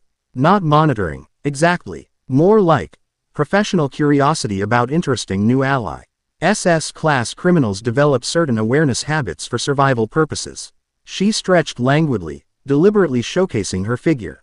Besides, you're by far the most entertaining thing happening in this boring town lately. The explanation, while potentially incomplete, contained plausible justification given her fugitive status. Heightened situational awareness would naturally extend to monitoring potential allies whose actions might affect her security parameters. Did you need something specific? Naruto asked, maintaining neutral tone despite wariness regarding unexpected appearance. Kuroka's playful expression shifted towards something more serious. Actually, yes, you've been invited to interesting meeting with Finek's family representatives tomorrow evening, NYA. Cons. RNING certain engagement arrangements alongside research initiatives. The specific knowledge regarding confidential negotiation parameters confirmed either extraordinary information gathering capabilities or potential security breach within planning participants. Given supernatural politics complexity, either possibility merited serious consideration. That information wasn't publicly available, Naruto noted carefully. Few things truly remain confidential in supernatural society, Kuroka replied with casual certainty. Particularly when noble houses position for advantage regarding unprecedented power source. Devils practically radiate scheming energy when plotting complicated negotiations. She shifted to more businesslike posture despite maintaining relaxed exterior. But that's not why I'm here. I came to offer potentially useful information regarding House Phoenix's actual research interests, something your devil friends might not fully appreciate given certain historical context limitations. What kind of information? Naruto asked, curiosity overcoming initial wariness. House Phoenix maintains public research focus on regeneration applications and immortality refinum. Logical given their innate family abilities, Kuroka explained with surprising scholarly precision. However, their private research division has pursued interdimensional barrier manipulation for centuries with considerably less publicity. Why would immortality specialists research dimensional barriers? Naruto questioned, immediately recognizing strategic disconnect. Excellent question, Kuroka acknowledged with genuine approval. The answer relates to fundamental limitation in their regeneration capability, specifically vulnerability to certain dimensional energy types capable of permanently disrupting their reconstitution process. The revelation suggested sophisticated motivation beyond apparent research interests, strategic vulnerability mitigation rather than merely theoretical exploration. If accurate, House Phoenix's interest in arbiter association might relate directly to defensive capabilities regarding specific weaknesses rather than general dimensional stability concerns. You're suggesting their interest in chaos energy relates to potential defensive applications against specific threats rather than general research advancement, Naruto concluded thoughtfully. Smart and perceptive, Kuroka praised with apparent sincerity. House Phoenix experienced significant casualties during previous dimensional incursions specifically because void energy disrupts their regeneration process at fundamental level. Conventional immortality proves useless against non-existence itself. The information provided valuable strategic context for upcoming negotiations, revealing potential primary motivation behind Phoenix's interest in arbiter association beyond general political positioning. If their family abilities proved specifically vulnerable to void incursions, chaos energy's effectiveness against such entities represented particularly valuable defensive resource. That's useful information, Naruto acknowledged honestly. Though it raises question regarding your knowledge source and motivation for sharing. Kuroka smiled, the expression containing both mischief and unexpected seriousness. Let's call it professional courtesy between natural energy specialists. As for motivation, her golden eyes held unusual directness. Having the arbiter successfully navigate devil political entanglements benefits my long-term objectives regarding certain family matters. The more effectively you maintain independence while establishing useful alliances, the better positioned you become regarding potential future assistance with specific reconciliation situations. The explanation contained surprising strategic depth beneath casual delivery, sophisticated long-term positioning rather than merely transactional information exchange. Either Kuroka possessed considerably more complex character than her playful persona suggested, or family reconciliation represented genuinely fundamental priority transcending normally self-interested behavior patterns.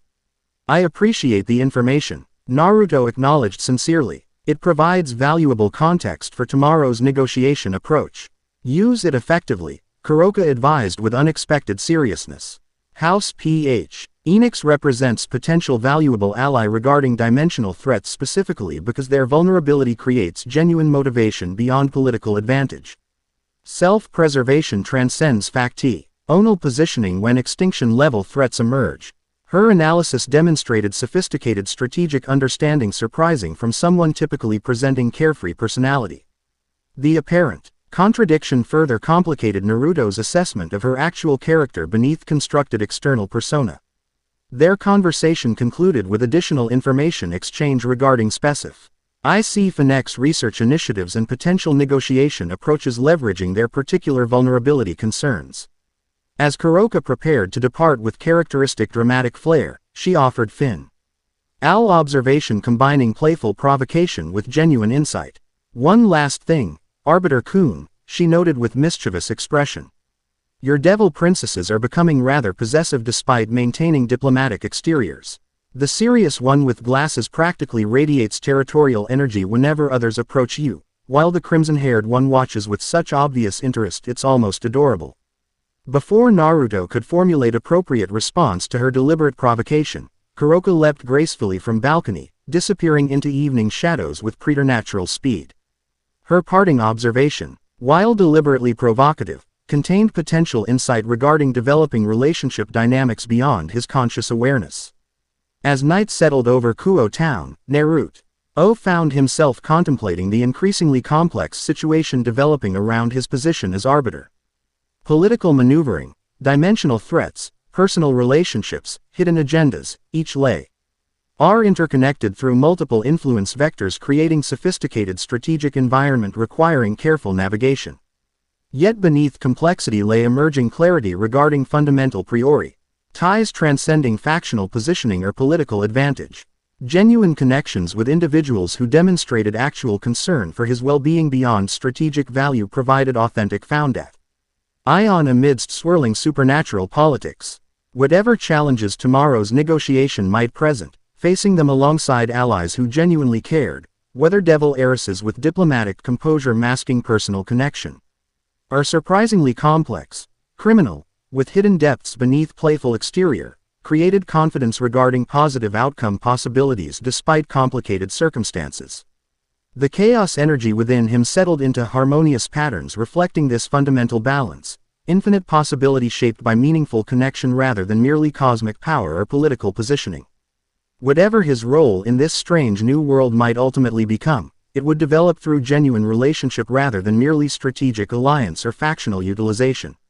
With that reassuring perspective established, Naruto began final preparation for tomorrow's multi-dimensional negotiation challenge, one that would test both diplomatic skill and personal commitment to those who had become genuinely important during his unexpected journey as arbiter of primordial chaos. Chapter 3 and Chapter 4, The Kyoto Incident. Golden afternoon light bathed the opulent conference room within Phoenix territory, casting elongated shadows across polished mahogany and gleaming marble. Representatives from 3 distinct supernatural factions occupied carefully positioned seating designed to reflect precise political hierarchies. House Phoenix officials commanding the head position, Grimoire representatives situated with respectful equivalence, and neutral facilitators positioned at balanced intermediate points. Naruto observed the proceedings with measured neutrality, his newly established diplomatic status as arbiter granting unprecedented access to high-level devil negotiations normally closed to outsiders.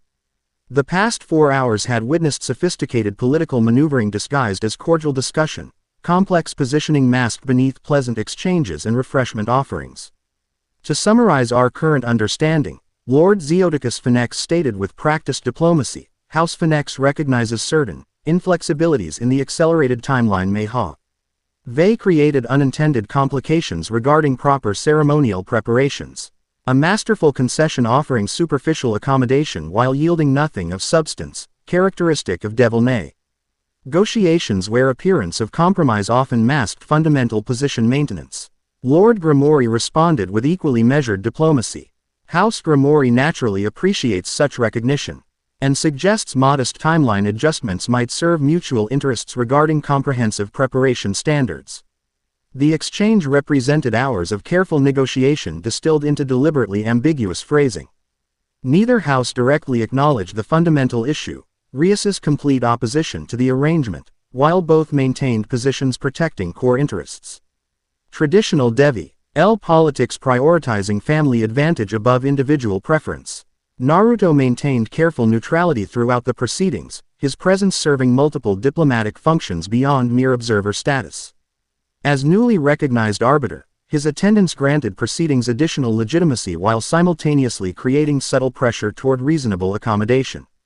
His specific relationship with Rias remained carefully unaddressed despite forming obvious subtext beneath superficial discussions. As designated neutral facilitator, Sona Citri demonstrated remarkable diplomatic skill, navigating competing interests without betraying personal connection to the affected parties. Her precise language and impeccable protocol management created structured framework within which negotiation could progress despite fundamental opposition between core positions. Perhaps, Naruto suggested during momentary procedural pause, we might address parallel research initiatives while timeline considerations receive appropriate internal consultation. The suggestion provided graceful transition toward secondary agenda item, House Phoenix's interdimensional research interests, while allowing relationship negotiations temporary respite. Lord Phoenix seized the opportunity with evident relief, having reached impasse regarding primary agenda without obvious resolution pathway. An excellent suggestion, Arbiter Uzumaki. He acknowledged with diplomatic appreciation. House Phoenix's interdimensional stability research represents long-standing commitment transcending immediate considerations.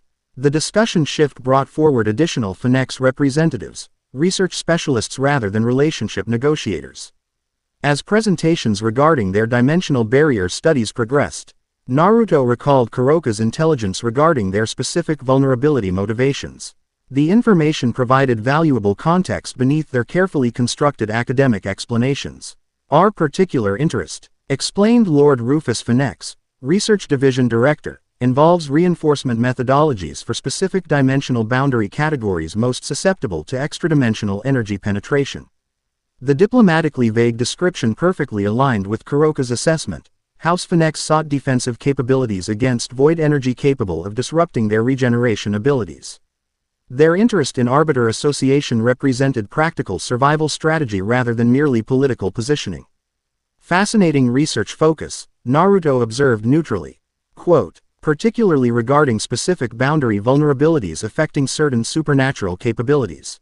The deliberately specific phrasing created momentary tension, several Phoenix representatives hanging guarded glances before Lord Rufus responded with careful precision. House Phoenix approaches dimensional research from comprehensive security perspective naturally encompassing multiple vulnerability categories across supernatural classification spectrum. The diplomatic non-answer confirmed Kuroka's intelligence without directly acknowledging specific motivations. Understanding their UE concerns provided negotiation leverage previously unavailable, creating potential exchange framework addressing both dimensional research interests and Rias's situation through balanced accommodation. Perhaps, Naruto suggested with measured diplomacy, comprehensive collaboration framework might address multiple shared interests simultaneously.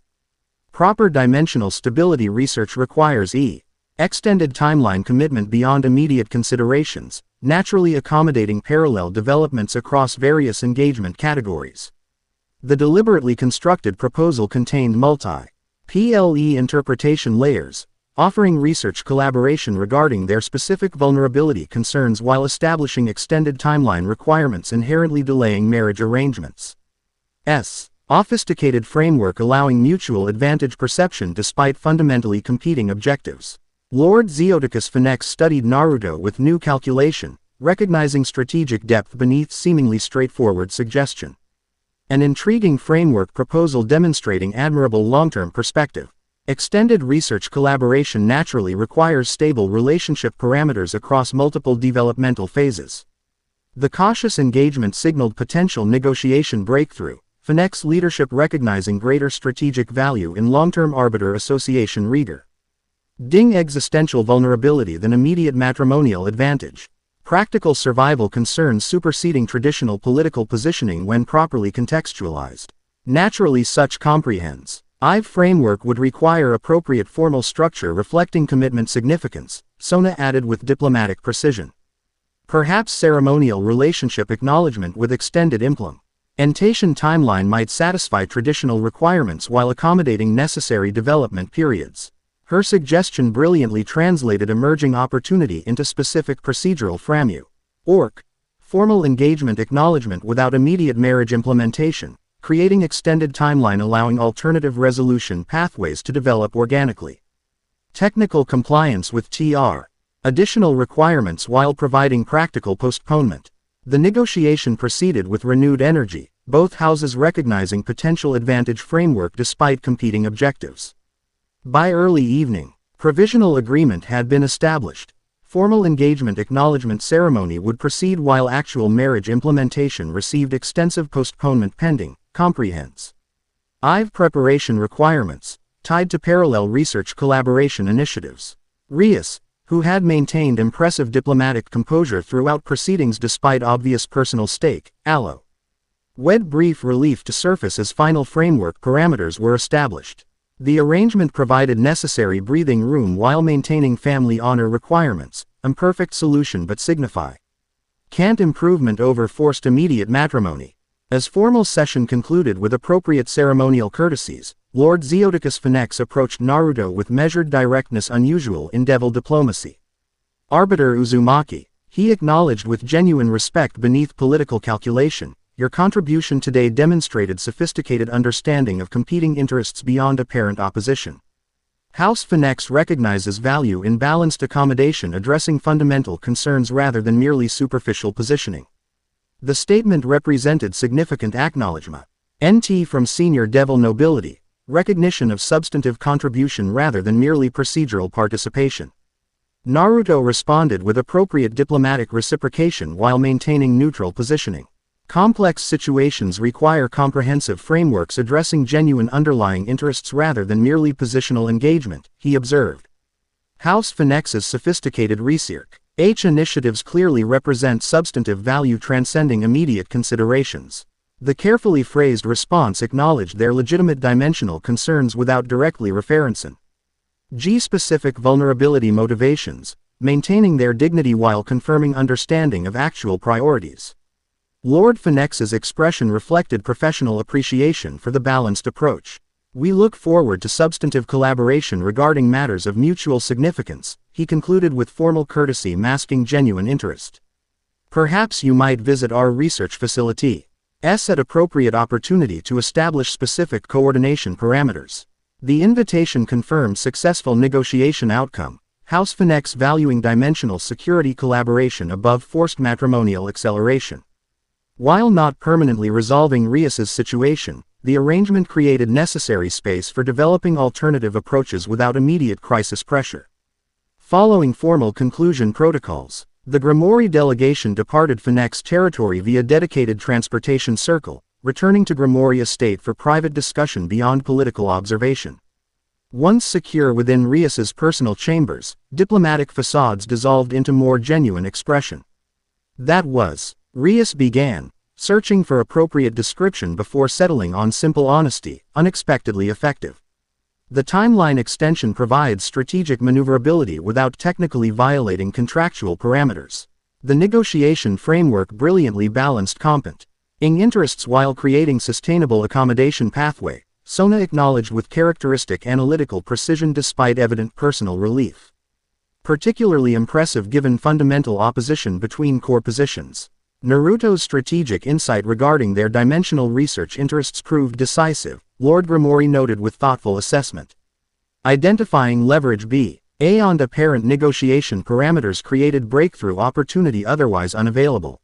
The acknowledgement from Rias's father, traditionally conservative devil nobleman, represented significant recognition transcending mere diplomatic courtesy.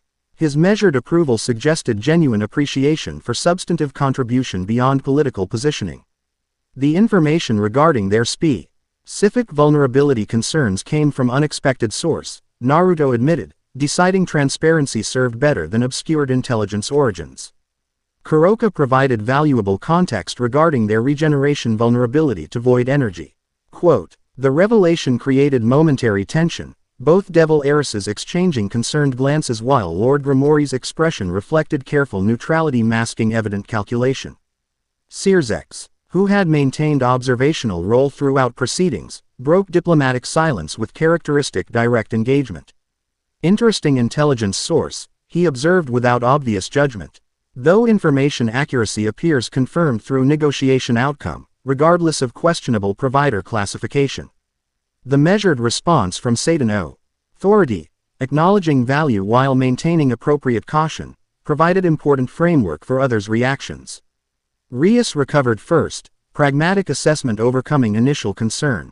Results validate intelligence regardless of source classification, she acknowledged with surprising directness.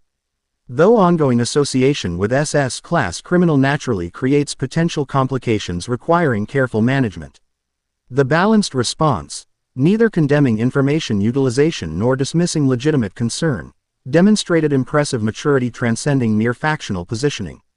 Sona followed with characteristic analytical precision. Tactical intelligence from unconventional sources requires comprehensive verification protocols rather than categorical rejection, she observed.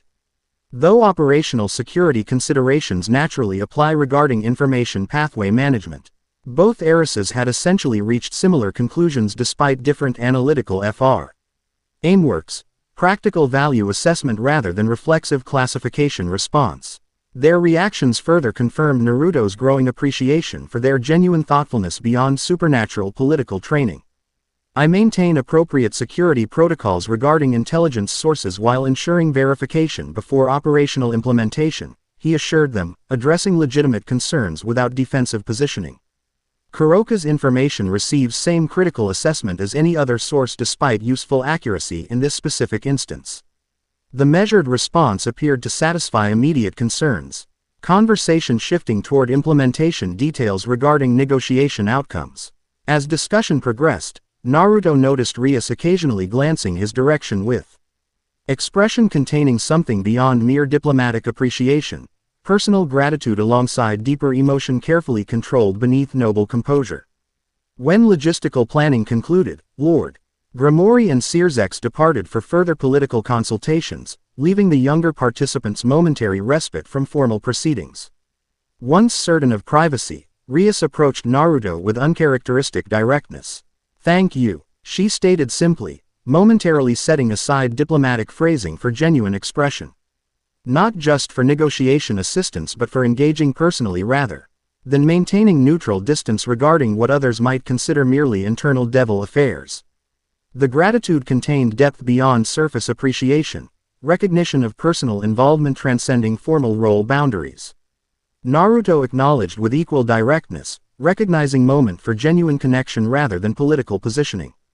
Some matters transcend formal classification, he replied honestly. Friends help friends regardless of supernatural category or diplomatic designation. Something meaningful passed between them, connection deeper than alliance, warmer than collaboration. More personal than strategic partnership. For a brief moment, political considerations and supernatural classifications dissolved into simple human connection between two people who genuinely cared about each other's well-being. The moment lingered until Sona cleared her throat softly, not interrupting but gently reminding of broader context.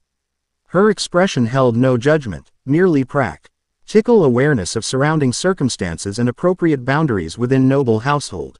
The negotiation outcome provides necessary strategic maneuverability, she noted, offering diplomatic transition while respecting the personal moment.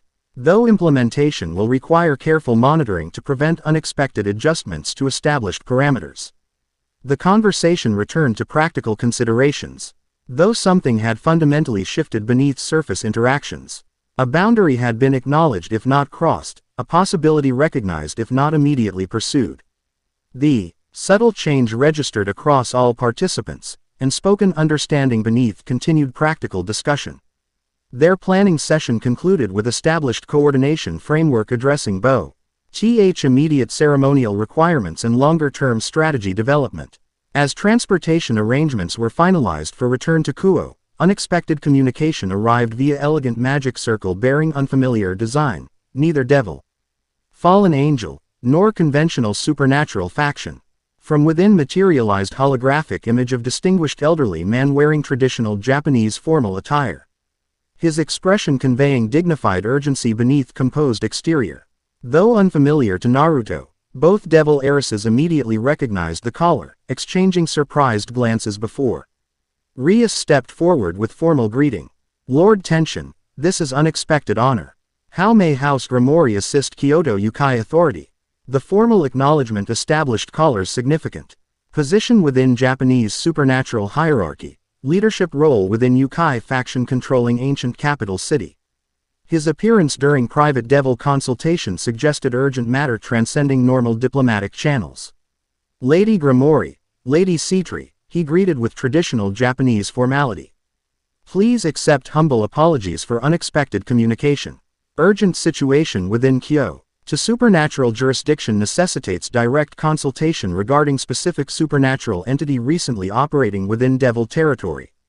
His formal gaze shifted toward Naruto, studying with careful assessment beneath courteous exterior.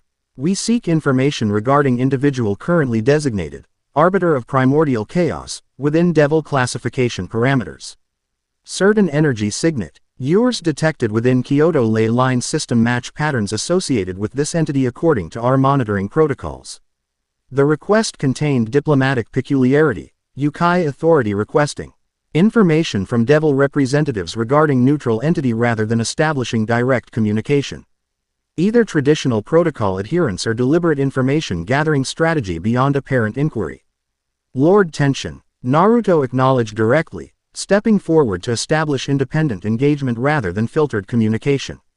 I am Naruto Uzumaki, recently recognized as arbiter following dimensional transit from alternate reality system. May I ask what specific energy signatures have been detected within Kyoto jurisdiction? The direct engagement appeared to Momenta. Riley surprised the Yukai elder before traditional composure returned. Uzumaki-san, he acknowledged with formal bow. Your directness honors traditional Japanese communication values. Kyoto Monitorin. G systems have detected primordial energy patterns affecting sacred site ley lines throughout ancient capital region. These patterns demonstrate remarkable similarity to energy signature reported during recent dimensional incursion within Devil territory. The information suggested concerning development, chaos energy manifestation without Naruto's direct involvement, potentially indicating new dimensional weakness within Japanese supernatural territory. Significant security implications transcending mere diplomatic inquiry. I have not personally visited Kyoto since arriving in this dimension, Naruto confirmed directly. Though primordial chaos energy operates beyond conventional dimensional limitations, potentially manifesting through sympathetic resonance with existing natural energy concentrations. Such manifestation would align with traditional understanding regarding sacred site energy characteristics, Lord Tension acknowledged with scholarly precision. Kyoto's position as nexus point for multiple spiritual convergence lines creates natural resonance vulnerability with primordial energy systems. The exchange quickly evolved beyond mere information request into NTIVE technical discussion regarding energy system interactions, Naruto's chaos manipulation expertise complementing Lord Tension's traditional Yukai spiritual knowledge. Their conversation revealed genuine security concern rather than merely diplomatic positioning. Actual supernatural phenomena requiring specialized attention beyond conventional response capabilities. These manifestations represent potential security concern requiring direct assessment, Lord Tension concluded after detailed technical exchange.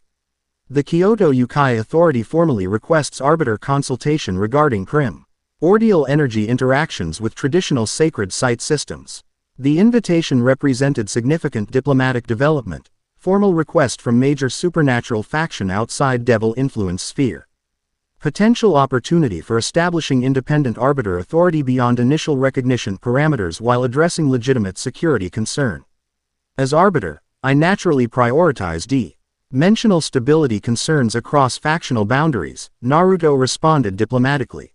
I would be honored to provide consultation regarding these energy manifestations at Kyoto Authority's convenience. We would welcome your expertise immediately given escalating pattern intensity, Lord Tension replied with formal urgency beneath composed exterior. Transportation arrangements can be established directly if current obligations permit prompt departure. The request for immediate response indicated severity beyond diplomatic courtesy, genuine concern regarding developing situation rather than merely procedural consultation. Naruto glanced toward the Devil heiresses, acknowledging their territorial authority while maintaining independent decision capacity. House Grimori naturally upwards cross-factional security cooperation, Rias stated diplomatically, recognizing both his autonomy and their territorial responsibilities. Though perhaps joint response team might provide comprehensive assessment capabilities given potential connection to recent Devil territory incidents. The Student Council maintains dedicated interdimensional monitoring equipment that might prove valuable for technical analysis. Sona added with practical precision. Vice President Shinra's specialized training regarding energy pattern recognition would complement direct arbiter assessment. Their suggestions demonstrated both practical contribution value and sophisticated diplomatic positioning, maintaining involvement without challenging arbiter autonomy or Yukai territorial authority. Balin. CED approach respecting multiple legitimate interests simultaneously. A thoughtful suggestion demonstrating admirable security cooperation principles, Lord Tension acknowledged with diplomatic appreciation. Kyoto Authority welcomes limited joint assessment team provided operational parameters respect traditional Yukai jurisdiction protocols. The carefully phrased acceptance established clear our boundary conditions while allowing practical collaboration. Characteristic Yukai approach maintaining traditional authority systems while accommodating necessary modern cooperation requirements. Lore. Detention provided specific transportation details before concluding communication with appropriate formal courtesies. Once the connection terminated, practical preparation discussion commenced immediately. Sona contacted Tsubaki directly, requesting specialized equipment preparation while Rias arranged necessary absence notifications through Devil administrative channels. Their efficient response demonstrated impressive crisis management capabilities beyond mere supernatural politics, practical problem-solving transcending factional considerations when addressing genuine security concerns. Quote, "The timing presents both challenges and opportunities," Sona observed with characteristic analytical precision. Cross-factional cooperation demonstration immediately following successful negotiation establishes valuable precedent regarding arbiters' neutral functionality across supernatural boundaries, while simultaneously addressing potentially significant security threat before escalation beyond containment parameters. Rias added, complementing strategic positioning with practical security assessment. Kyoto's unique spiritual geography creates natural vulnerability to dimensional instability given concentrated sacred site convergence. Their observations balanced political and practical considerations without artificial separation, sophisticated approach recognizing reality's complex interconnection rather than arbitrary categorization. Naruto found himself appreciating their multidimensional perspective beyond mere supernatural politics, genuine intelligence applying ACR's multiple assessment frameworks simultaneously.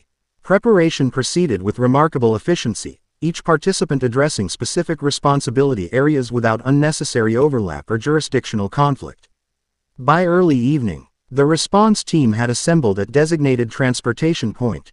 Naruto, Tsubaki with specialized monitoring equipment, and Sona providing Devil Authority representation while Rias remained to manage Finek's arrangement implementation. The transportation circle, elegant design incorporating traditional Japanese motifs alongside functional magical parameters, activated with precise synchronization. Surrounding participants with soft golden light before sensation of dimensional shift enveloped physical awareness. Unlike conventional Devil transportation circles emphasizing efficiency above comfort, this system provided remarkably smooth transition maintaining sensory continuity throughout dimensional transfer. Reality resolved into traditional Japanese receiving chamber, tatami flooring, shoji screens, minimalist aesthetic emphasizing natural harmony rather than imposed grandeur. Lord Tension awaited their arrival alongside several Yukai officials, each maintaining formal composure despite evident concern beneath traditional exterior. "Welcome to Kyoto," he greeted with formal bow. "The Yukai Authority appreciates your prompt response to our consultation request."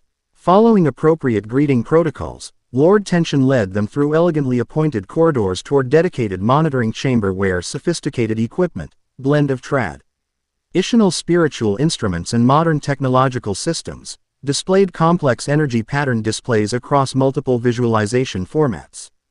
The anomalies began approximately 3 days ago, Express. Laned female Kitsune Yukai introduced as technical division director, initially registering as minor harmonic disturbances within sacred site resonance patterns before progressively intensifying toward current manifestation parameters. The monitoring displays showed concerning development progression, subtle energy pattern shifts escalating toward increasingly organized structure suggesting deliberate manipulation rather than random fluctuation. Tsubaki immediately engaged with technical specialists, her analytical precision complementing their traditional knowledge with Devil research methodology. The pattern organization suggests directed influence rather than natural resonance development, she observed, studying data displays with focused attention. These sequential modifications demonstrate algorithmic progression inconsistent with environmental adaptation processes. Precisely our assessment, confirmed the Kitsune director with professional appreciation for Tsubaki's immediate comprehension. The harmonization sequences follow optimization parameters indicating intelligent guidance rather than spontaneous evolution.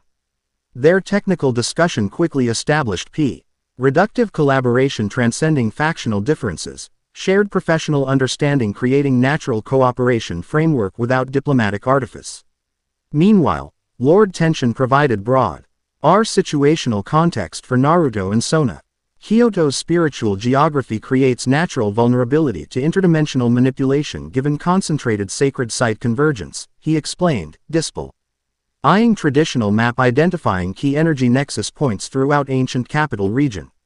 These sites maintained balanced harmony for centuries through dedicated maintenance protocols performed by specialized yokai practitioners.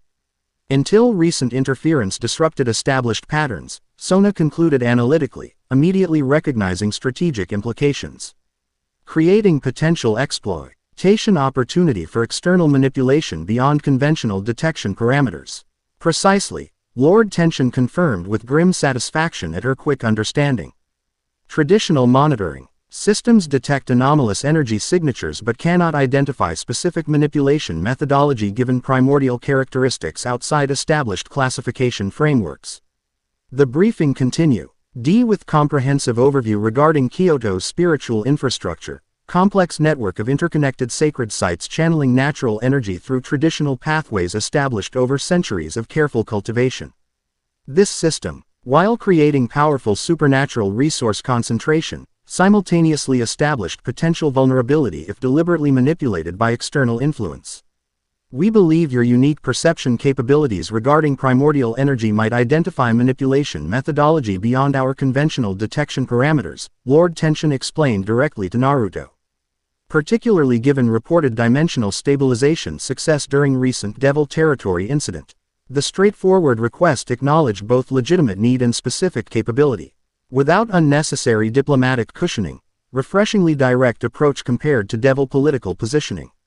Naruto appreciated the straightforward engagement after complex supernatural politics of recent interactions. I'll need direct access to primary manifestation sites for accurate assessment, he replied equally directly. Chaos energy perception requires proximity beyond remote monitoring capabilities, particularly regarding deliberate manipulation patterns. Naturally, Lord Tenshin agreed immediately. We've prepared appropriate access protocols for sacred sites normally restricted to dedicated maintenance practitioners. Senior guide has been assigned to facilitate necessary site visitation sequence according to manifestation intensity parameters. As if summoned by mention, Shoji screen opened to admit striking female figure whose appearance immediately commanded attention despite modest traditional attire.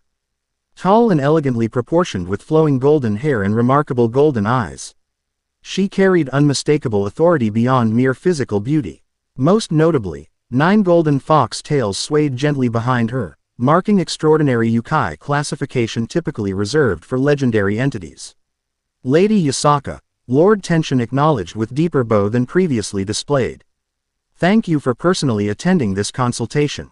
The 9-tailed kitsune surveyed the visitors with penetrating golden gaze that seemed to assess beyond mere physical appearance. When her eyes met Naruto's, momentary surprise flickered across her composed features before. Traditional courtesy reasserted control. Interesting, she murmured softly before formal greeting replaced personal observation. Welcome to Kyoto. I am Yasaka, leader of the Kyoto Yokai Faction A. ND guardian of the sacred site network affected by recent disturbances. Her introduction confirmed extraordinary position within yokai hierarchy, faction leader rather than merely technical specialist or diplomatic representative. Her personal involvement suggested situation severity transcending routine anomaly response, potentially indicating significant threat assessment beyond officially acknowledged parameters. Naruto Uzumaki, he responded with appropriate formal bow. Recently designated arbiter of primordial chaos following dimensional transit from alternate reality system. This is Sona Citri, devil representative from Kuo territory, and Tsubaki Shinra, technical specialist regarding interdimensional energy patterns. Yasaka acknowledged each introduction with precise quartz. Calibrated to respective positions, formal diplomatic recognition for Sona, professional acknowledgement for Tsubaki, and notably more personal attention toward Naruto. Her golden eyes studied him with unusual intensity beneath polite exterior. You carry fascinating energy signature, she observed with direct precision unusual in initial diplomatic exchange. Primordial chaos intertwined with something familiar yet distinctly altered, almost like distant relatives speaking dialect of ancestral language. The unexpected assessment demonstrated remarkable perception beyond conventional soup. Our natural classification, identifying subtle connection to Kurama's lingering influence despite complete separation following dimensional transit. Few beings in this world had demonstrated such precise energy reading capability beyond generic supernatural categorization. Perceptive observation, Naruto acknowledged, recognizing futility in obscuring information from someone with clearly extraordinary sensory capabilities. In my original dimension, I maintained symbiotic relationship with powerful fox entity with distinct chakra signature. Though our connection was severed during dimensional transit, certain resonance patterns apparently remained detectable to sufficiently sensitive perception. Fascinating, Yasaka replied with genuine interest transcending mere diplomatic courtesy. Kits. Yukai naturally recognize kindred energy patterns across conventional classification boundaries. Your former companion must have been extraordinary entity to leave such distinct impression despite complete physical separation. Kurama was indeed extraordinary, Naruto confirmed with momentary nostalgic respect. Though our relationship began antagonistically before evolving toward genuine partnership through shared experience and mutual respect, the unexpectedly personal exchange created momentary diplomatic awkwardness, other participants observing with varying degrees of surprise at the immediate connection established between newly introduced individuals. Sona cleared her throat softly, providing gentle reminder regarding primary consultation purpose without direct interruption. Perhaps on-site assessment might provide optimal information regarding current manifestation characteristics, she suggested with diplomatic precision. Technical analysis indicates progressive TTERN evolution potentially requiring prompt intervention. Of course, Yasaka acknowledged smoothly, transitioning back to professional focus with graceful efficiency. I've arranged sequential visitation beginning with locations demonstrating most significant anomalous readings. Transportation has been prepared for immediate departure if current consultation phase has provided sufficient background context. The group transitioned from monitoring facility to waiting transportation, traditional appearing carriages containing sophisticated concealment enchantments allowing inconspicuous movement through modern Kyoto despite supernatural passenger contingent. As they departed Central Yukai Administrative Complex, Yasaka provided additional context regarding Kyoto's unique supernatural characteristics. The ancient capital contains highest sacred site concentration within Japanese archipelago, she explained with scholarly precision complementing formal authority. Over 1,400 documented power nexus points distributed across strategic geographic parameters, creating natural energy collection and distribution network developed through centuries of careful cultivation. Impressive spiritual infrastructure engineering, Tsubaki observed with professional appreciation. The harmonic balancing requirements alone would necessitate extraordinary coordination protocol. Transcending conventional magical maintenance systems. Precisely why our faction maintains dedicated practitioner hierarchy specifically trained in traditional harmonic maintenance techniques. Yasaka confirmed with approval for Tsubaki's immediate technical comprehension. These practitioners perform continuous adjustment protocols ensuring balanced energy distribution throughout the network. Despite external influence fluctuations, their transportation proceeded through evening-shrouded Kyoto, modern urban development seamlessly incorporating ancient spiritual sites within contemporary infrastructure. Human residents continued ordinary activities unaware of supernatural assessment team moving through their midst, characteristic separation between mundane perception and spiritual reality maintained through sophisticated concealment protocols. Our first assessment location represents primary manifestation point demonstrating most significant anomalous readings, Yasaka explained. As they approached traditional shrine complex nestled within larger public park. Fushimi Inari Taisha traditionally functions as central distribution nexus within sacred site network, managing GY flow parameters across multiple secondary systems. The famous shrine, recognizable from countless photographs featuring thousands of vermilion torii gates, appeared outwardly normal despite reported spiritual disturbances. Human visitors continued standard tourism activities, taking photographs and purchasing traditional fortunes without apparent awareness regarding supernatural anomalies beneath visible reality layer. The manifestations occur primarily within deeper spiritual infrastructure beneath conventional perception parameters, Yusaka clarified, noting their observation of apparently normal conditions. We maintain sophisticated boundary field separating public access areas from sensitive spiritual mechanisms to prevent accidental interference. She led them beyond public shrine sections through concealed pathway accessible only to those possessing appropriate spiritual perception capabilities. The barrier transition felt substantial to Naruto's enhanced senses, dimension. Boundary rather than mere physical separation, creating distinct reality layers superimposed upon conventional space-time coordinates. Within this separate dimensional pocket, the shrine's true nature emerged with striking clarity, massive energy collection and distribution system utilizing traditional architectural elements as sophisticated spiritual technology rather than merely symbolic structures. Torii gates functioned as energy flow regulators, stone lanterns served as storage capacitors, and carefully positioned statuary operated as harmonic resonance stabilizers within complex interdependent system. Extraordinary, Sona murmured with genuine academic appreciation transcending factional perspective. The integration of spiritual function within traditional architectural expression demonstrates remarkable engineering sophistication beyond conventional magical implementation methodologies. A system developed through centuries of progressive refinement rather than imposed theoretical framework. Yusaka acknowledged with evident pride in cultural heritage alongside professional expertise. Form following function through organic evolution rather than predetermined design parameters. As they proceeded deeper into the shrine's spiritual infrastructure, Naruto perceived progressive intensification of unusual energy patterns distinct from the site's natural spiritual resonance. Where traditional energy flows maintained harmonious circular patterns, these anomalous signatures created discordant angular intersections disrupting established equilibrium through deliberate interference rather than natural fluctuation. I can detect the manipulation patterns, he confirmed, extending specialized perception developed through chaos energy training. Deliberate harmonic disruption utilizing primordial resonance frequencies to establish discordant interference patterns within traditional energy flows. Can you identify manipulation methodology? Yusaka asked directly, professional focus momentarily superseding diplomatic courtesy. Our practitioners cannot establish effective countermeasures without understanding fundamental disruption techniques being employed. Naruto closed his eyes, extending perception deeper into the energy disturbance patterns. The chaos energy within him naturally resonated with the anomalous signatures, creating perceptual connect. Beyond conventional analysis capabilities. The disruption utilizes primordial chaos harmonic principles to establish resonance fracture points within traditional energy pathways, he explained. Struggling to translate direct perception into conventional terminology.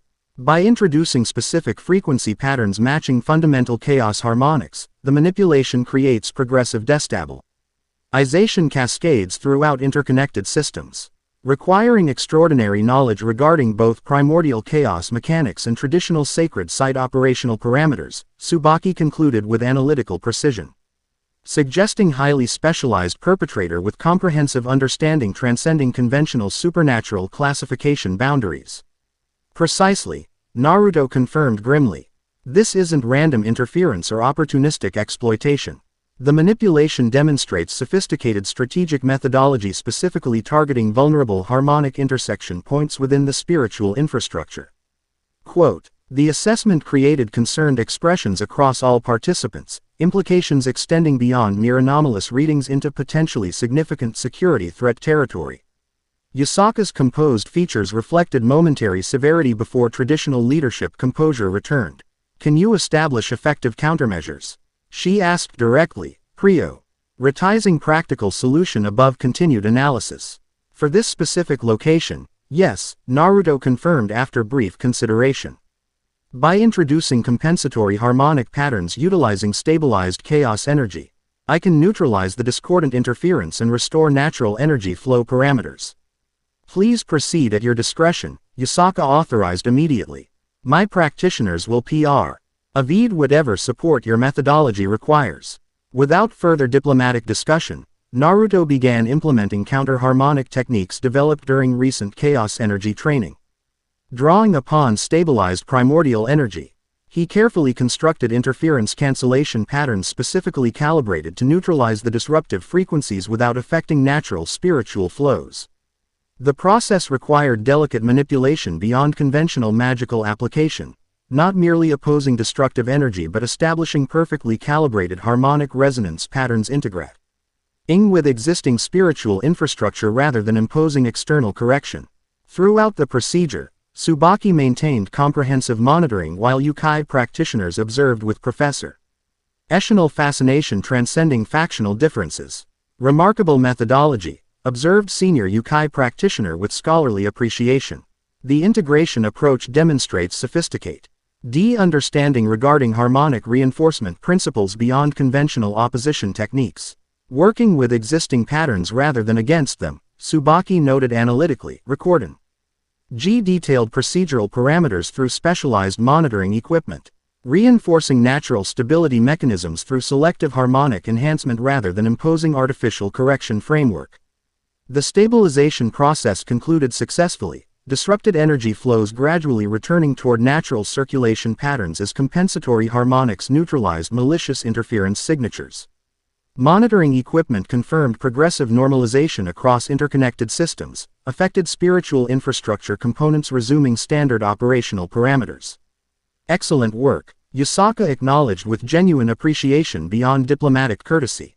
Though this represents only primary manifestation point within progressively affected network, similar disruption patterns have been detected across 12 major sacred sites throughout Kyoto region. Suggesting coordinated campaign rather than isolated incident, Sona concluded with strategic assessment transcending technical analysis. The pattern distribution indicates systematic approach following specific targeting methodology rather than random experimental interference. Precisely our concern, Yusaka confirmed grimly. The progressive manifestation sequence follows optimization patterns suggesting deliberate testing progression rather than simultaneous implementation. Each successive disruption incorporates apparent learning from previous site responses. The assessment painted disturbing strategic picture beyond mere technical anomaly, coordinated campaign methodically targeting Kyoto's spiritual infrastructure through increasingly sophisticated approaches refined through progressive implementation. Classic intelligence gathering methodology preceding potential larger operation rather than mere experimental interference. We should proceed to secondary manifestation sites immediately, Naruto suggested practically. The implementation pattern may reveal strategic intention beyond technical disruption objectives if we can observe progressive modification sequences. Agreed, Yusaka confirmed decisively. I've arranged sequential access permissions across affected sites according to manifestation chronology. Transportation stands ready for immediate departure. Their assessment operation continued throughout night, visiting progressively affected sacred sites across Kyoto's ancient spiritual geography. Each location demonstrated similar disruption methodology with subtle variations suggesting learning progression, each successive implementation incorporating refinements addressing previous countermeasure vulnerabilities with disturbing adaptive intelligence. At each site, Naruto implemented customized stabilization protocols addressing specific disruption characteristics. While Tsubaki documented comprehensive technical parameters creating progressive understanding regarding overall strategic pattern. By Dawn's approach, they had successfully stabilized 7 Maho-R sites while establishing predictive framework regarding remaining target locations. The pattern clearly indicates sophisticated learning progression, Tsubaki confirmed, analyzing documented parameters with characteristic analytical precision. Each successive implementation demonstrates approximately 12% efficiency improvement regarding both disruption effectiveness and countermeasure resistance. While simultaneously mapping comprehensive understanding of Kyoto's spiritual infrastructure defensive capabilities, Sona added with strategic assessment complementing technical analysis. Classic intelligence gathering operation preceding potential larger implementation rather than merely experimental disruption. The question becomes, what specific strategic objective motive attach such comprehensive spiritual infrastructure analysis? Yusaka questioned directly, prioritizing practical security assessment above technical fascination. What particular capability within Kyoto's sacred site network warrants such sophisticated exploration methodology? The question focused their collective analysis toward fundamental motivation assessment beyond mere technical implementation details. What specific objective justified such resource-intensive reconnaissance operation targeting Japanese spiritual infrastructure? What capability within Kyoto's sacred site network represent a sufficiently valuable strategic asset to warrant such sophisticated exploration? The nexus point, Naruto realized suddenly, connecting disparate information fragments into coherent strategic assessment. Kyoto contains dimensional nexus point where multiple reality layers naturally intersect, creating potential transit conduit between established dimensions and external reality systems. Dimensional confluence beneath Kyoto Imperial Palace, Yasaka confirmed with momentary surprise at his accurate assessment. Ancient intersection point where material realm, spiritual dimensions, and multiple supernatural territories naturally overlap, creating potential transit conduit between established reality systems. Precisely the strategic asset that entities seeking dimensional boundary exploitation would prioritize for comprehensive analysis, Sona concluded grimly. A natural weak point in reality's defensive infrastructure representing potential high-value target for entities seeking expanded access beyond conventional dimensional limitations. The assessment crystallized disturbing strategic picture beyond mere technical anomalies, systematic reconnaissance operation mapping. In Kyoto's spiritual defensive capabilities as prelude to potential assault against dimensional nexus point. Classic military intelligence gathering preceding major offensive operation rather than merely isolated interference incidents. We need to examine the confluence immediately, Yasaka decided, traditional leadership authority momentarily superseding diplomatic courtesy. If this represents primary strategic objective, we must establish enhanced defensive parameters before potential exploitation attempt progresses beyond reconnaissance phase. Their transportation diverted immediately toward Imperial Palace grounds, ancient seat of Japanese governance containing far more significant spiritual infrastructure beneath conventional historical importance. Special Yukai security contingent awaited their arrival, providing enhanced escort through sophisticated boundary fields separating public access areas from restricted spiritual zones.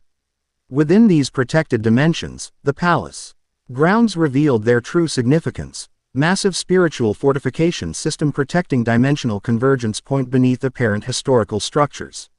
Architectural elements served sophisticated spiritual technology functions beyond mere cultural significance, creating layered defense system developed through centuries of progressive refinement. The dimensional confluence exists approximately 400 meters beneath current position, Yasaka explained as they proceeded through successive security layers.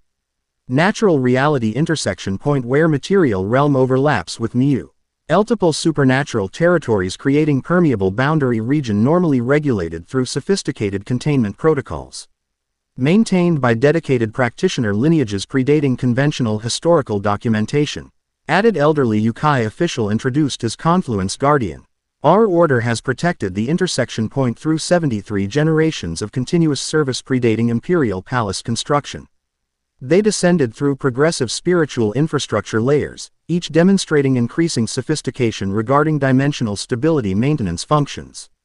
Ancient stone markers served as boundary anchors, carefully positioned statuary operated as harmonic stabilizers, and complex calligraphy sequences functioned as dimensional reinforcement matrices within integrated defense system. Remarkable engineering achievement transcending conventional magical implementation methodologies, Tsubaki observed with professional appreciation beyond factional perspective. The integration of spiritual technology within traditional cultural expression demonstrates extraordinary sophistication beyond imposed theoretical frameworks. Wisdom accumulate, through centuries of practical experience rather than merely academic theorization, the Confluence Guardian acknowledged with modest pride in ancestral achievement. Each generation contributing incremental improvements while maintaining fundamental harmony with natural dimensional parameters. As they approached the confluence itself, Naruto perceived progressive intensification of dimension. Boundary thinning. Reality layers naturally overlapping within this location without artificial separation normally maintaining distinct supernatural territories.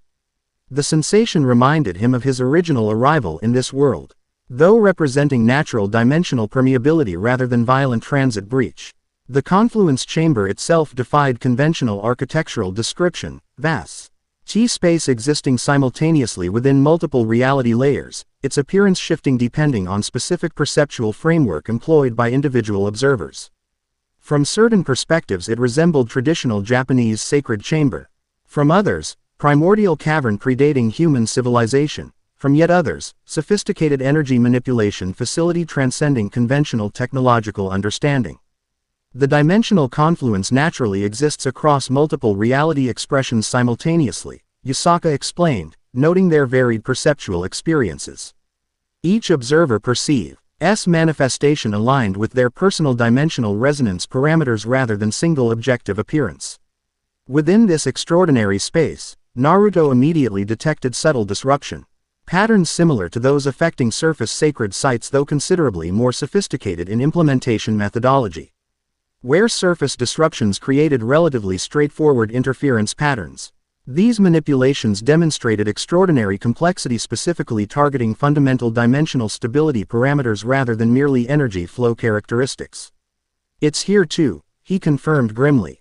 Though implemented through significantly more sophisticated methodology than surface manifestations. These disruption patterns directly target dimensional boundary stability parameters rather than merely spiritual energy flows. Can you neutralize the interference? Yusaka asked directly, professional concern momentarily superseding diplomatic courtesy. Naruto studied complex manipulation patterns with extended perception, analyzing fundamental implementation methodology beyond surface manifestation characteristics. The disruption demonstrated extraordinary sophistication. Subtle harmonic interference targeting specific dimensional boundary frequencies with precision beyond conventional supernatural capability. The manipulation utilizes primordial chaos harmonic principles at fundamental implementation level, he explained, struggling to translate direct perception into comprehensible terminology. By introducing specific frequency patterns matching dimensional boundary resonance parameters, it progressively weakens stability thresholds without triggering conventional defense systems, suggesting perpetrator with extraordinary understanding regarding both primordial chaos mechanics and dimensional boundary operational parameters, Tsubaki concluded analytically.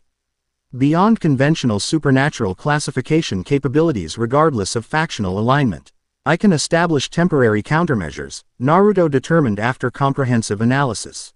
Though permanent neutralization requires identifying original implementation source rather than merely addressing symptomatic manifestations. Please proceed with immediate stabilization while we continue source investigation, Yusaka authorized decisively. Confluence security repression. TS absolute priority transcending procedural considerations. Without further diplomatic discussion, Naruto began implementing specialized counter-harmonic techniques addressing the sophisticated dimensional manipulation. Unlike surface disruptions requiring relatively straightforward neutralization methodology, these manipulations necessitated extraordinarily precise intervention balancing multi-PLE dimensional frequency patterns simultaneously. Drawing deeply on harmonized chaos energy, he carefully constructed complex interference cancellation matrices specifically calibrated to neutralize disruptive frequencies without affecting natural dimensional boundary characteristics. The process required unprecedented precision, manipulating primordial energy at quantum resonance level rather and merely macroscopic application parameters. Throughout the procedure, both Yukai practitioners and devil representatives observed with professional fascination transcending factional differences. The methodology demonstrated extraordinary sophistication beyond conventional supernatural capabilities regardless of traditional classification boundaries. Remarkable implementation precision, OBS. Served the Confluence Guardian with scholarly appreciation transcending age-related conservative tendencies. The harmonic integration demonstrates unprecedented understanding regarding dimensional Nadari mechanics beyond conventional practitioner capabilities.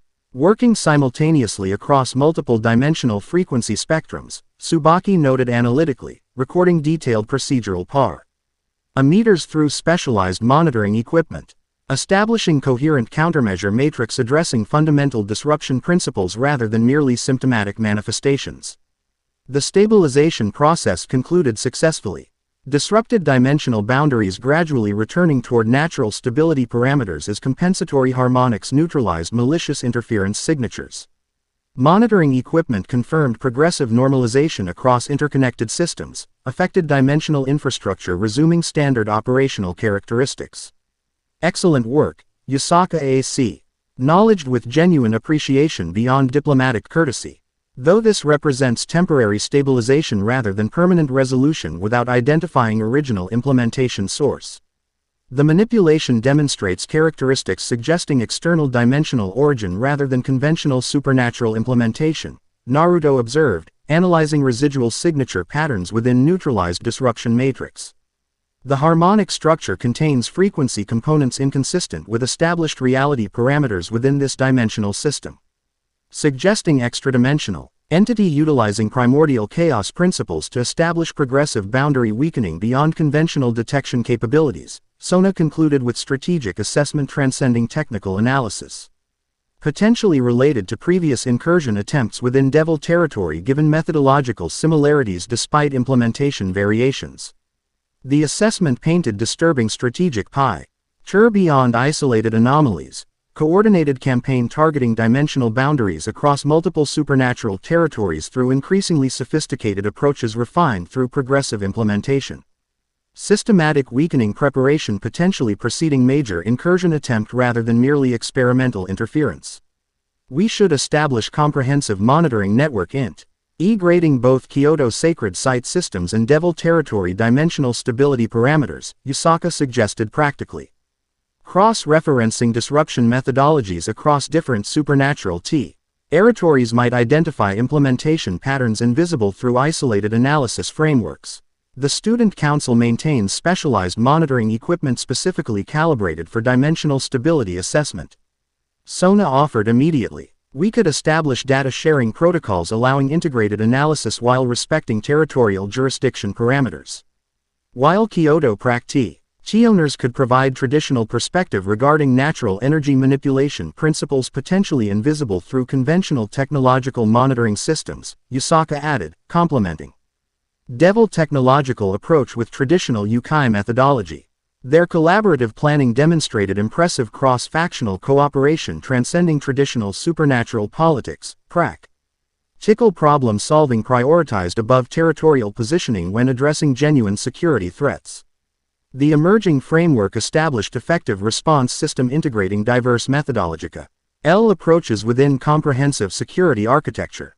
As dawn approached, their immediate stabilization operations concluded successfully with temporary countermeasures established across affected sacred sites while comprehensive monitoring network development commenced through integrated specialist teams.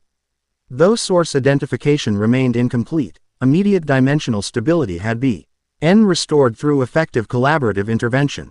Your assistance has proven invaluable, Yusaka acknowledged sincerely during concluding consultation meeting.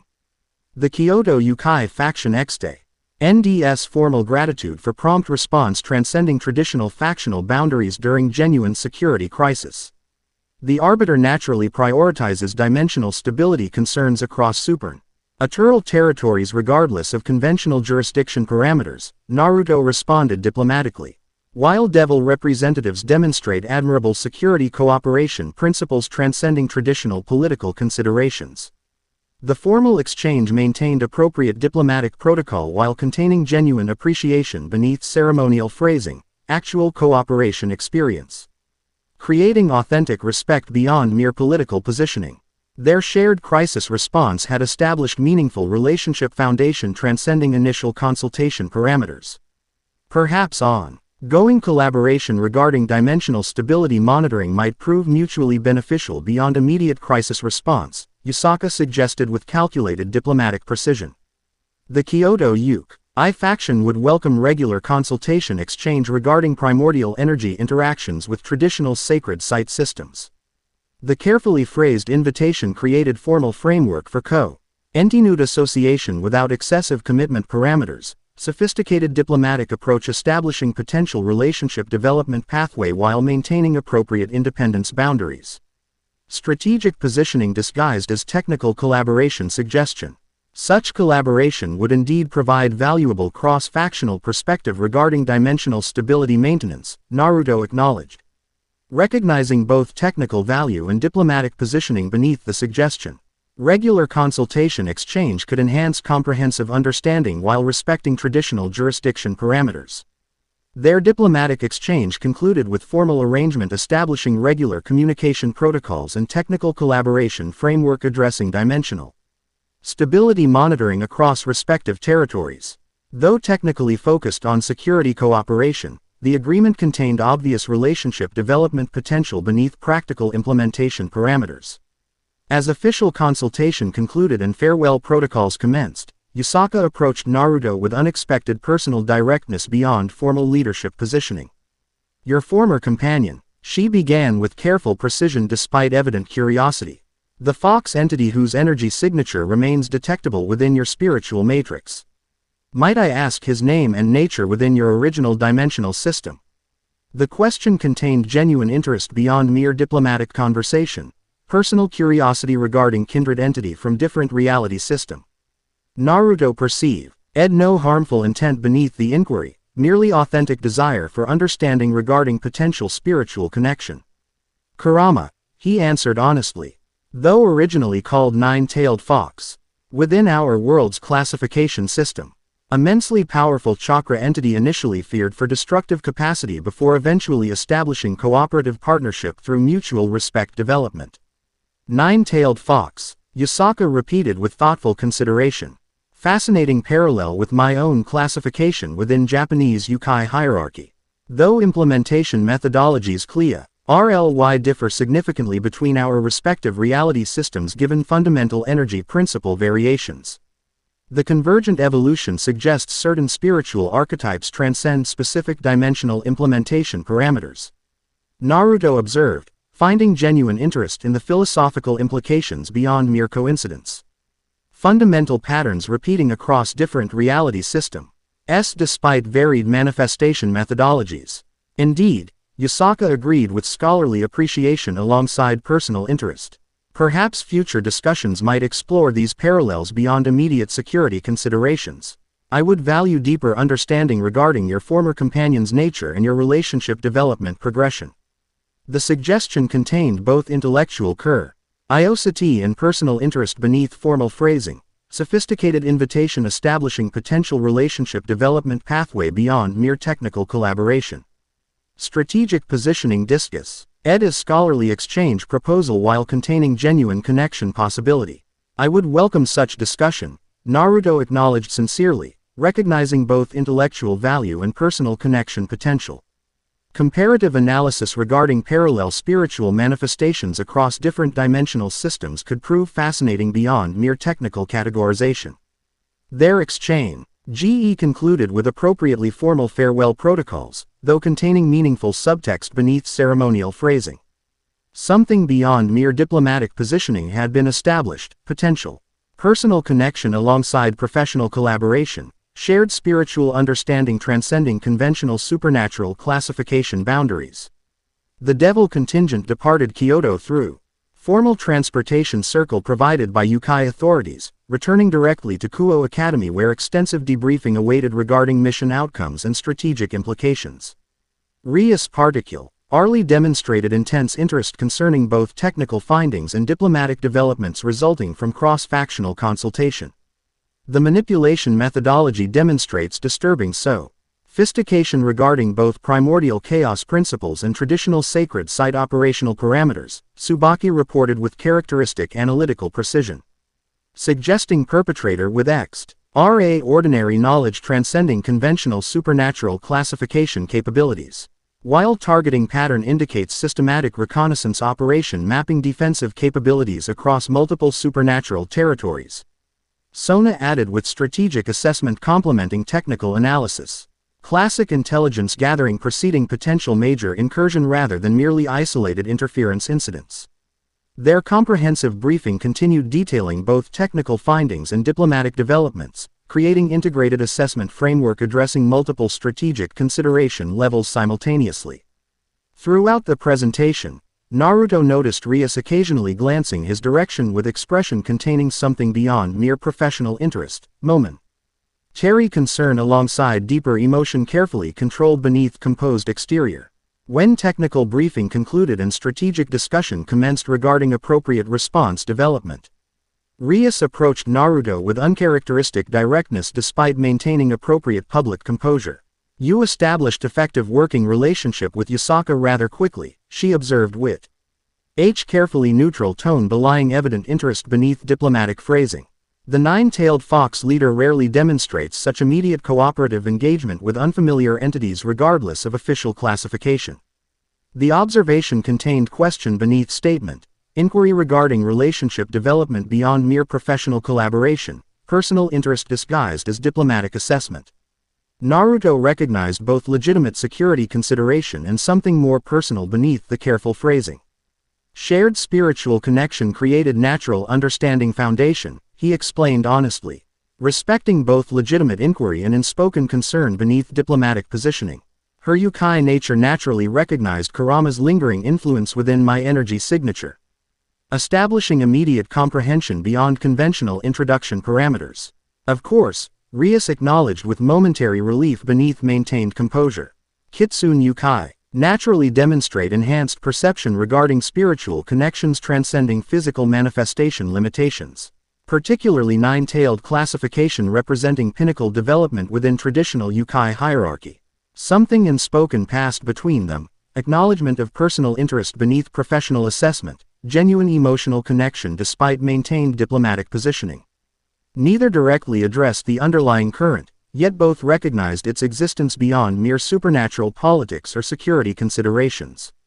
Their conversation shifted toward practical response development regarding identified dimensional manipulation threat, professional focus returning despite momentary personal interlude.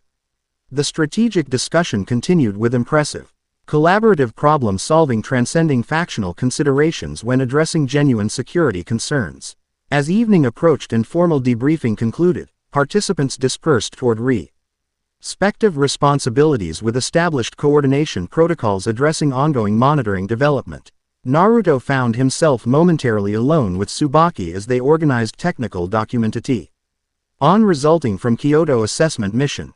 Your performance during critical intervention demonstrated remarkable implementation precision beyond theoretical understanding, she observed with characteristic analytical accuracy, particularly regarding complex harmonic integration across multiple dimensional frequency spectrums simultaneously. The assessment contained genuine professional appreciation beneath formal phrasing, recognition of practical capability transcending academic knowledge. Coming from someone normally maintaining strict professional distance, the acknowledgement carried significant meaning beyond mere technical evaluation. Your monitoring methodology provided essential reference framework enabling precise countermeasure calibration, Naruto responded sincerely, acknowledging her crucial contribution beyond mere diplomatic reciprocation. The real-time feedback systems allowed implementation refinement beyond initial theoretical approach parameters.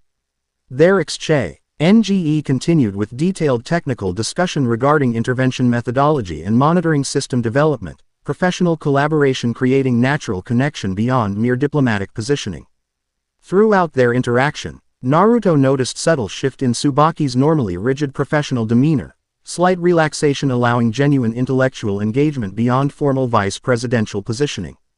The mission provided valuable practical implementation experience beyond theoretical research parameters, she concluded with characteristic precision despite unusually personal observation. Field application often reveals understanding dimensions invisible through merely academic exploration methodology. Direct crisis response creates natural collaboration efficiency transcending formal organizational structures, Naruto agreed, recognizing both professional assessment and personal growth acknowledgement beneath her careful phrasing. Revealing genuine capabilities, beyond official classification parameters, something meaningful passed between them. Recognition of developing connection beyond mere professional collaboration, authentic appreciation transcending formal roles and responsibilities. Though neither directly acknowledged this emerging relationship dimension, both recognized its existence beneath continued technical discussion. As documentation Annexation concluded and final arrangements addressed ongoing monitoring protocols. They prepared to depart toward respective accommodations following extended mission operations. At doorway threshold, Tsubaki paused momentarily with uncharacteristic hesitation before professional composure returned. Should you wish to discuss further technical refinements regarding chaos energy applications demonstrated during intervention procedures? She offered with formal precision, barely masking personal initiative beneath professional phrasing. My research schedule includes availability for specialized consultation regarding harmonic integration methodologies beyond standard academic sessions. The carefully constructed invitation maintained appropriate professional framework while containing OBV. IOUS personal connection opportunity beneath technical terminology. Sophisticated approach establishing potential relationship development pathway while preserving formal propriety regardless of actual progression. I would appreciate such specialized consultation opportunity, Naruto acknowledged, recognizing both technical value and personal meaning beneath the formal suggestion. Your analytic perspective provides valuable optimization framework regarding practical implementation methodologies beyond theoretical understanding. Their exchange concluded with appropriate professional courtesy, though containing meaningful subtext beyond mere technical collaboration. Something beyond official positions had been acknowledged, potential personal connection alongside professional association. Genuine appreciation transcending conventional organizational boundaries. As night settled over Kuo Academy and participants returned to respective responsibilities, Naruto found himself reflecting on complex relationship networks developing through crisis response beyond mere supernatural politics. Professional collaborations evolving toward personal connections, strategic alliances developing emotional dimensions. Diplomatic positioning containing genuine understanding beneath formal protocols. Within traditional Japanese garden maintained behind old-school building, he practiced even meditation exercises integrating newly developed chaos manipulation techniques resulting from Kyoto intervention experience. The practical implementation had revealed capability dimensions beyond theoretical understanding, creating evolutionary advancement through direct application necessity. His concentration was interrupted by strange sensation, momentary awareness of being observed through means transcending conventional perception parameters. Not physical surveillance but something more fundamental, reality itself being examined through perspective outside normal dimensional limitations.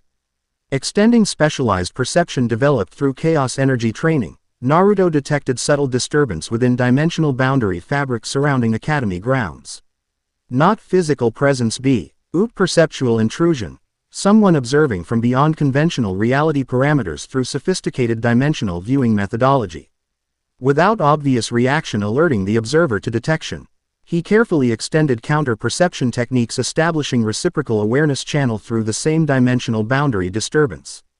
For a brief moment, the connection created mutual recognition across dimensional limitation boundaries, observer and observed simultaneously perceiving each other beyond conventional separation parameters.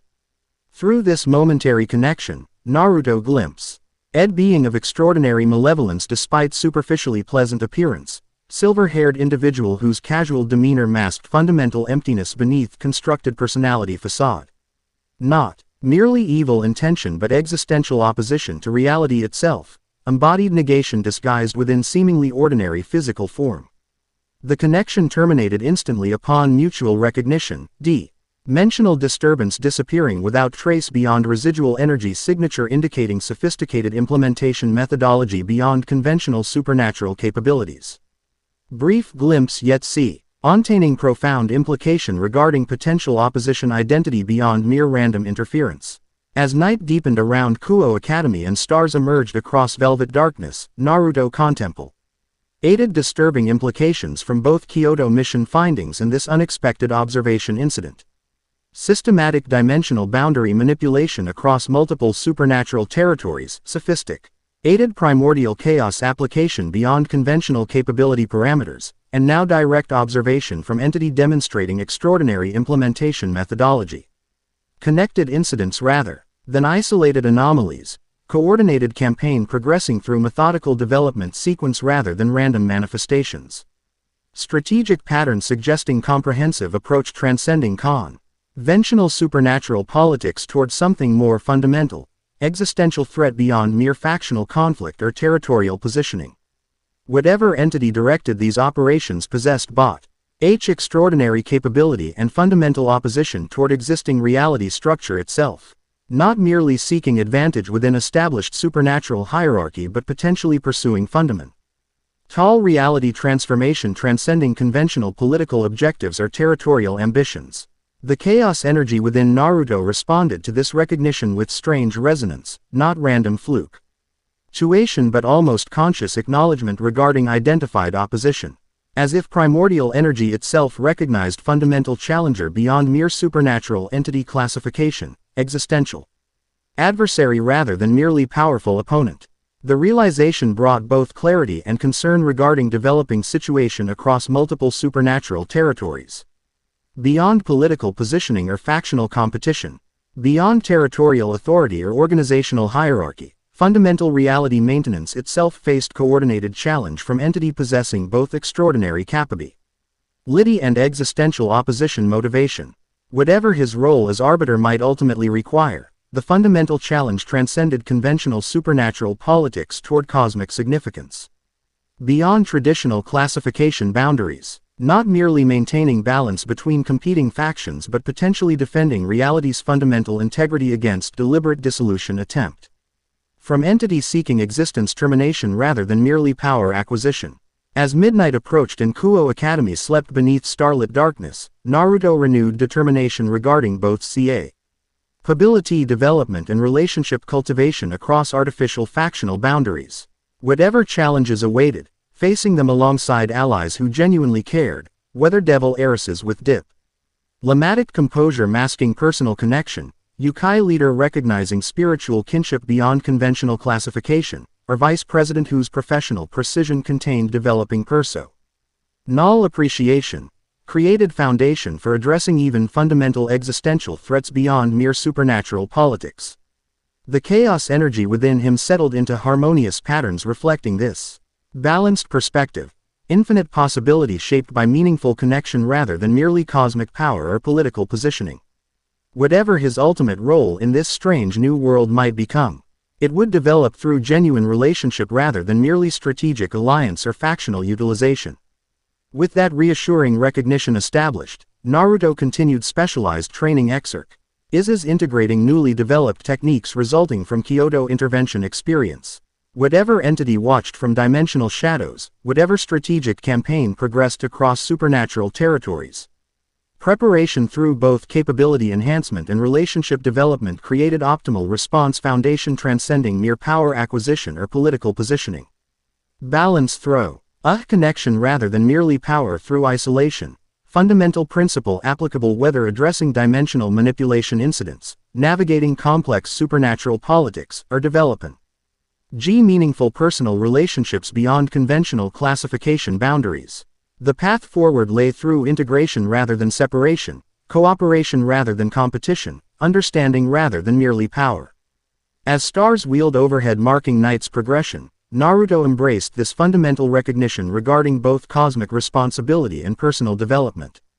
The arbiter's role transcended mere power application toward fundamental balance maintenance through meaningful connection across artificial separation boundaries, whether dimensional, factional, or personal. Chapter 4 End. The end. Remember to subscribe and like this video. See you in the next video.